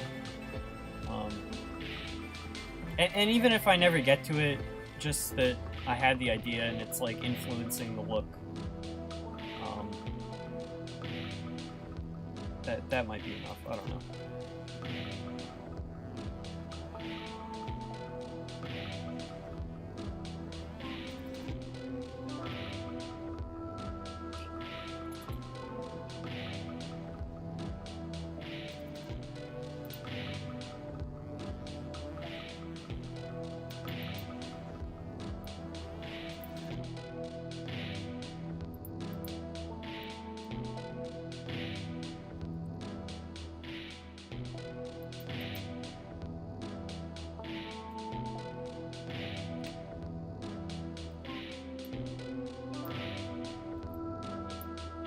Okay, so this is almost done, but this guy is kind of rushed, and I drew him too small.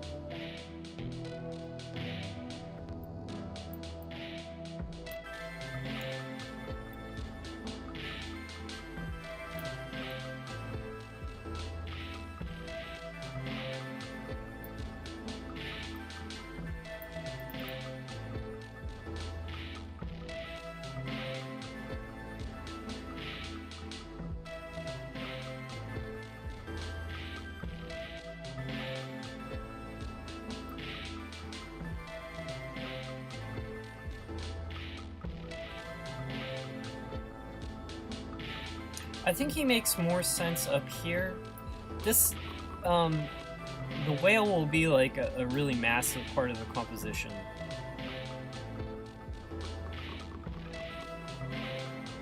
I mean, I can always move this guy later.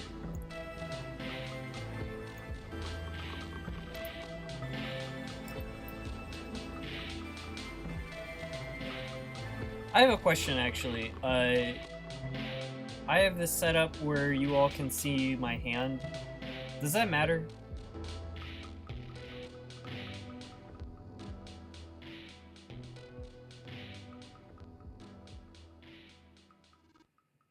You want to see the puppets? The puppets were something where that was like, I would have illustrated it, but I just like had to draw the line somewhere. I can show you what the inspiration would have been.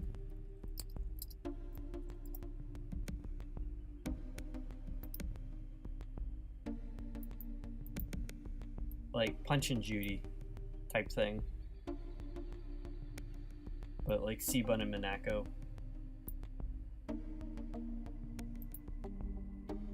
Yeah, Punch and Judy.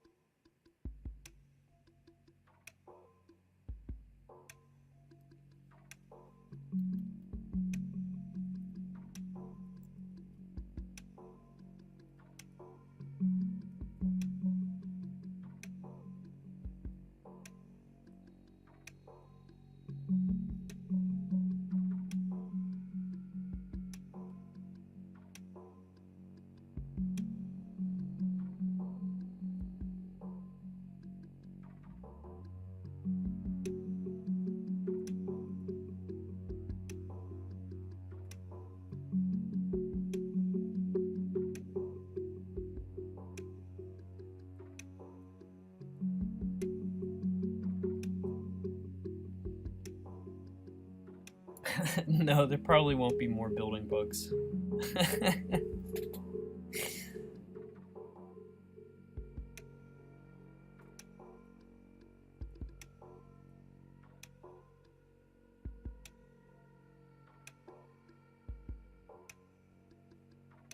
There's a, there might be other productions referenced, but, yeah, that's kind of like another example of just resource limitations, where, like,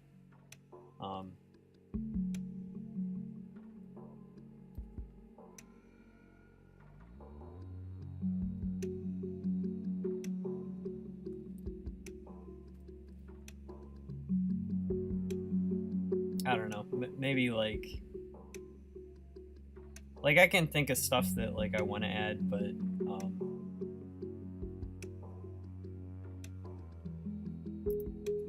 maybe there will be some future re-release that includes stuff like that.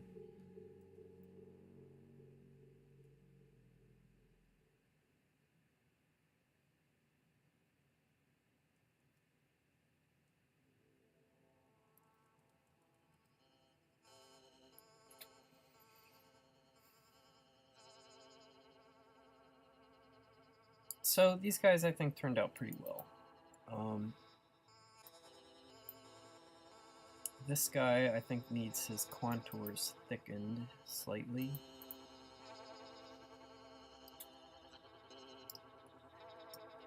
It's supposed to be in the foreground with the heavier line.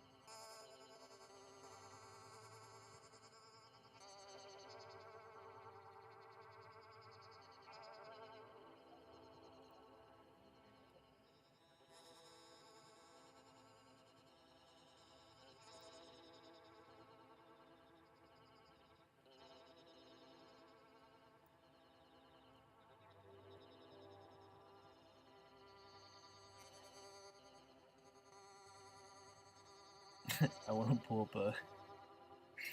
I'm thinking about... 3D Dinosaur Adventure has me thinking about, like, other games like that I played growing up that were, like... edutainment.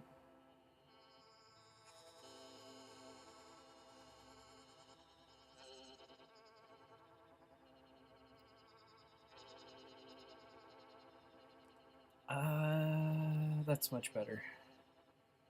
His eye's a little off, but I don't know how to fix it until the Dune color. It's not even worth trying to worry about.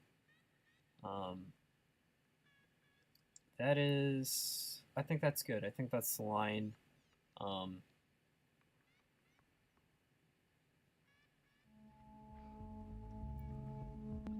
Alright, it's 8:15.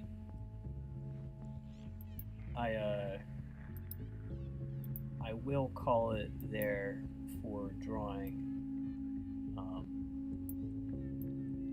It's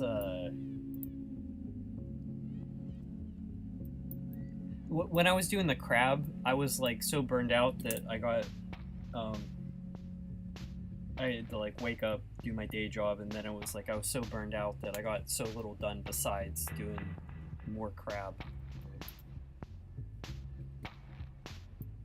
Let me show you this.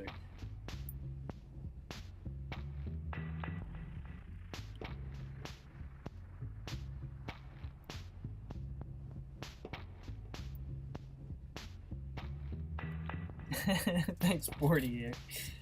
You know, I'm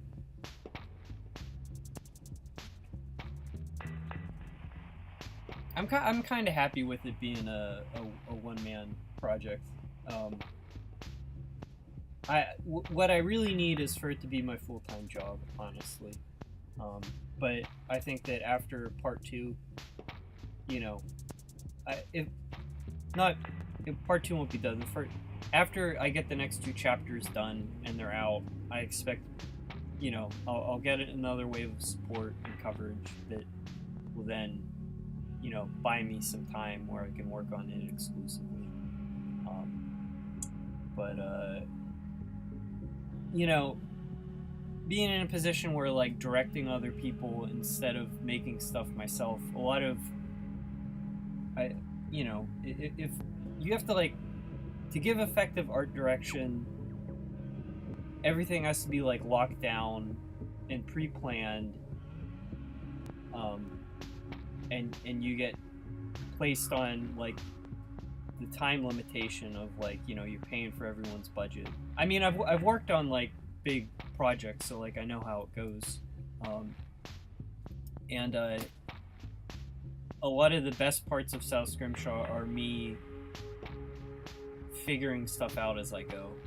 And that sort of quality, you know, it works best, like, as, like, the freedom where it's, like, just me to, like, test and fail stuff. Because I can just say, you know, it's like working on a project and you're getting direction and it's like, do this, and you do that and it's like, well, that doesn't quite work, you know, do this for me instead. And you do, like, 3 runs of that and you're, like, ready to, like, throw someone out a window. But anyways, it's just a long way to say that, like, I think that, you know, you know, if I had a team, I would ask for help doing programming stuff, making my websites not broken. But I don't know, like, how much faster that would, like, make. There will always just be a bottleneck on me getting stuff done. But I'm like working on going faster. It's, you know, I don't know. It's getting done. If I start thinking of how much is left to do, I'll, like, get anxiety.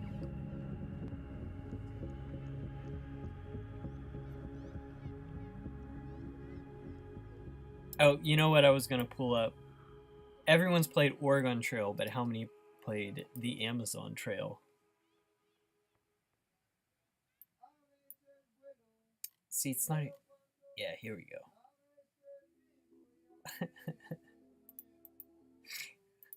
This one... Wait, no, I want the original. Amazon Trail, no commentary. Yes, oh my gosh. Amazon Q Developer is a new generative... No ads. Yeah, I mean, and also I wouldn't want to outsource my art. Like, I genuinely enjoy making art. That's why I'm doing this. I enjoy the difficult parts too, you know. This game was my jam. This opening movie, Mech. This is the best opening cutscene. Just get ready for an animation that would make Studio Ghibli look away in shame.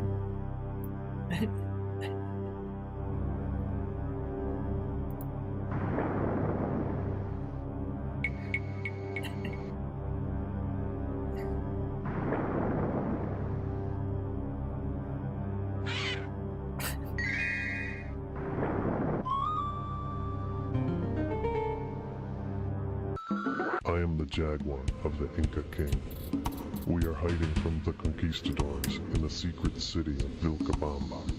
We are sick with a fever. We need medicine that only you can bring.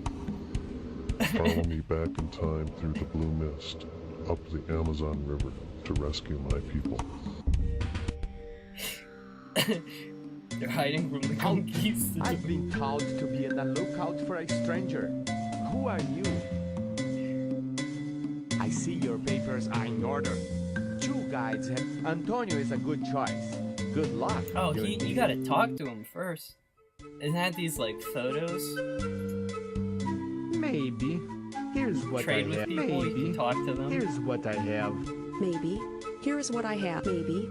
Here is what I like have. Barter. So then you go down the river. The Inca people are sick with malaria. Cinchona is a medicine for it. Look at that Your health quest bar. is to find some cinchona.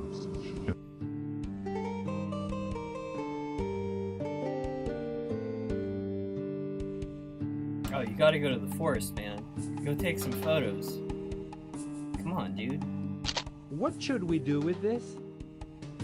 Didn't you have to identify That's stuff? great. Go to the forest. Bro. This is how you don't play Amazon Trail. Am I right? Yeah. What should we do with this? That's great.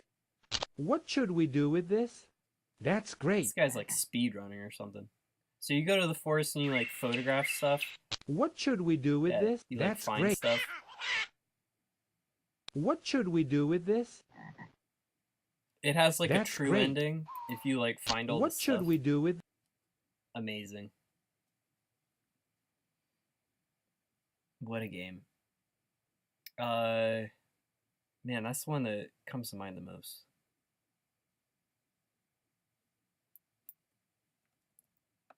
Gizmos and gadgets. No. This was also a good one.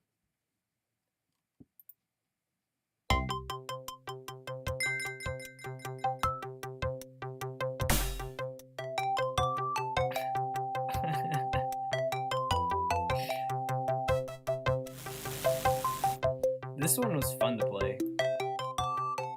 It's like a platformer, and you had to get pieces of your machine, and it would teach you about like the car you were building. You had to like solve stuff like this to open up doors. It's good stuff.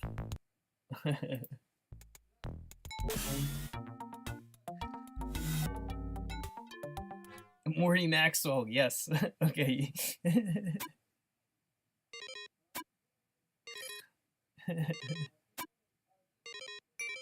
Man, that was a tough one.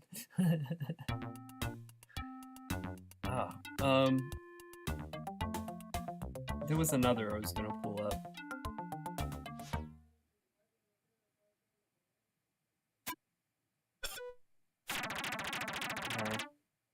My old broken brain can't remember it now.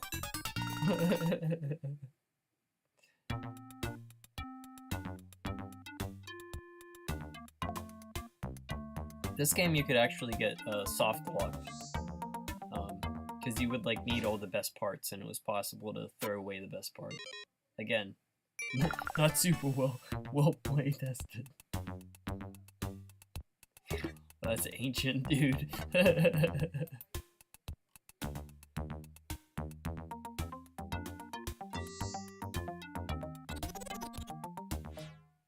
We need to bring back edutainment games, I think.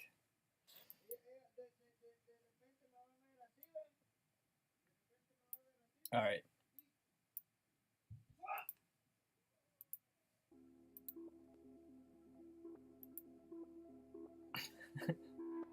Well, thanks everyone for watching me draw some choppers. I'm not sure when I'm streaming next. I don't also want to like overdo it either. But it has been helpful the past couple days. So I don't know, maybe I'll go back to weekly. I have like a lot to do. It's also like good motivation where like if I have to work at the beginning of the day and I'm too tired to work, it's like a reason to work. Yeah, you know, it's like there's like little community going on. It's just I don't want to like stream so much where it's like, oh man, hate streaming again. Like, don't want to overdo it, and I'll run out of stuff to talk about anyway. But yeah, also good Phoenix Wright discussion too. Glad to be able to talk about visual novels.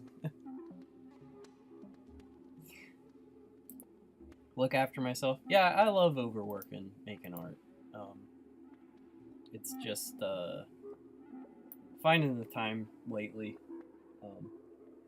But see, I'm quitting. I'm calling it early tonight. It's only 8:30. So, but yeah, I'll see you all soon. I appreciate everyone hanging out. All right, take it easy.